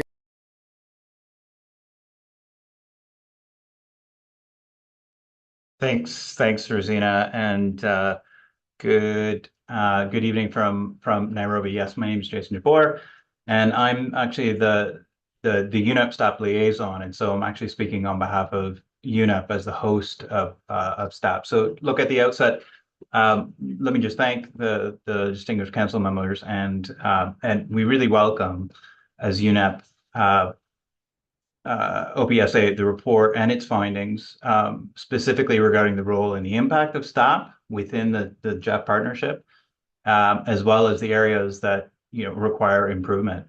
UNEP recognizes the importance of updating the TORs, as was just reiterated, for STAP to continue, its alignment with GEF priorities and the rapidly evolving global environmental context, which we've heard about yesterday and again today. So we think that this update is both timely and it's necessary, particularly as the GEF prepares for its next replenishment. And I'm pleased to report that, yes, a mature draft of this revised TOR is ready. It's ready to be shared with the Council for its consideration and its feedback. The draft could, for example, be considered together with the proposed time-bound Council working group that was just mentioned. So we stand ready. UNEP stands ready to continue working closely with the GEF Secretariat, with STAP, of course, and the Council members to facilitate a smooth review process and to ensure that STAP remains fit for purpose. Thanks very much. Thank you very much, both Rosina and Jason. So this brings us to the end of this item. So now let us hear some final remarks. I'll first hand it over to Gita, Mohammed, and Claude. So with that said, Gita, you have many thanks. Thanks to all the speakers in the second round. I just, in the interest of time, just 2 comments. One from responding to Luciana from Brazil. I just want to highlight that IEO does evidence-based work. All our work in the OPS 8 and in any evaluation is always evidence-based, including our conclusions and our recommendations. And we actually give a lot of importance to country context and country ownership, and recognize that that is important to take into account. So I just wanted to highlight that. And the second one was, I think, from Anil about, the financing. Anil, financing is only one part of the value chain.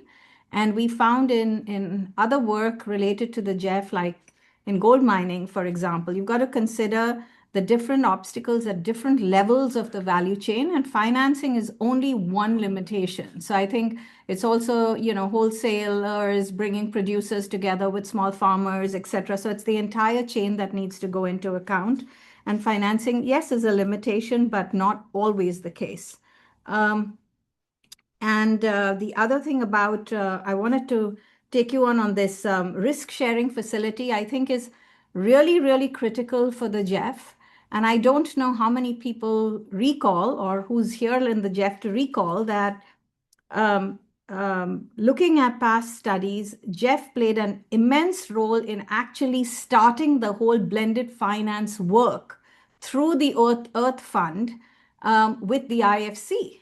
That was the biggest success that launched blended finance in the IFC many years ago through the Earth Fund. So I think this risk sharing facility, it's not new to the GEF. And I think, yes, the GEF can definitely take it on going forward.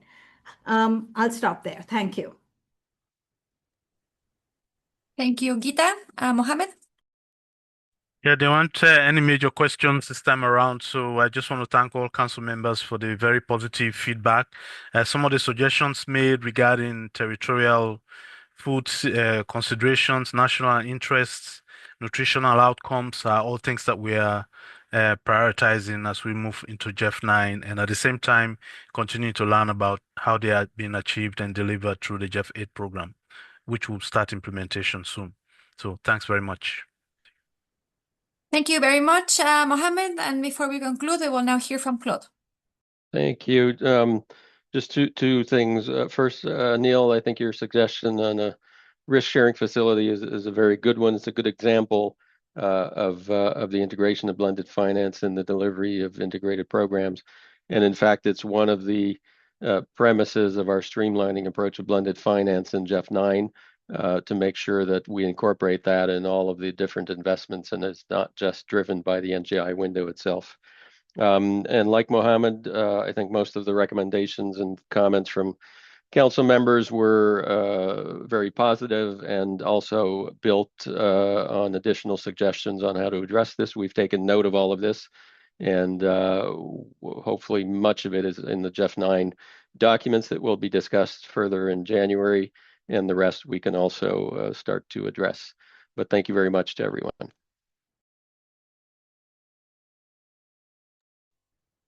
Thank you, Claude. And with no further requests from the floor, I will now turn it over to the co-chair. Thank you, Naomi, and thank you also for the GEFSEC and council members for your views. So with no other requests for the floor, I'll now move on to adoption of the draft decisions. So the first is GEF/C70/05, which reads, the council, having considered document GEF/E/C70/02, evaluation of GEF food system programs, and GEF/C70/05, the management response, takes note of the related evaluation recommendations and endorses the management response to address them. Just see if there's any comments or views? If not, the decision is so approved. Thank you. I'll now move on to the second decision, which is GEF C70-06, and I'll read that out. It's been shared in the chat, but I'll just read it out so everyone has the same information. The Council, having considered document GEF/E/C70/01, the 8th Comprehensive Evaluation of the GEF, and GEF/C70/06, the management response takes note of the related evaluation recommendations and endorses the management response to address them.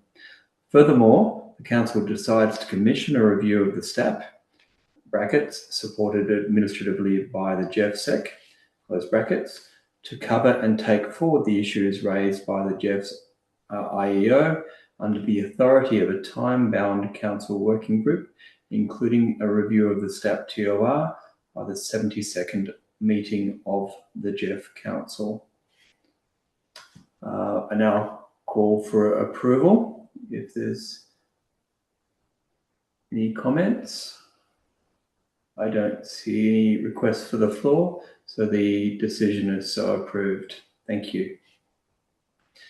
And I'll now hand back to, is it Naomi or Carlos Manuel? Well, it will be me, Richard. Thank you so much. But I'll pass it over to Noemi so she can explain on what is the plan for agenda item number 9. Noemi. Thank you very much, Carlos Manuel. So just mindful that we are, again, over time. So with Council support, we will suggest to address any other business tomorrow after the SRC meeting, if that's something that's agreeable.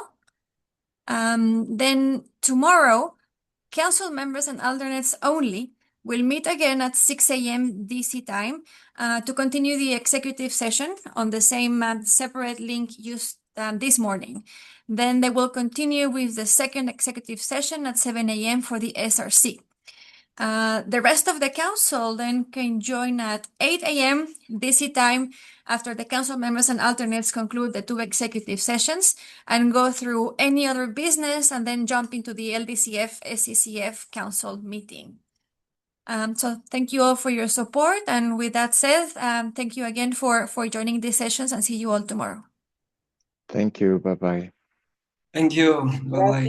Thank you. Bye. Thank you. Bye. Bye.